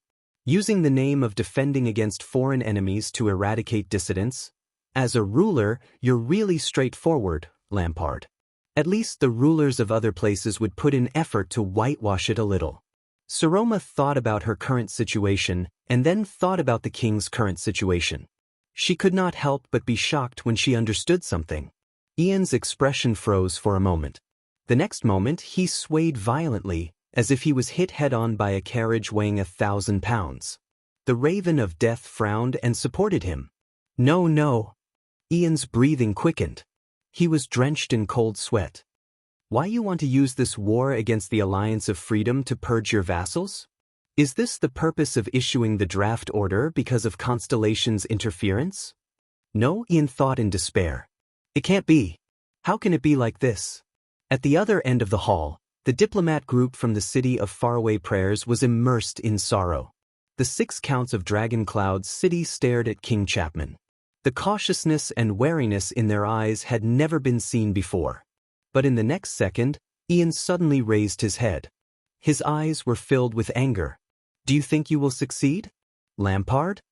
Your vassals, they are all nobles, elites among men. It is because of their support and loyalty that the Lampard family can sit firmly in the Archduke's position. He gritted his teeth so hard that he almost crushed them. He did not even care about how he addressed the king. But now you want to attack them. Do you think they will sit quietly and wait for the Lampard family's army to storm their castles, rob them of their wealth, and strip them of their titles? Do you think the warriors who are loyal to you can really handle the entire Black Sand region? However, what interrupted him was the king's faint sneer. Ha! At this moment, King Chapman turned his neck slightly and looked at the Archduchess on the stairs. The Star Killer frowned. He blocked Saroma's path without showing any sign of weakness. The hatred in his eyes never diminished. When he saw that Saroma looked as if she was facing a great enemy, King Chapman narrowed his eyes and shook his head. He said in a mocking tone, "Didn't I tell you? The Archduke of Reformation Tower has already expressed his stance. If Constellation really interferes with the Alliance of Freedom, then he will definitely not stand by and do nothing." His words made many nobles tense up again. Porphyus Trentida is a man of great righteousness. He will be very willing to send troops to aid the city of faraway prayers. He and his army will come to Black Sand region and meet up with me and the warriors of the Lampard family. King Chapman spoke very slowly, almost enunciating each word softly. Then, we will see which traitors in Black Sand region are unwilling to serve the country. Ian was stunned again. What? Reformation Tower and Black Sand region? That means that if Lampard wants to get rid of the nobles in my region, whether it's in name, strength, or timing, it's already Reformation Tower, Trentida? Ian remembered something and sighed. In the end, he closed his eyes in pain. That bastard. Reformation Tower is the closest to us, Kenfida added with a smile. Of course, they will understand our intentions the best.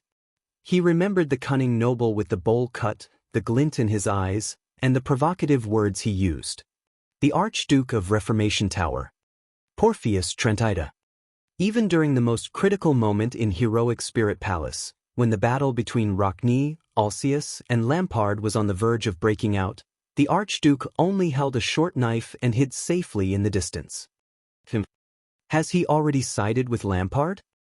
You've planned this from the beginning, haven't you? Ian's face was ashen. When you issued the new decree and the families of Black Sand region first objected, King Chapman and his 2 subordinates stared at him coldly. You didn't care how your vassals would object to your decree, and you didn't care whether they would contact external help like the City of Faraway Prayers, because you didn't want to waste time with them and play this political game with them. Ian said sadly. In fact, the Alliance of Freedom's move was not to hold the City of Faraway Prayers back, nor was it to weaken the opposition's confidence in external help. King Chapman stared at the people in the hall with a focused expression, as though he was watching an interesting play. You didn't even care whether Dragon Cloud City would send troops, didn't care about the outcome of the war, and didn't care whether the city of faraway prayers could end the war quickly. From the beginning, you made up your mind, Ian muttered to himself. You wanted to use the most direct, brutal, and simple method to get rid of those disobedient old vassals. What you lack is just a name, a reason, a grandiose excuse written in the joint ruling pledge that will not incite the people's anger, and that will have the least consequences. He said his next sentence with a pained expression, such as, Constellation. Ian looked at Thales in despair, but the prince only shook his head. The Viscount slumped into his chair in dejection and no longer looked at anyone. He was like a defeated fighter in a coliseum. We, the city of faraway prayers, we foolishly roped in the archdukes and prepared to condemn the king together. We naively made promises to the inferior nobles of Black Sand region, hoping that they would destroy Lampard's prestige and destroy the king's authority. We turned him into an empty king. Now, from the looks of it, we lost this game from the beginning? Beside Ian, the Raven of Death sighed softly. He glanced at Thales with a deathly still gaze. Lispan heaved a long and heavy sigh. So, if your vassals were to accept the conscription, it would mean a huge expenditure and countless manpower. And the expedition to the west would mean handing over the population, combat power, heirs, supplies, and rear to you. These nobles' lifelines would be handed over to you. Perhaps by the time they return, their territories will have been turned upside down. Perhaps they will never be able to return. Don't make it sound so bad, Viscount Kenfida said, as if he was having a headache. At the end of the day, His Majesty is only conscripting the army in his territory to go to the Alliance of Freedom to regain his dignity.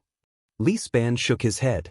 However, if His Majesty's vassals refuse to be conscripted, you have the right and reason to use the combined might and military power of the Lampard family and Reformation Tower to deprive them of their titles and even purge their families in the name that no one can object to.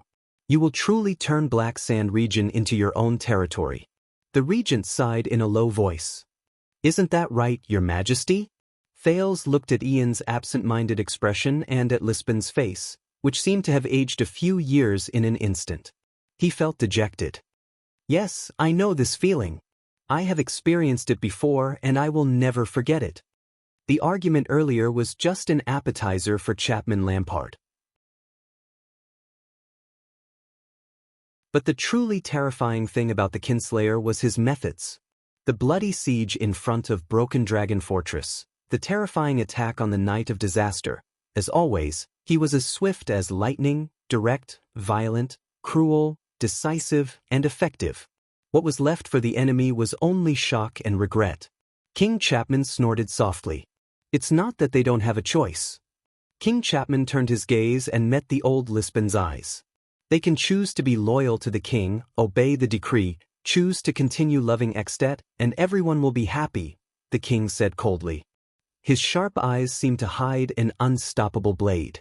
Wherever he looked, the nobles averted their gazes. Instead of secretly interacting with the forces of power other than their vassals, hoping to escape their inevitable fate.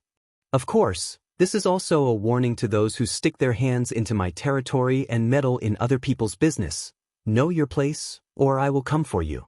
As he said this, King Chapman swept his cold gaze over the people in the hall again. He was like a fierce beast patrolling its territory. The iron fist emblem on his outer robe that represented the Lampard family was very eye-catching at that moment. Aside from the noble's indistinct breathing that varied in speed, the hall was silent. Thales quietly watched the dejected Ian, and a chill rose in his heart. Regent Lispan sighed softly before he said with a solemn expression, "You have no intention of holding back at all, and neither do you have the shame and bottom line of a noble, right?" Lispan, the former prime minister of the kingdom, faced the king's gaze, which was even more powerful than before, and called out his name without fear, Chapman Lampard. In the face of those traditional families who oppose your expansion of power, you not only faced the difficulty head-on, but also counterattacked. Mend, Devon's son, Peruno, these Northland families in Black Sand region that we are familiar with. These are illustrious surnames that have been loyal to the bloodline of the Rebellion King and the Lampard family since Raikuru's era. They have a history of hundreds and thousands of years, Lisban said in a pained tone. They thought that they could force the suzerain to retract his decree by working together to force the king to abdicate, as they usually did, but times have changed. In the face of your cruel methods and your merciless conscription order, they either have to acknowledge your decree, lower their heads, compromise, and obey your orders, or they have to shed rivers of blood and be reduced to ashes. With a hint of melancholy and hatred, Lisban's words also caused the nobles to feel anxious. Thales exhaled slowly and sank into deep thought. In Dragon Cloud City, Saroma trembled with fear because of her status as an archduchess. She struggled to maintain what little prestige she had in exchange for the vassals' cooperation and obedience. In Black Sand region, however, Lampard bore the infamy of a kinslayer and a reformer. He was merciless and used blood to clear his path, leaving the vassals to lower their heads and obey him. Which side is better? King Chapman's left hand pressed on his old saber and he sneered. There are many people who want to serve the country, and most of them do not have fiefs or titles. Even though it was midsummer, the king's voice seemed to be as cold as a cold wind. My right-hand man, Lord Tolja, told me. He faced all the nobles in the hall and said something that made them shudder. In this world, there are still too many people who occupy high positions but do not do anything. It's not without reason. Lisban closed his eyes and did not answer. The hall was quiet for a long time. The counts of Dragon Cloud City had solemn expressions on their faces. Even in the face of the Archduchess' willfulness and recklessness, they did not show even a hint of it. My God, what a king stands there, said the Earl of Hurst, pale, and what a king it is. The worst kind. Count Liner clenched his fingers tightly. The worst kind. Mph. Cotterson shook his head in disdain, but his eyes were filled with wariness. What a scum. Count Nazir stared at the king silently, but he would occasionally cast his gaze at Prince Thales in the corner with a contemplative look. Dragon Cloud City, do you understand now? King Chapman did not care about the people in Dragon Cloud City discussing his words. If the City of Faraway Prayers really prepared an open letter and asked all of you to sign it, instigating some unwise idiots in my territory to continue opposing me, the king raised his head and looked at the highest seat. The girl who had been staring at him quietly without saying a word for a long time. What a pity! The corners of King Chapman's lips curled up in delight. Because it's meaningless now. Ian lowered his head and stared at his knees. He did not seem to notice the gazes around him. King Chapman shook his head. I even want to suggest that there is no need for you to get involved in this war. Black Sand region has already taken over. There is no need for you to send troops. At that moment, the three people from Black Sand region stood proudly in the hall, as if this was their home field. The vassals of Dragon Cloud City clenched their fists again. Indignation and indignation burned in their hearts. Because no matter how long the Alliance of Freedom's war lasts, the king's expression was a little ferocious. The outcome on the chessboard has already been decided. Thales shook his head. So, as expected, you seized the opportunity, Lampard. You got what you wanted. Then, from this moment on, Thales fixed his gaze on King Chapman. Where is your reward? In the next second, King Chapman seemed to have sensed Thales' gaze. He turned his head and looked at the prince, who gradually became more cautious from his expressionless face. He frowned slightly. Thales still stared at him coldly. The king pursed his lips a little. King Chapman exhaled a long breath. As for this prince, don't bother sending him to the City of Faraway Prayers. Send him to Black Sand region. As the person who truly mediates with Constellation, it is only natural for me to entertain Prince Thales. Thales closed his eyes and heaved a sigh of relief in his heart. At that moment, even though he was in the Walton family's heroic spirit palace and Rikuru's Hall of Heroes, King Chapman acted like a true master and arrogantly spoke to the vassals in the hall. Is there anything else? No one answered. Are we really going to Black Sand region? Waya's expression changed drastically as he looked at Ralph. This? Thales chuckled softly in the corner and comforted the two people behind him in a low voice. Calm down, it's not over yet. I called him here, the prince silently thought.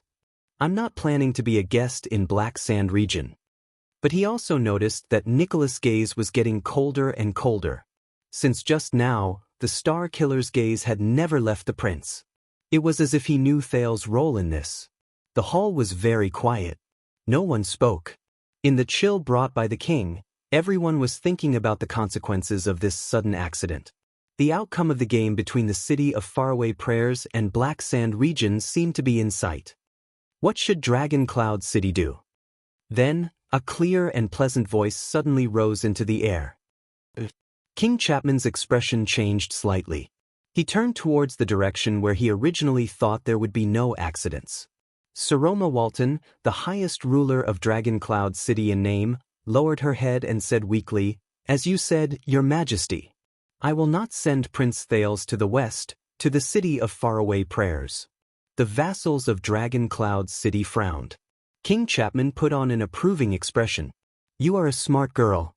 But in the next moment, the Archduchess suddenly stood up. "But listen carefully, Your Majesty Chapman. He will not go to the city of Faraway Prayers." Under everyone's puzzled and surprised gazes, the Archduchess' expression became stern, and her tone quickly changed. "But he will not go to Black Sand region either." Thales smiled. "She is a smart girl." King Chapman was slightly taken aback. "Thales is a guest of Dragon Cloud City. This is the common agreement made by the 6 archdukes in this hall 6 years ago," Saroma said coldly. "He will stay in Dragon Cloud City and will not go anywhere." "Anywhere?" King Chapman's expression turned cold again. Just like 6 years ago. But against the king's expectations, the girl who still trembled under his gaze 6 years ago now had a steady expression and a determined gaze. In the silent confrontation, Viscount Kentvita furrowed his brows, but Croche smiled. "The common agreement made by the 6 archdukes?" King Chapman snorted softly. "You are very mischievous, girl. You have a lot of ideas. Not only that." Saroma shook her head without showing any signs of weakness. "You need to know one more thing. Regardless of the city of Faraway Prayers' attitude, regardless of your attitude, Dragon Cloud City will send troops to conquer the Alliance of Freedom, just like how my father and grandfather personally pacified the Alliance of Freedom 20 years ago. This is the responsibility of the Walton family, and it is the dignity of Dragon Cloud City." With a taut face, she said unyieldingly, "It will not change because of one person, regardless of whether he is a king or a beggar." The atmosphere in the hall turned completely cold. The counts watched the confrontation between the king and the Archduchess with complicated emotions. King Chapman pressed down on his saber again and pursed his lips. Saroma, on the other hand, met his gaze without flinching. Finally, after a few breaths, the king laughed coldly. "An unmarried little girl is going to shoulder the honor of the dragon spear?" King Chapman looked around. "Do your experienced and powerful vassals also agree to this?" Saroma took a step forward. Her expression did not change. "My vassals, every single one of them, support my decision." Under the king's gaze, the vassals of Dragon Cloud City frowned and looked at each other. At this moment, Regent Leespan took a step forward without hesitation. "The Archduchess will is our mission," Count Leespan said coldly. "She said that Prince Thales will not go to Black Sand region." "Then he won't go." His old colleague, Nazir, sighed softly. "The problem is solved." Count Cotterson also snorted coldly. "The lady also said that we are going to help the city of Faraway Prayers, Kinslayer." Cotterson grinned savagely. "Then we will sharpen our axes and bring our swords." King Chapman frowned. He raised his head to look at Saroma, who was standing high above. The Archduchess was still staring at him with a determined expression. Her gaze did not waver in the slightest. Count Hurst stared at the Archduchess and nodded heavily. "The lady's attitude is Dragon Cloud City's attitude. It doesn't matter what kind of Bullsh*T order that Bullsh*T king gave us. If that king has the guts, he can bring his army and his lackeys to Dragon Cloud City to deprive us of our titles, Count Liner said sarcastically. Who knows, maybe I will obediently hand it over. Carcagel's gaze was cold. His words were short and clear. Welcome to Dragon Cloud City, Your Majesty. As the Archduchess and the Count spoke, the vassals of Dragon Cloud City reached a consensus as they stared at each other. With the same cold and hostile gaze, they stared at the king. You heard what they said. Saroma still stared at King Chapman coldly. Do you have any questions, Your Majesty? For the first time, King Chapman looked at the young girl seriously. It was as if he was sizing up a weapon. Not bad at all, girl, he said softly. With a deep chill, King Chapman said softly, but regarding the agreement made by the 6 archdukes 6 years ago, you are still wrong about one thing, girl. In the next second, King Chapman turned to Thales and revealed a strange expression. Thales could not help but tense up. Saroma was stunned for a moment. What? King Chapman swung his arm, turned around abruptly, and faced the puzzled gazes of the entire hall. Why do I remember? The king's bone-chilling voice echoed between the pillars. 6 years ago, in this hall, the truly legitimate, reasonable, and legitimate archdukes. What if there are only 5? Saroma's expression froze. At that moment, Thales' cheeks stiffened. His pupils slowly shrank.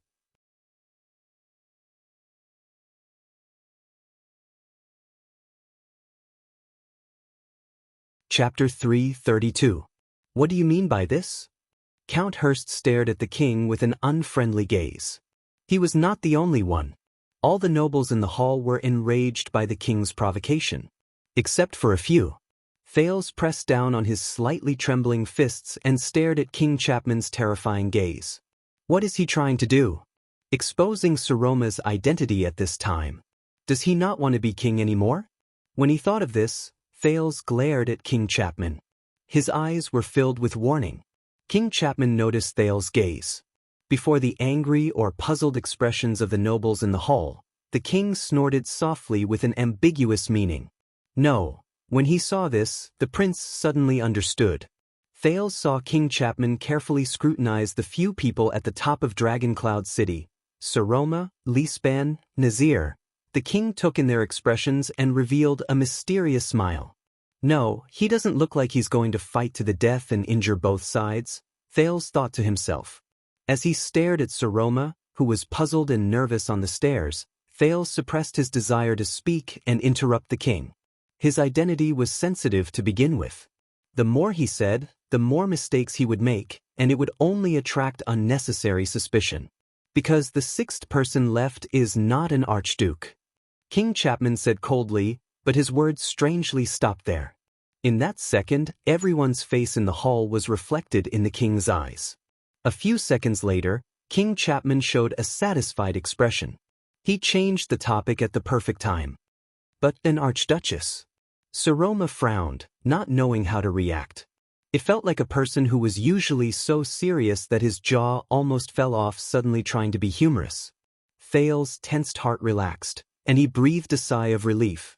At that moment, the teenage prince swore that aside from himself, the sin of Hell's River had given him extraordinary hearing ability. There were at least 4 breaths of different speeds that exhaled in a barely noticeable manner after the king's words. Saroma, Lispan, Nicholas. Wait, who's the last one? But Thales' attention was immediately captured by another matter. Lampard isn't trying to fall out with me. He's testing all of Dragon Cloud City, and he's warning me. The disdainful snorts of the nobles rose in the hall, showing their displeasure at the king's senseless joke. The Archduchess stared at the king stiffly. Her lips trembled slightly, but she eventually fell silent. Archduke and Archduchess? This joke is not funny. Count Liner's expression was gloomy. It only shows that our king lacks respect for Rykru's bloodline. Be careful, Chapman. Regent Lispan had been wearing a cold expression just now. As the most suitable person to speak at this moment, he retorted rudely, if you make too many jokes, one day, you will die because of one of them. King Chapman gently caressed the hilt of his sword by his side. He was clearly speaking to Saroma, but he cast a glance at Thales, whether intentionally or not. Girl, as the first female suzerain in the history of Northland, you are stepping on a path that has never been seen before. Every word, action, and every move you make will shock Northland and Extet. Ian, who was immersed in his failure, couldn't help but raise his head. Many people frowned. The king said faintly, as the Archduchess of Dragon Cloud City, your marriage is different from that of an ordinary archduke's marriage. It involves the succession of many families and the balance of power in Extet. Thales looked at the king in puzzlement, but in just a few seconds he figured out the king's intention. The prince desperately hid his worry and tried his best to look at the Archduchess with an indifferent expression. Under the gazes of countless people, the king said meaningfully, for example, this time, the Viscount of the City of Faraway Prayers came all the way here to propose marriage. This makes me very worried. What if you marry someone you shouldn't? This is a major event that can shake Extet's foundation. The 6 counts of Dragon Cloud's city looked at each other worriedly. Saroma inhaled slowly and spoke with a cold expression. I have already declined Sir Ian's request, the Archduchess said coldly. You can rest assured. King Chapman sneered disapprovingly. I don't think you understand what I mean, girl. On my way here, I heard a lot of rumors. The king sneered and waved his hand in Thales' direction. For example, how you protected this prince of Constellation for 6 years, accompanied each other, helped each other. You lived and grew up under the same roof with him. You even ate together, attended classes together. The Archduchess revealed a stunned expression. Thales put on a stern expression and fixed his gaze on Saroma. Calm down, Saroma. You must calm down. Think about what I said. Saroma. The next moment, the king narrowed his eyes and said softly, you and him, you, don't tell me you slept together? Once he said that, there was silence. The Archduchess' lips trembled slightly, but she could not say a word. She could only clench her teeth in embarrassment and anger. Until, Lampard. As everyone's expressions changed drastically, the first to react was the former commander of the White Blade Guards, who was in charge of protecting the Archduchess. Nicholas could no longer care about being addressed as king. He could no longer suppress his hatred for Lampard and lost his composure as he shouted angrily, you shameless coward. Your impudence on the day of the state affairs hearing ends here. My brothers and I are very happy to, but he was stopped by Lispan, who had a cold expression on his face. Calm down. The regent suppressed his anger. Any act of anger is meaningless. Not only that, the hall, which had been slightly quiet, exploded again. What did you say? Duel with him, my lords? Bullsh *T. Can the king do whatever he wants? Under countless people's strange gazes, Thales tried his best to maintain an unchanging expression. His hands under his sleeves grabbed his knees tightly, his knuckles protruding. Among the suzerains of Dragon Cloud City, Count Hurst's golden beard trembled violently as he panted. He could no longer hold it in. In the name of the Count of Flatiron County, Brookenhurst, Hurst leaped up from his chair in rage and stared at Lampard with eyes full of hatred. For the honor of the ladies, Chapman Lampard, I issue you a sacred duel challenge. He swung his arm, pointed it at the king's nose, and cursed, let blood wash away the humiliation you have brought us, kinslayer. This sentence made the people in the hall, who were burning with anger, even more so. Lampard's words had probably angered the crowd.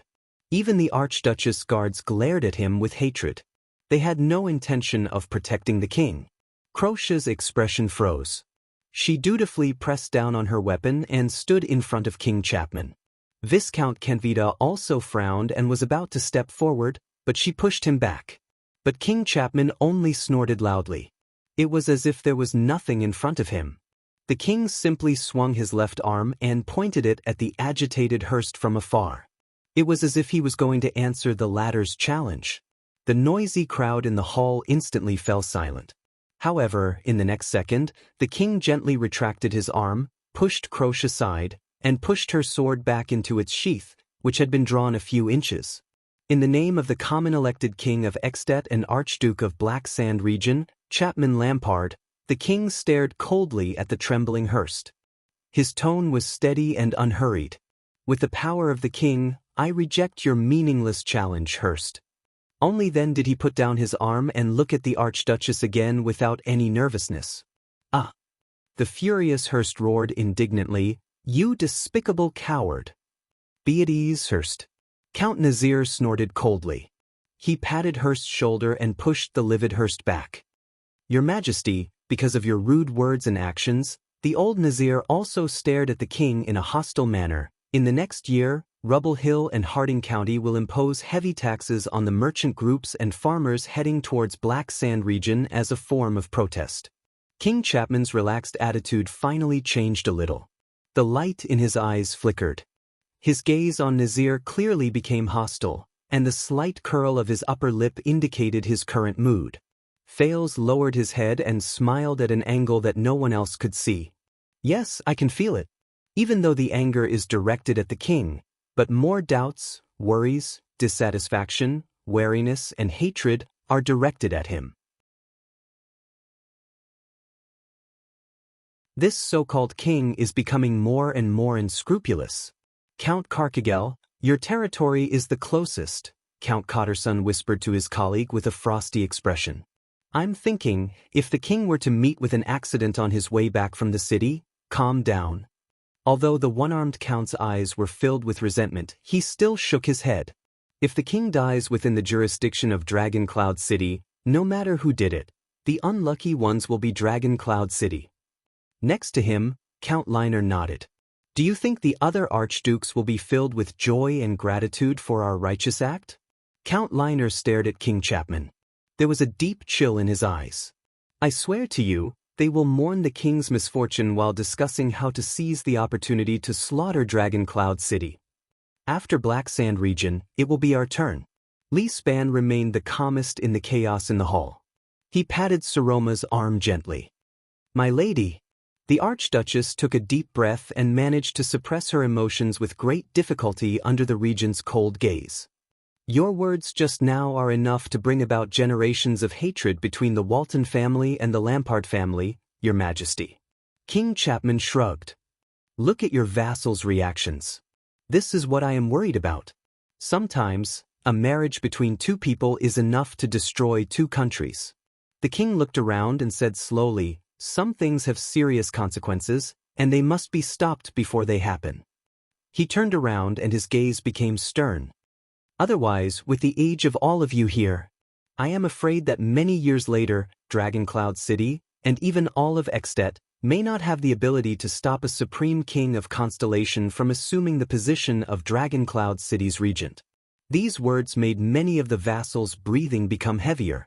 Thales snorted coldly and rudely, attracting a few hostile gazes. This was the condition King Nuvan gave him back then. But now, it was being used as a means and a bargaining chip by Lampard. "Your vassals might be ashamed to speak up, but as an elder who personally watched you ascend to the Archduke's throne, I can no longer pretend to be refined and polite." King Chapman stared at Saroma, who was so angry that she could not speak. "As a king, I must act while I still have some power, and my words still have some effect." Saroma was so angry that she could not even speak. Saroma took a deep breath. "You mean, Saroma Walton?" A fierce glare flashed in the king's eyes. "In the name of the common elected king, I hereby order you to hand over Thales Jadestar to me. For Extet, and for your Dragon Cloud City." The hall became silent again. Saroma stared at the king with widened eyes. King Chapman raised his head and said softly, "So, what is your answer?" "My answer?" The Archduchess sensed that everyone's gazes were directed at her. But unlike before, this time, their gazes were exceptionally different. Saroma furrowed her eyebrows tightly. She bit her lower lip and exchanged a few glances with Li Span. She could only feel the burning sensation on her face getting stronger. But she did not dare to meet the teenager's gaze. She did not dare. At this moment, a long sigh suddenly rose from the crowd. "You're such a busybody, Chapman." Under everyone's gaze, Thales stood up slowly. With weariness and exhaustion, he yawned. You think I'll like this lady? He stared at the people in the hall with a disdainful expression and gestured rudely at the Archduchess with his chin. This immediately attracted a few Northlanders' passionate greetings to their Jade Star ancestors. The Archduchess was slightly startled when she saw Thales stand up. What is he going to do again? Don't you think things are messy enough, young prince? In a terrible mood, Nicholas clenched his fists in exasperation. Be a good boy and shut up. But Thales only gave him a nonchalant glance. This made the Star Killer even angrier. You like her? Not necessarily. King Chapman stared at Thales with interest. But if you like Dragon Cloud City and use her to your... Thales raised his eyebrows and put on an expression that suggested he did not know whether to laugh or cry. Ha! He laughed helplessly. Hey, Saroma, if that's the case, you like me, don't you? Saroma stared at Thales' teasing expression in disbelief. She parted her lips, but did not know what to say. She had a premonition of what Thales was going to do. Under the gazes of all the nobles in the hall, the girl felt her face burn. Are you going to ask me to be your husband?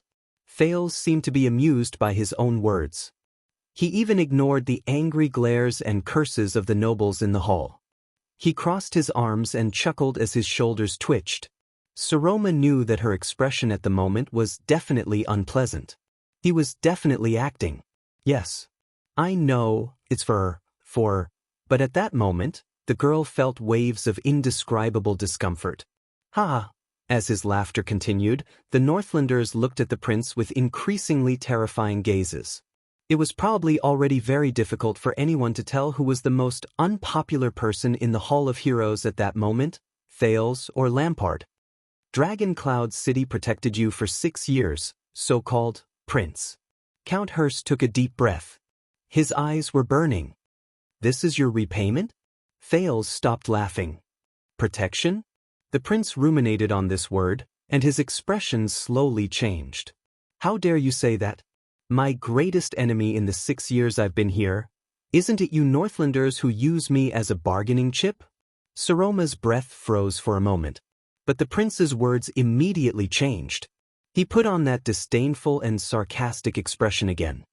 But since your Archduchess has taken a liking to me, well, perhaps I have a way to repay her. Everyone in the hall stared at Thales with cold expressions. Nicholas was so angry that his entire body trembled. The red flush on his face did not fade. The Archduchess pursed her lips. Her expression was mournful as she ignored the countless gazes directed at her both openly and secretly. This is your determination? Your backup plan? You want me to choose the path most suitable for the Archduchess? Is this what you mean? On the other hand, King Chapman's expression as he stared at the prince became more and more amused. Only Nazir sighed softly.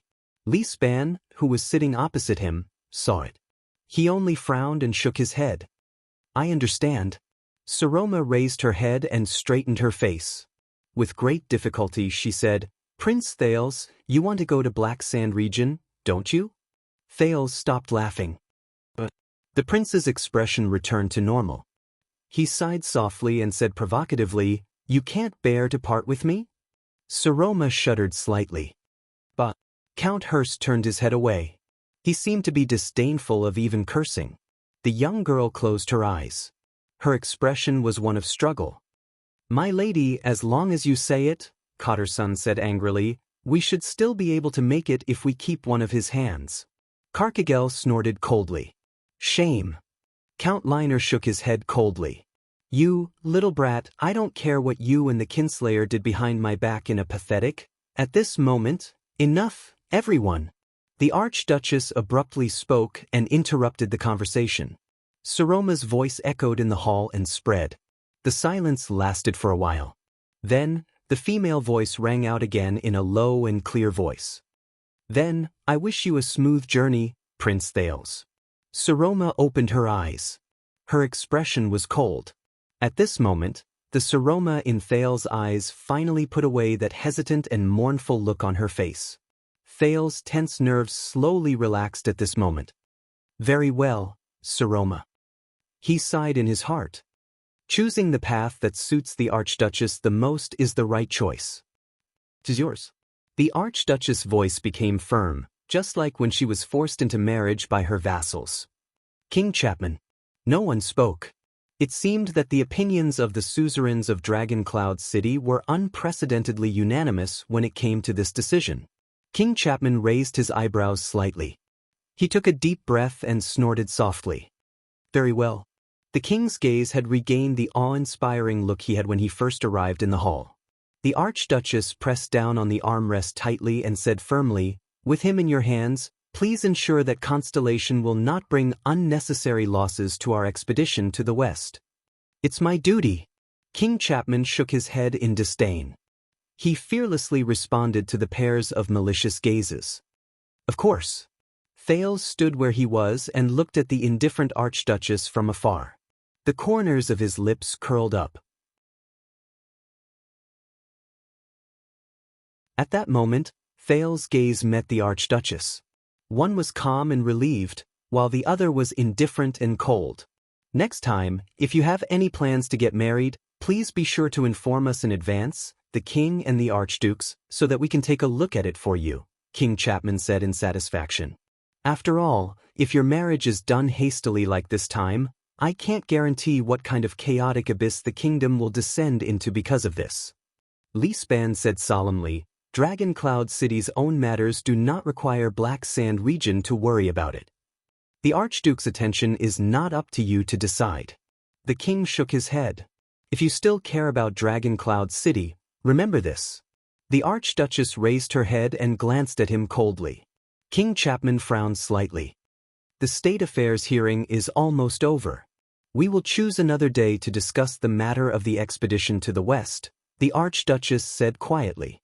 "Your Majesty, you don't have to stay here anymore." The vassals looked at each other and exchanged their complicated emotions. King Chapman narrowed his eyes slightly.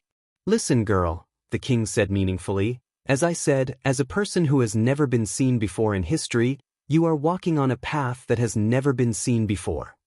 This path is difficult to tread. Obstacles and dangers are everywhere, and there will always be people who don't like new changes. So, I advise you to stay away from those people.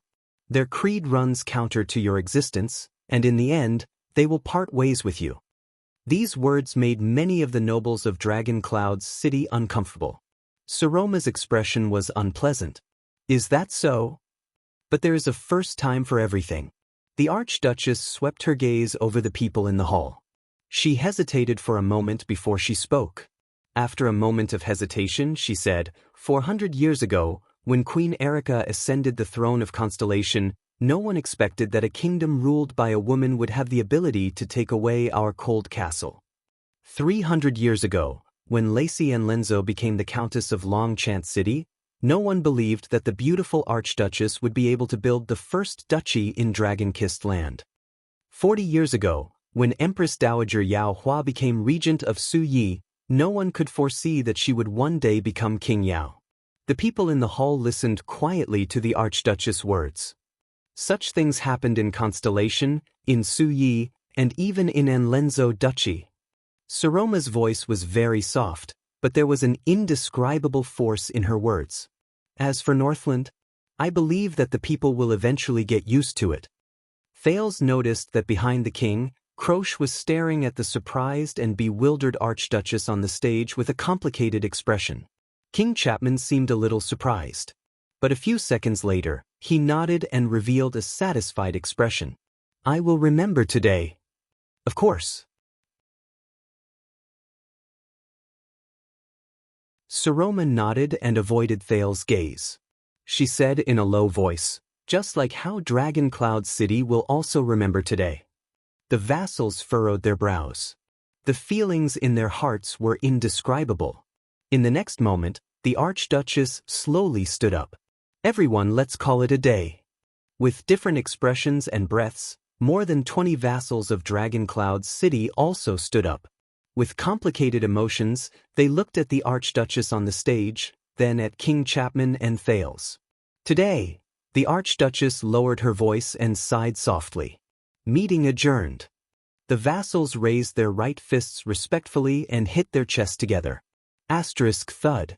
Asterisk, but this time, compared to the start of the meeting, this dull thud was unprecedentedly uniform, as if it was made by a single person. The door opened. The vassals bowed and left one after another. King Chapman, who stood in the middle of the hall, ignored the gazes the vassals cast on him before they left. Thales, on the other hand, lowered his head and looked at the floor, completely unbothered.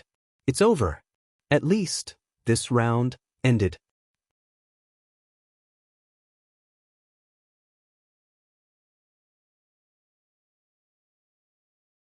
Chapter 333. That's it?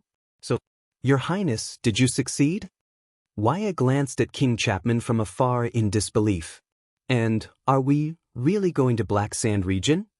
Only this time, Ralph, who disliked him, did not retort with his actions or snort. The prince raised his head and forced a smile. But he was not done yet. You've surprised me again, Your Highness. Lisban walked straight up to the prince with a solemn expression. Thales exhaled, closed his eyes and said, Me too. Lisban snorted softly. You already knew that the king is in Dragon Cloud City, the regent said with certainty. The regent said with certainty, when you boarded the Black Sand region's carriage, you knew. Thales did not speak. Lisban stared at him with a sharp gaze. But you did not tell us or Dragon Cloud City. You just waited quietly for today. Lisban cast a glance at King Chapman, who was still standing leisurely in the middle of the hall and receiving all sorts of gazes, as if he would only stop after he finished touring the hall. You and him. Thales remained silent. Lisban sighed. As the lady said, Dragon Cloud City will remember everything that happened today, Your Highness.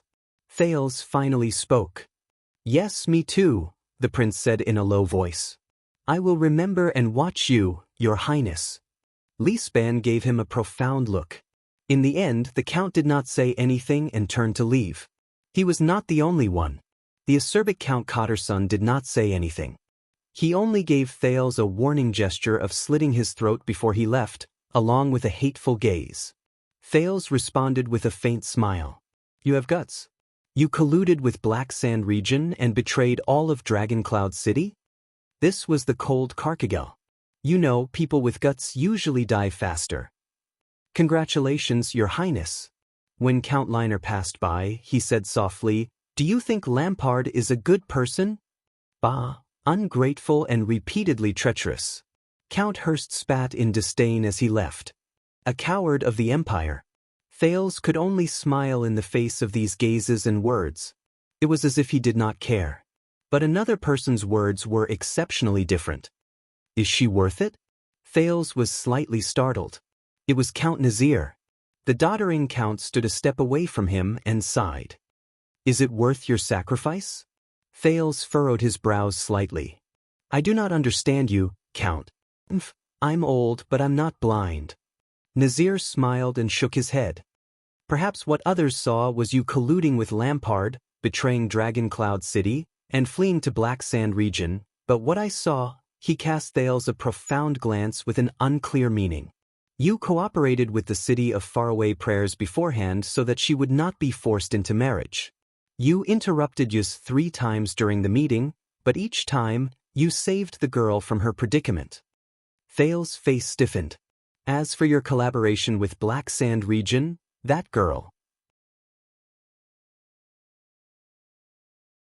Nazir paused and said softly, Is she really worth it? Thales' face was livid. He did not speak. When Nazir saw this, he only sighed wordlessly. He patted Thales' shoulder gently and left slowly. Thales watched the old count's footsteps with complicated emotions. Was she worth it? At this moment. Slap. Thales was shocked. His shoulder had already been unceremoniously grabbed by someone. It was Ian. Lampard is the backup you mentioned, isn't he? At that moment, the Viscount of Dual Wind City's eyes were bloodshot. He gritted his teeth and looked at Thales with resentment and anger. Thales stared at the person in front of him in a daze. He had never seen Ian like this. It was as if the young Rockney, who had been chatting and laughing with him, was already dead.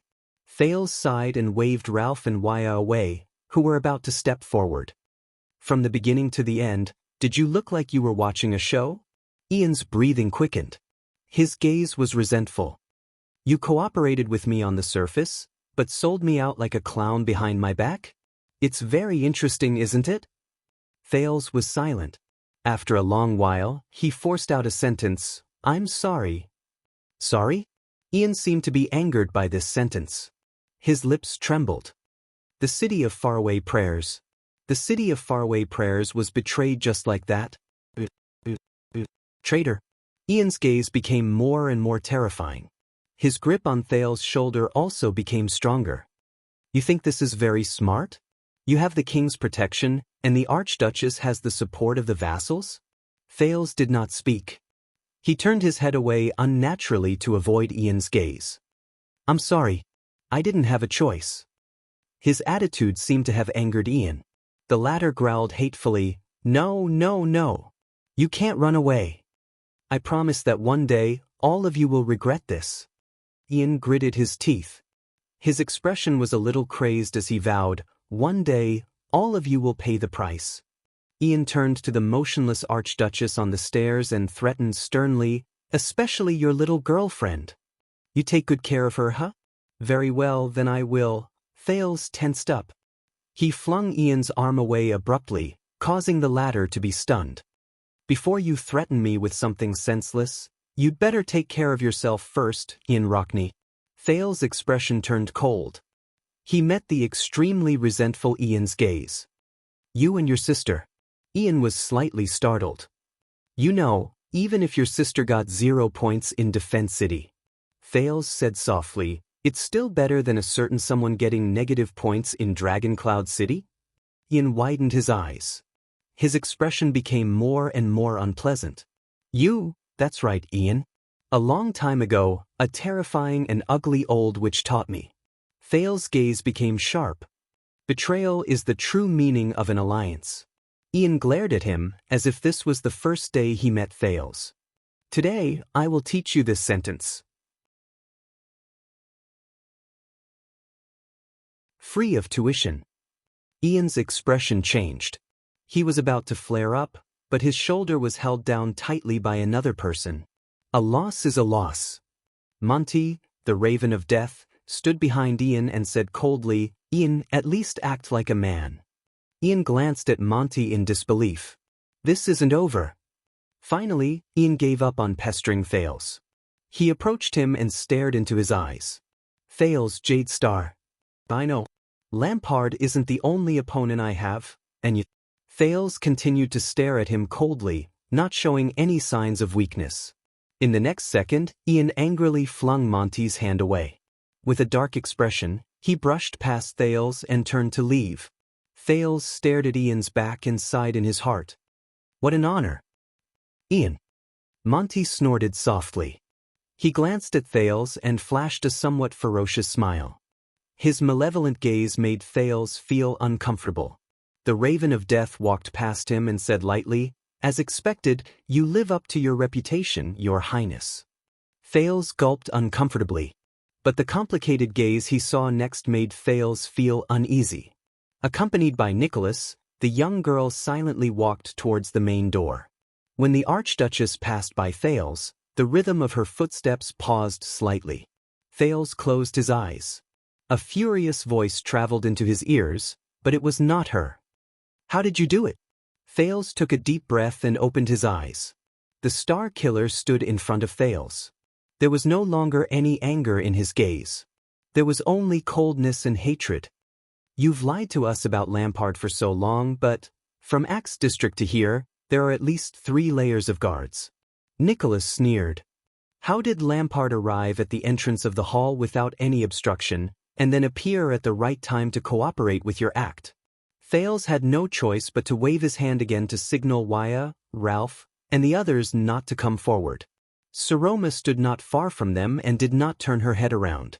Thales exhaled. At this moment, he truly felt a heaviness in his heart.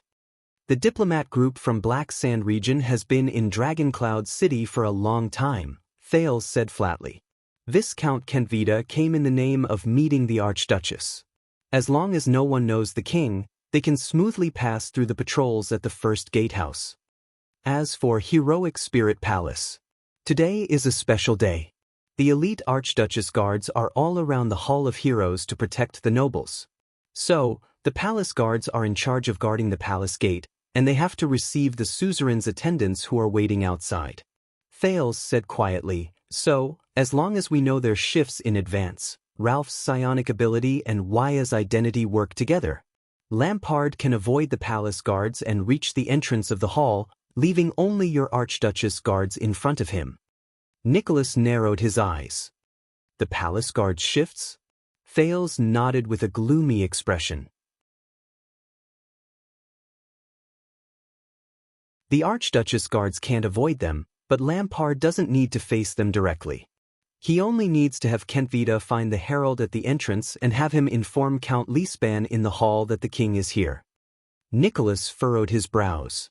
The Archduchess was already at the end of her rope at that time. Thales sighed. What I need to do is to intensify the conflict and push the terrible situation in the hall to a point where no one can handle it. Count Lispan, who knows how to judge the situation, will know what to do. He's very good at making choices. Not far away, Saroma's shoulders trembled slightly. Thales finished speaking. Nicholas stared at him coldly. The palace guard shifts? Nicholas' voice became more and more terrifying. Every word he uttered was laced with danger. That's a secret that is rearranged every month. Which rat betrayed us? There's no need to disturb the others. Thales shook his head. That head chef's son, Joseph.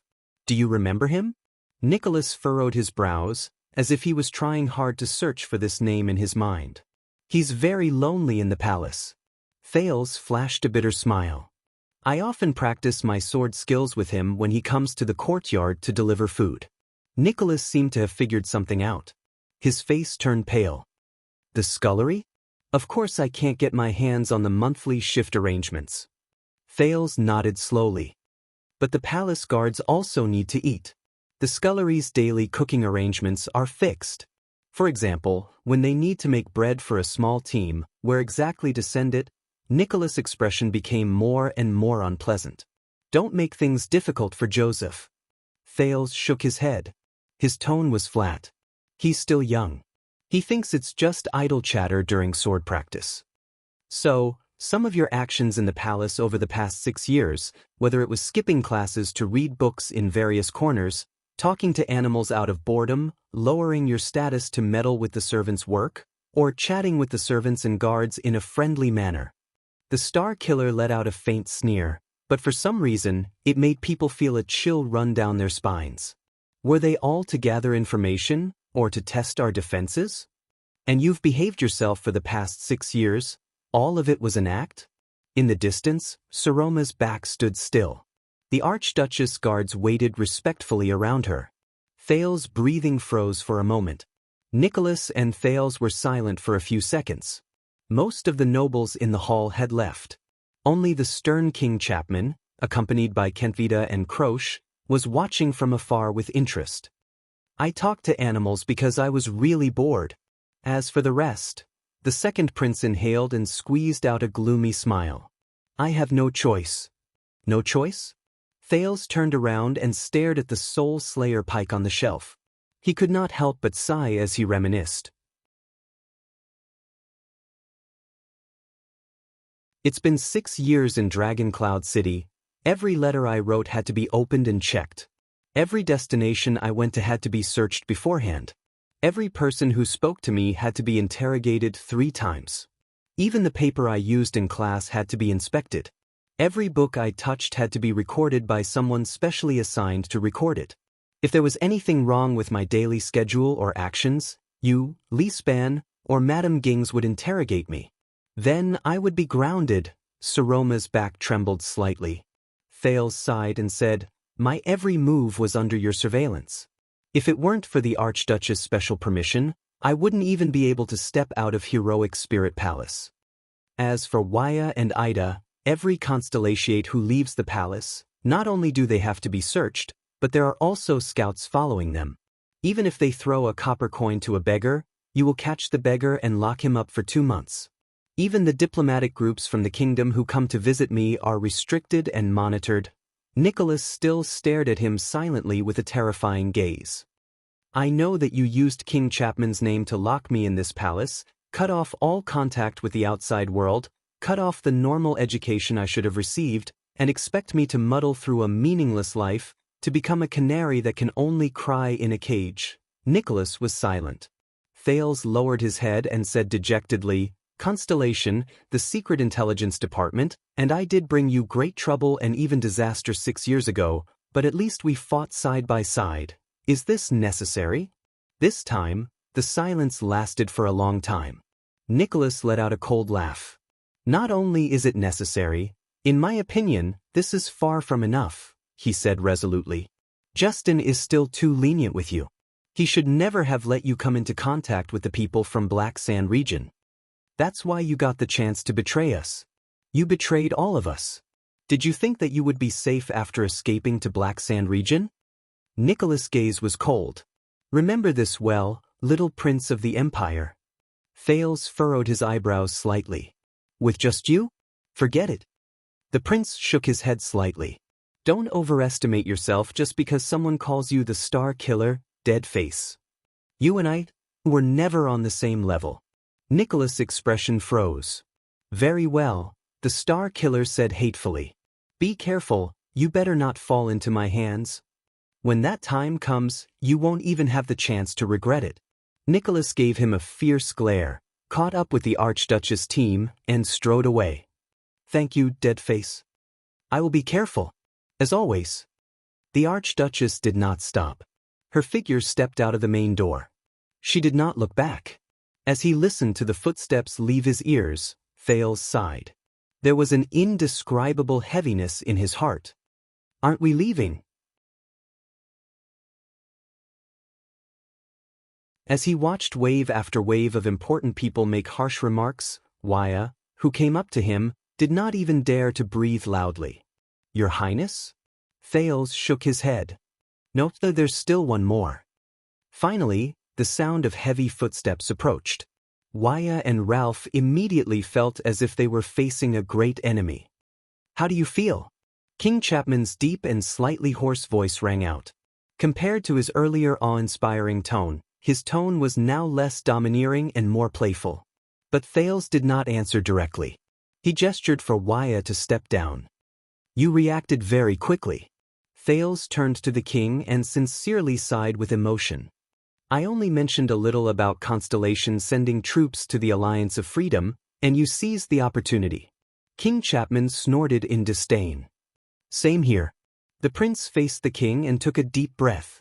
But just now, you said that you have already won against Black Sand region and those vassals who oppose you? The king's gaze shifted slightly. But Thales narrowed his eyes. You also said that Archduke Trent Ida will send troops with you to deal with them? King Chapman raised his eyebrows. Thales stared at him, his gaze unwavering for a long time. After a while, the prince laughed out loud. Stop joking. Thales shook his head and said, We all know him, Trent Ida of Reformation Tower. Will he help you? What's the big deal? King Chapman snorted softly. Everyone knows that Porpheus Trent Ida has always been indecisive, treacherous, and cunning. Thales ran his fingers through his hair in resignation and recalled the Archduke with the bowl cut who had a glint in his eyes. That's right, but let me put it this way. If you invite Trent Ida to hunt deer with you, he will definitely not agree. Thales sighed and said, unless he knows beforehand that the deer he wants to hunt is already dead, and all he needs to do is to drag the venison back. Only then will Trent Ida look forthright, generous, tragic, and generous. Like a hero who will never return, he will carry his bow and arrows on his back, and ride out on his horse. The two of them stared at each other in silence. After a while, King Chapman laughed. Ha ha, a hero who will never return. This time, Lampard laughed in an exceptionally carefree manner. Contrary to his previous sneer and mockery, it was as if he was truly happy at this moment. I have to say, it's very vivid and appropriate. Thales laughed as well. His shoulders trembled slightly, but his smile disappeared very quickly. So, Even though Trentida makes it sound nice, he will never go out with you. The smile in Thales's eyes was replaced by graveness and seriousness. If your vassals gather together, shed all pretenses of cordiality, and fight to the death against the Lampard family, it will be hard to tell who will emerge victorious between you and them. King Chapman's laughter also stopped. Thales stared at him coldly. Your claim that the outcome of the chessboard has already been decided is just empty talk. That's why you came here personally. Just like 6 years ago. King Chapman neither denied nor admitted it. He only stared at Thales with a mysterious expression. Thales looked in the direction of the door and sighed. Ian is still a little too young. He still lacks the experience to face you, that's why he was so easily frightened by you. If it were his father, that resolute, stubborn, and callous warrior come Archduke of the city of faraway prayers, Kulgan Rock, King Chapman sneered. You have quite a high opinion of him. Thales snorted. Looking at Lispan and Nazir's expressions, I'm afraid that they have doubts in their hearts. The prince exercised his aching shoulders and said softly, it's just that they're wary of your relationship with Constellation and don't have confidence in Trentida. They're afraid that you'll really promise him something he can't refuse. That's why they don't dare to bet with you. King Chapman shook his head in a seemingly casual manner. Not everyone has the wisdom to see through the bet and have the courage to make a bet with me. Thales shook his head and snorted softly. But very soon, everything that happened in this hall, whether it was the city of faraway prayer's great defeat in the confrontation with the king, or the news that Dragoncloud City did not join the alliance to denounce the king and handed over the Prince of Constellation to the king in the end, will spread throughout Extet, especially to Black Sand region. Thales suddenly felt exhausted, as if the morning meeting had drained his energy. The moment the Archduchess agreed to hand me over, you truly won, he said, a little dispirited. What happened before was just a bluff. Are you satisfied now? The two of them stared at each other silently in the middle of the hall. Their delay also caused the Archduchess guards who were still guarding the hall to frown, but Kenvida's smiling face and Crocia's cold expression effectively stalled them. But you did not leave empty-handed, Thales. After a while, King Chapman said quietly, first of all, you yourself. Not only did you avoid the fate of being dragged into the war, you also broke free from Dragoncloud City's evil clutches. Is that so? The prince yawned as if he did not care. Forgive my poor eyesight, but I can't tell what a good thing this is. But the king ignored him. He only said in a slightly cold tone, and according to the conditions we agreed upon, I also gave that girl a chance to cultivate her prestige so that her vassals would no longer be her enemies. This sentence instantly caused Thales' unfocused gaze to focus. Under the pressure of a certain terrifying king, the Archduchess of Dragoncloud City will not lose their support, at least for the short term, and will not be forced to marry. Under external forces, they will instead be more united. Isn't this what you want? Thales furrowed his brows. But she is still a girl, Thales said after a few seconds. No matter what, her existence will make many people in Dragoncloud City feel uneasy and indignant. King Chapman raised his eyebrows. Then I can't do anything, unless you turn her into a man? Thales looked up. So? The prince stared into King Chapman's profound eyes with certainty. You must help her gain a firm foothold, no matter what method you use. The king seemed to be a little amused. Must I? Thales nodded. As the king of Extet, he said calmly, it is in your interest to let an archduchess who is controversial and a girl who subverts tradition continue to rule Dragoncloud City, which is full of capable people and has a strong foundation. You also don't want to see an archduchess of Dragoncloud City who is as watertight as Lispan, as cunning as Nazir, and as unyielding and upright as Carcagel, right? King Chapman's expression froze for a moment. Thales stared at him without blinking.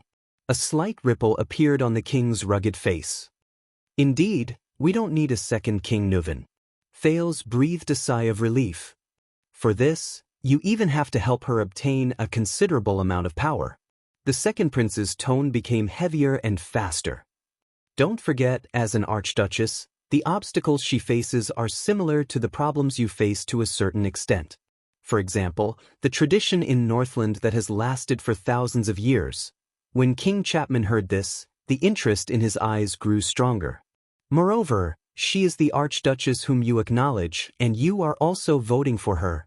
Thales suddenly stopped talking. Moreover, you still have a trump card that can kill her. Her throne is tied to your crown. Thales put on a stern face and did not speak again.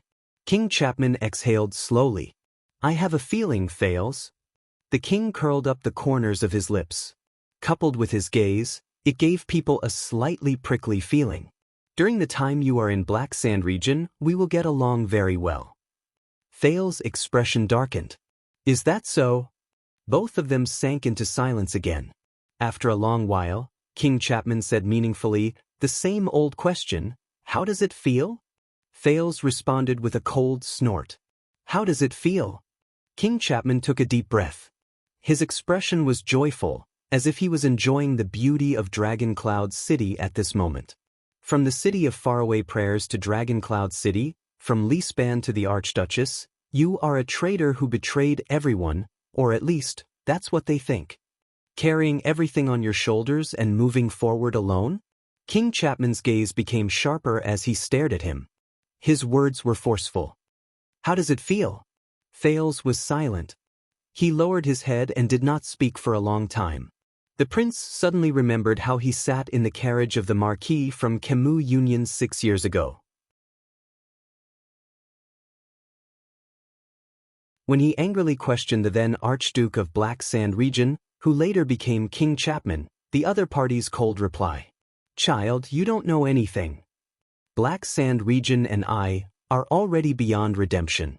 King Chapman stared at him and shook his head in what seemed to be disdain. He turned around and left. The moment he turned, the Prince of Constellation's voice came from behind him. But it was gloomy, and cold like never before. This feeling, Thales stared at the ground. Without raising his head, he said hoarsely, this feeling is like Chapman Lampard. The king's body froze in the middle of his stride. In the quiet air, Thales snorted softly. With his usual expression, he called for Waya and Ralph and walked towards the door. When the prince reached the entrance of the hall, he paused for a moment. He stared at the rough floor tiles, which were slightly uneven, and curled up the corners of his lips. 6 years ago, he met the born king, whose name shook Northland for the first time in this place.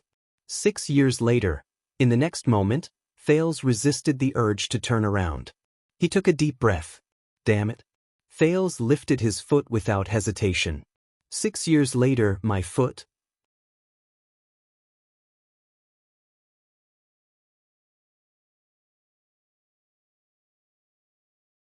Chapter 334. Accompanied by his attendants and guards, Thales walked on the way to the stable. When the few palace guards standing guard at the palace gates saw the Prince of Constellation, they snorted in disdain. It's him. He worked with Lampard from the inside and outside. One of the guards looked at Thales from afar with a gloomy expression and whispered to his colleague. He caused him to lose his position and the right to join the personal guards, all because he did not notice the king at the palace gates. The guards cast hostile gazes at him. Thales inhaled and pretended not to see it. The prince and his group walked past the guards. The palace guards bowed to the deputy commander of the Archduchess Guards, Lord Justin. Hey!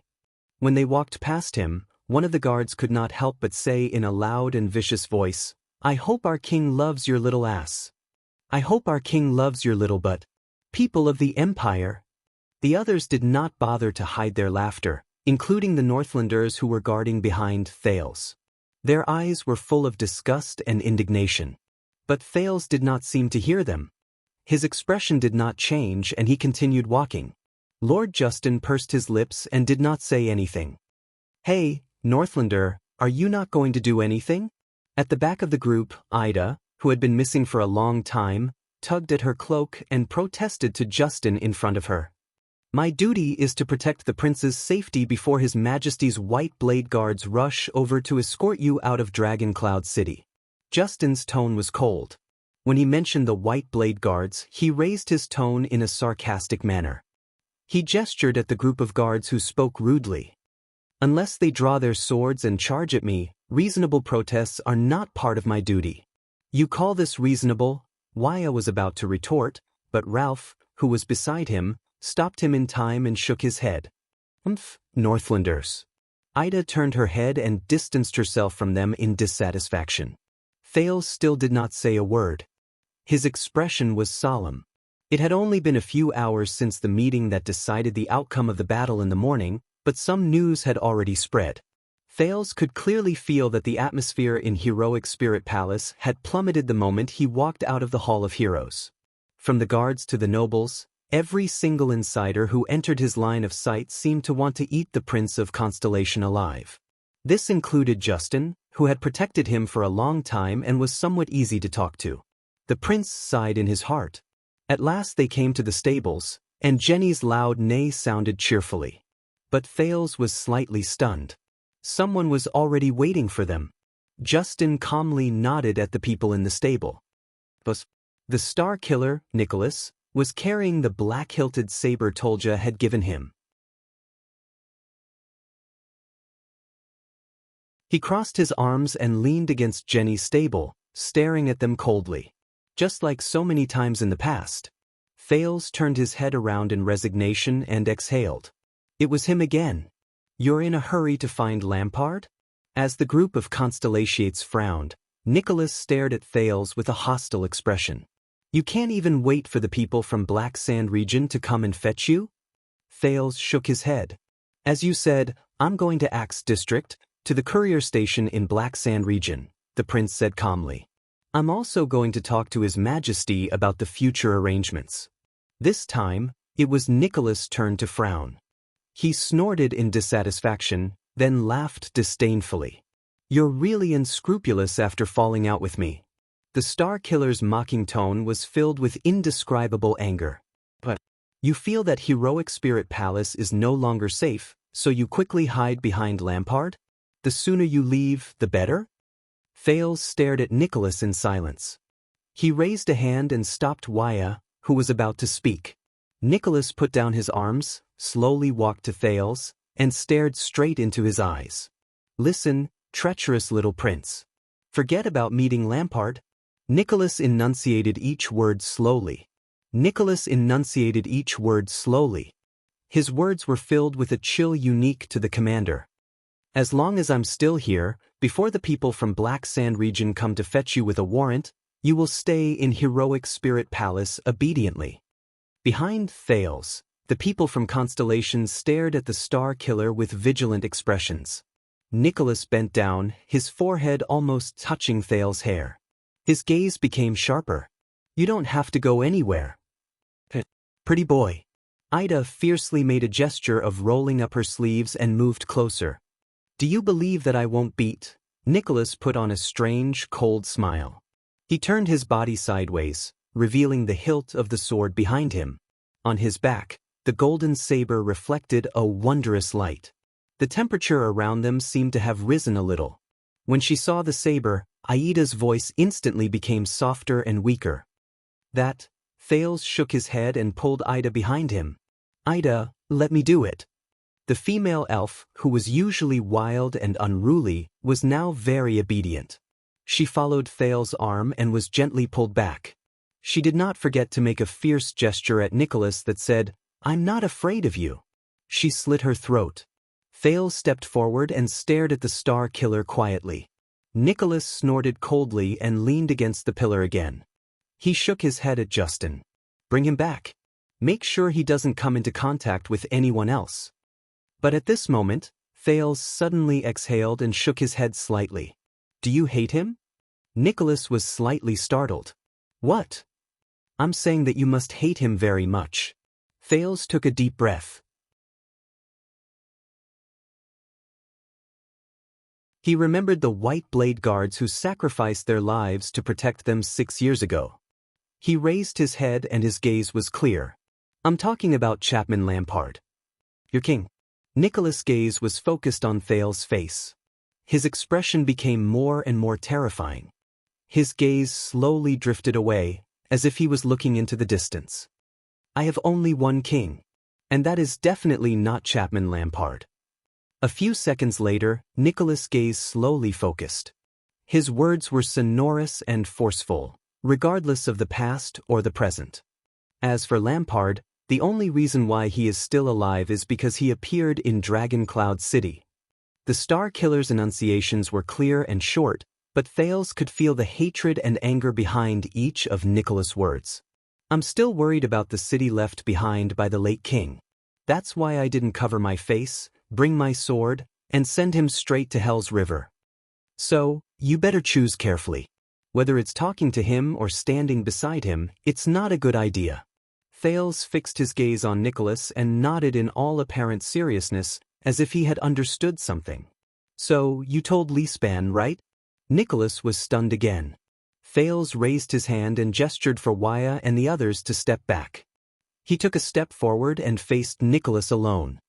You told Lispan about the fact that Lampard already has something on Dragon Cloud City, the Archduchess identity. Thales sighed and spoke softly at a volume that only the two of them could hear. That's why Lispan was so restrained in the hall this morning. He didn't want to see Dragon Cloud City destroyed in the internal strife between the archdukes. It's the same for you.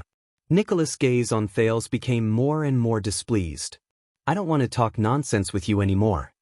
He gestured in the direction of the blood court with his chin. Now, go back to your... But Thales suddenly raised his head.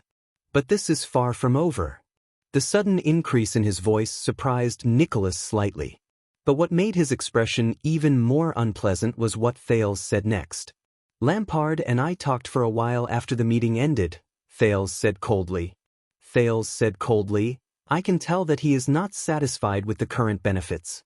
He wants more and he needs more.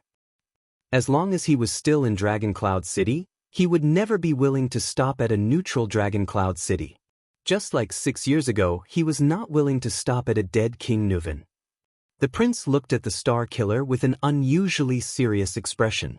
So, do you know what kind of predicament the Archduchess and Dragon Cloud City is currently in? Do you know what he's going to do next? Thales continued speaking solemnly, and now, I'm going to talk to that terrifying king again and try my best to convince him to stop for now. The Star Killer was silent for a while. His frown deepened. What else does he want? He asked softly. Thales shrugged.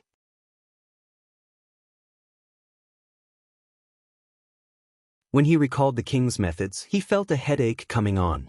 It's obvious that he's very dissatisfied with me keeping the threat of Black Sand region from the Archduchess.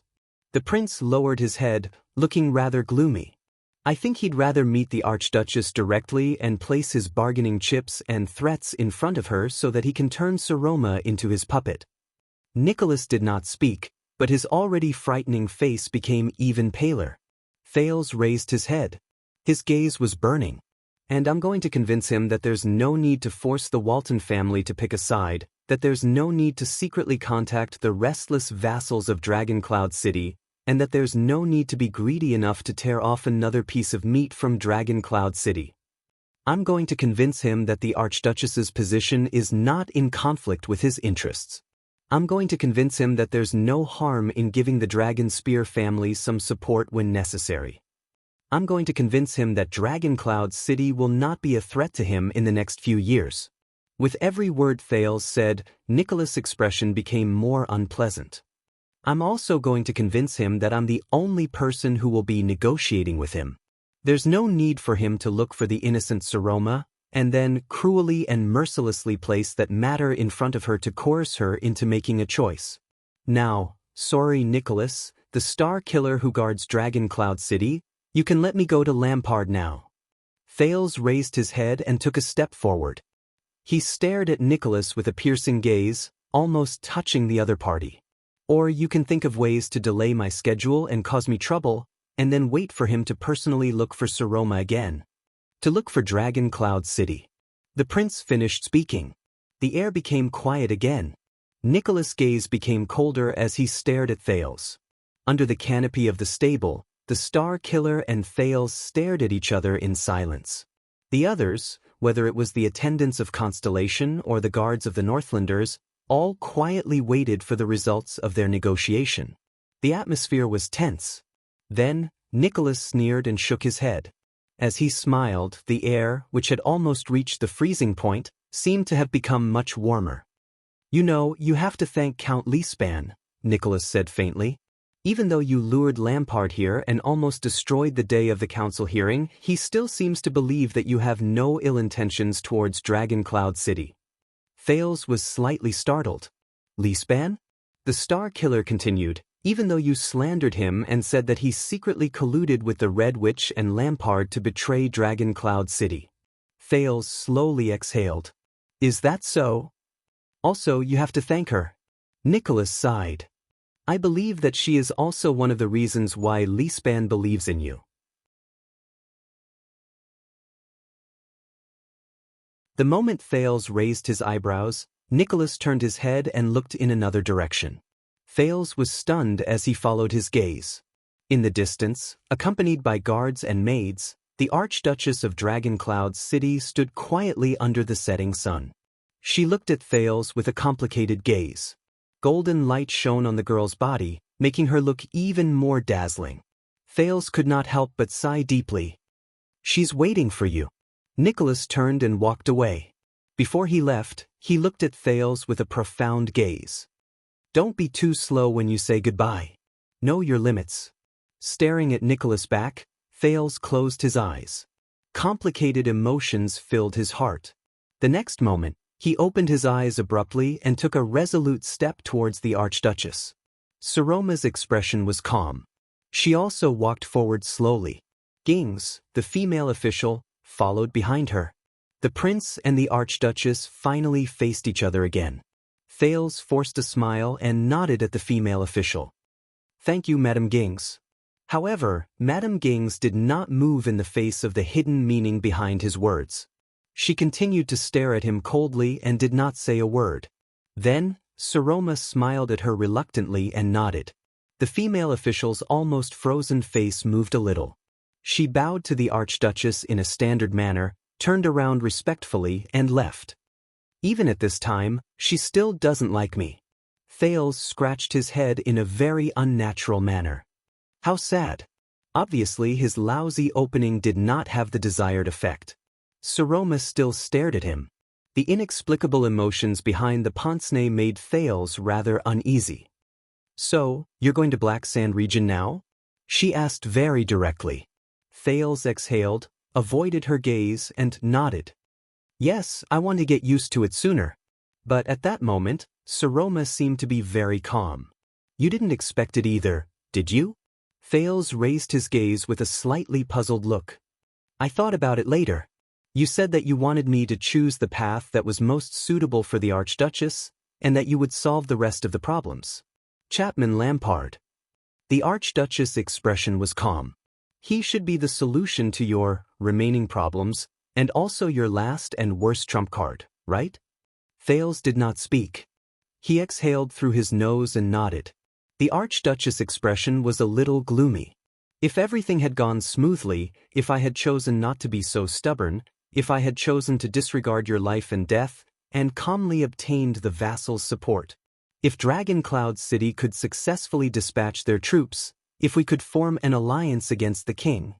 Her voice trembled slightly. "Then you wouldn't have gone to Lampard, and you wouldn't have betrayed Ian, and you wouldn't have sold yourself to Black Sand region, right?"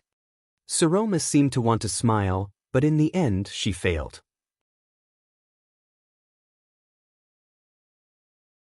"You know, the moment you spoke up in support of Lampard, I kind of didn't know you anymore."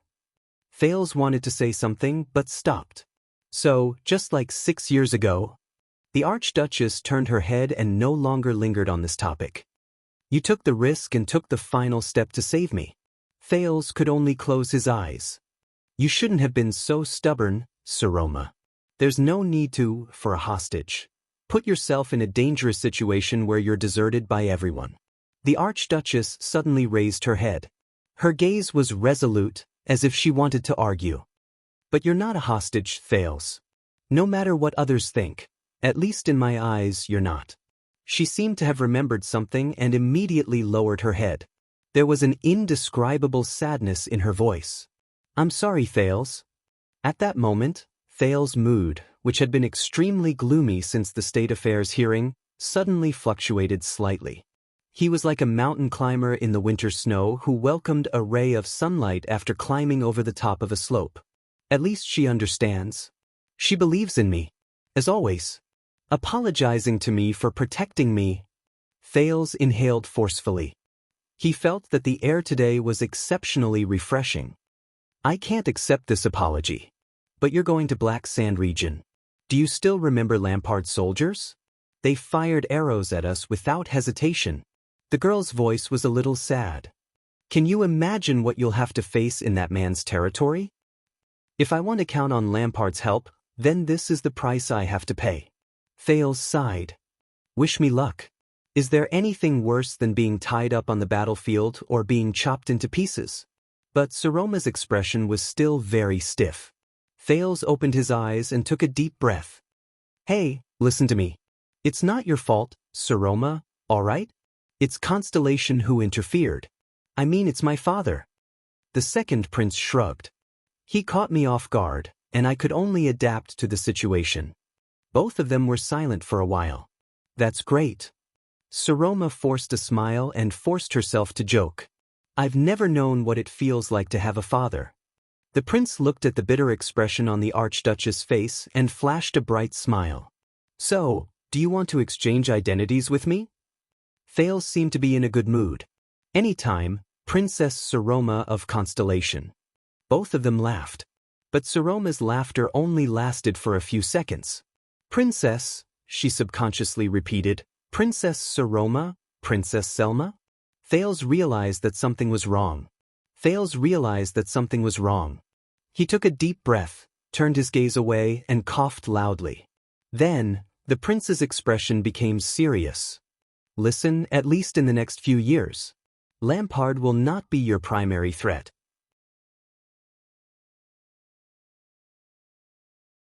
The fight between the king and the archdukes will only become increasingly intense, and the extent and methods used will gradually exceed our expectations."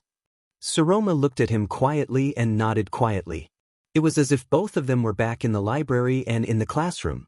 Under the rule of the Archduchess, Dragon Cloud City, which appears weak on the surface and is internally divided, will instead be ignored by them, whether intentionally or unintentionally. You may even become the target of their enticement. You can even stand in the position of a third party and reap benefits from both sides during their confrontation. Just like this time, be cautious when they extend their hands, but do not place your bets rashly. Thales was extremely serious. At this time, sit firmly in your position. This is your top priority. Be a competent, qualified, and even outstanding Archduchess, Saroma. The Archduchess smiled. Her expression was a little forced. King Nuvan left you a good entourage. Thales recalled the scene during the hearing. Nazir is wise, astute, and skillful. Karkagel is a man of few words but has quite a bit of prestige. Even the seemingly annoying Cotterson and Liner, and even the people who are not part of the Six Counts, they will all be useful to you. If you show them the boldness and skillfulness that an archduchess should have, prove to them that you are indispensable to this territory. As for Lisban, when Thales said this, he could not help but pause for a moment. In the end, he sighed and said, "He is an excellent regent, but perhaps you should consider the feelings of the other vassals and the balance of Dragon Cloud City." Saroma frowned. "You don't like him?" Thales shook his head. "Your enemies will still be within you." When the prince thought of this, his heart became a little heavy. Perhaps they will appear in various forms: the dissatisfaction of the vassals, the contempt of the people, the obstruction of tradition, sinister rumors. But at the end of the day, the biggest enemy is yourself. Saroma snorted softly. Her gaze was still fixed on Thales. It was as if this was the last time they would meet. She smiled and said, "The biggest enemy is yourself? It sounds like the pretentious, empty, rubbish encouragement in a knight's novel." Thales could not stand her gaze. He had no choice but to lower his head. "Because you are a girl," Saroma? Saroma was slightly taken aback by his words. Thales let out a long sigh. There was a strong sense of sorrow in his words that could not be dispelled. You are a girl. That means that in most games in this world, not just in Northland, but also in Northland, you have to pay a higher price than men.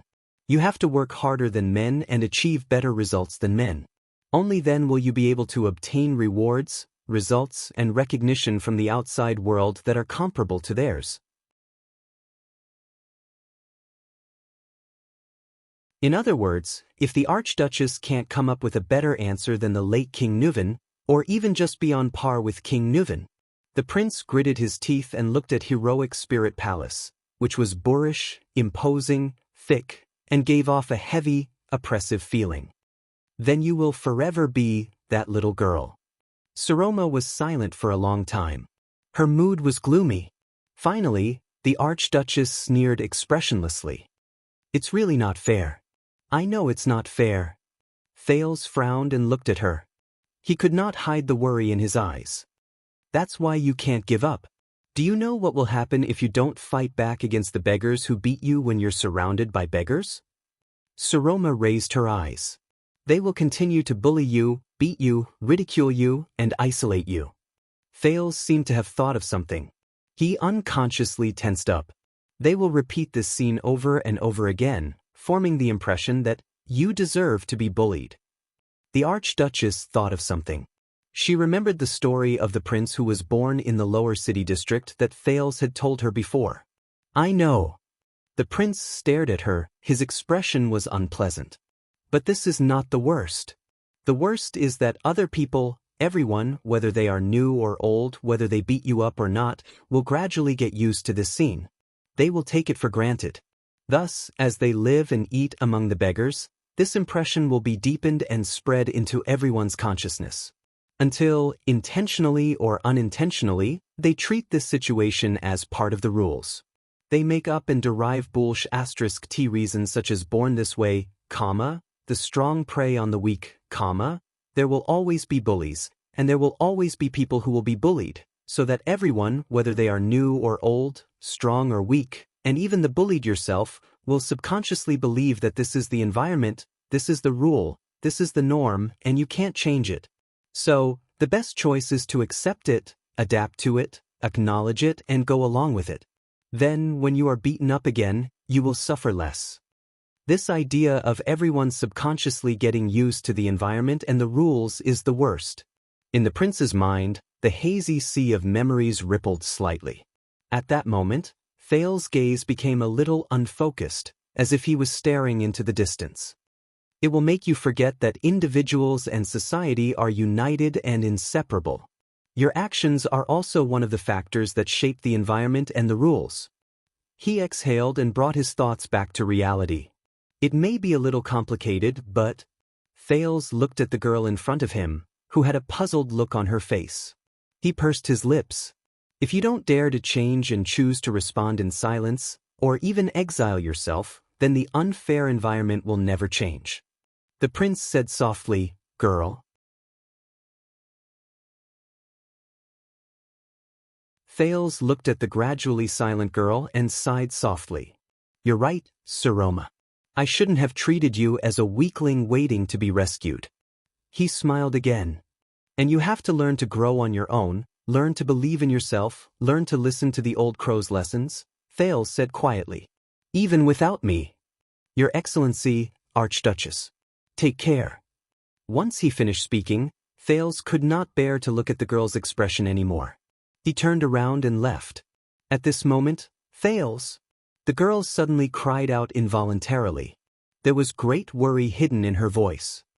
Be careful. Thales' footsteps paused slightly. He did not turn around. He only smiled.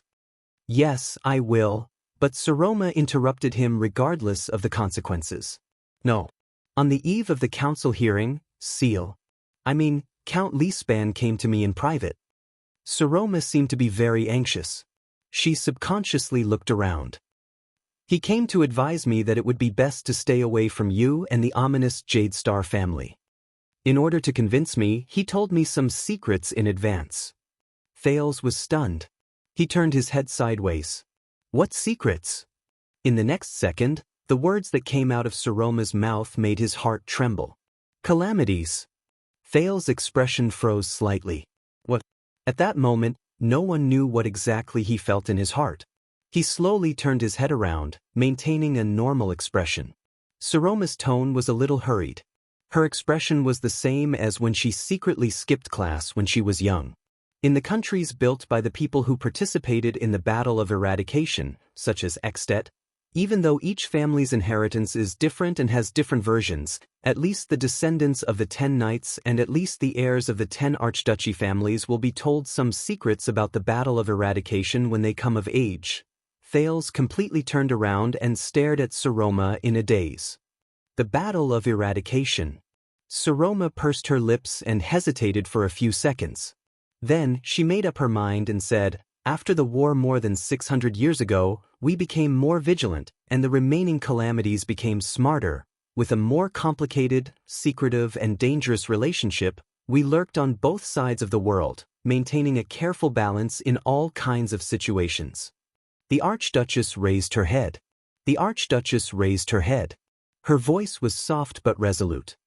But the Battle of Eradication has not ended. And they and we are still enemies. Thale's breathing gradually quickened. He could not help but clench his fists. The young girl fixed her gaze on him. Her gaze was filled with worry and vigilance.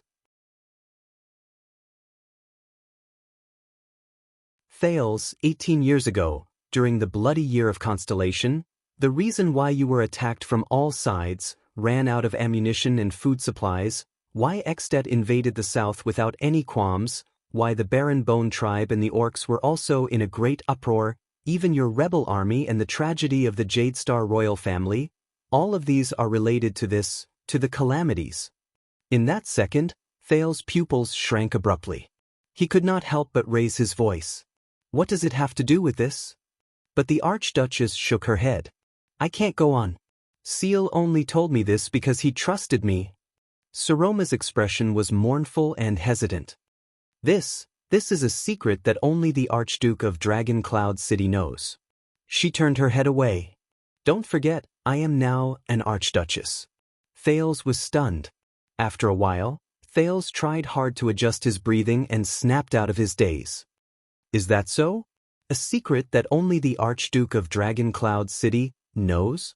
Then, that means the previous Archduke of Dragon Cloud City, that King Nuvan who decided to invade the south 18 years ago, that king of Extet who told him that there was an inside story behind the Jade Star calamity, he stared at Saroma in a daze. But I think you will find out in the end, Thales. Saroma seemed a little guilty. After all, you are the Jade Star family. Thales closed his eyes and took a deep breath. He hid the lingering haze in his mind deep into a corner. Thank you, Saroma. I know. 6 years ago, a man and a woman, the calamity came to you, Thales gulped. Saroma's voice trembled a little. I won't ask you anything unnecessary, but no matter why they came to you, it's definitely related to that, and it's definitely not a good thing. Not a good thing. You know, the young girl said quietly, I might not be happy in Dragon Cloud City, but at least I can protect you. Nicholas has a legendary anti-mystic equipment, and the Soul Slayer Pike in the Hall of Heroes is always on guard. But in Black Sand region, both of them fell silent. A breeze blew past them. Behind them, Jenny let out a dissatisfied hiss and broke the silence. After a while, Thales sighed deeply. I will remember. In the distance, Nicholas coughed loudly and said without hesitation, My lady. His urging made Saroma snap out of her daze. She seemed to have suddenly remembered something.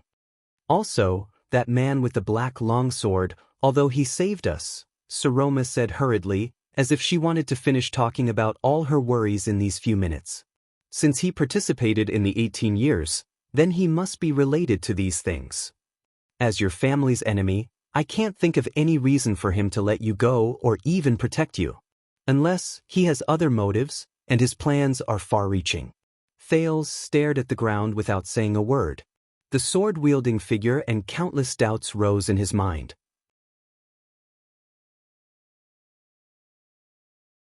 the young girl continued speaking, Nicholas and the Archduchess guards, but the furthest they could find out was that the man's nickname was Black Sword, and that he was related to a foreign gang called the Brotherhood.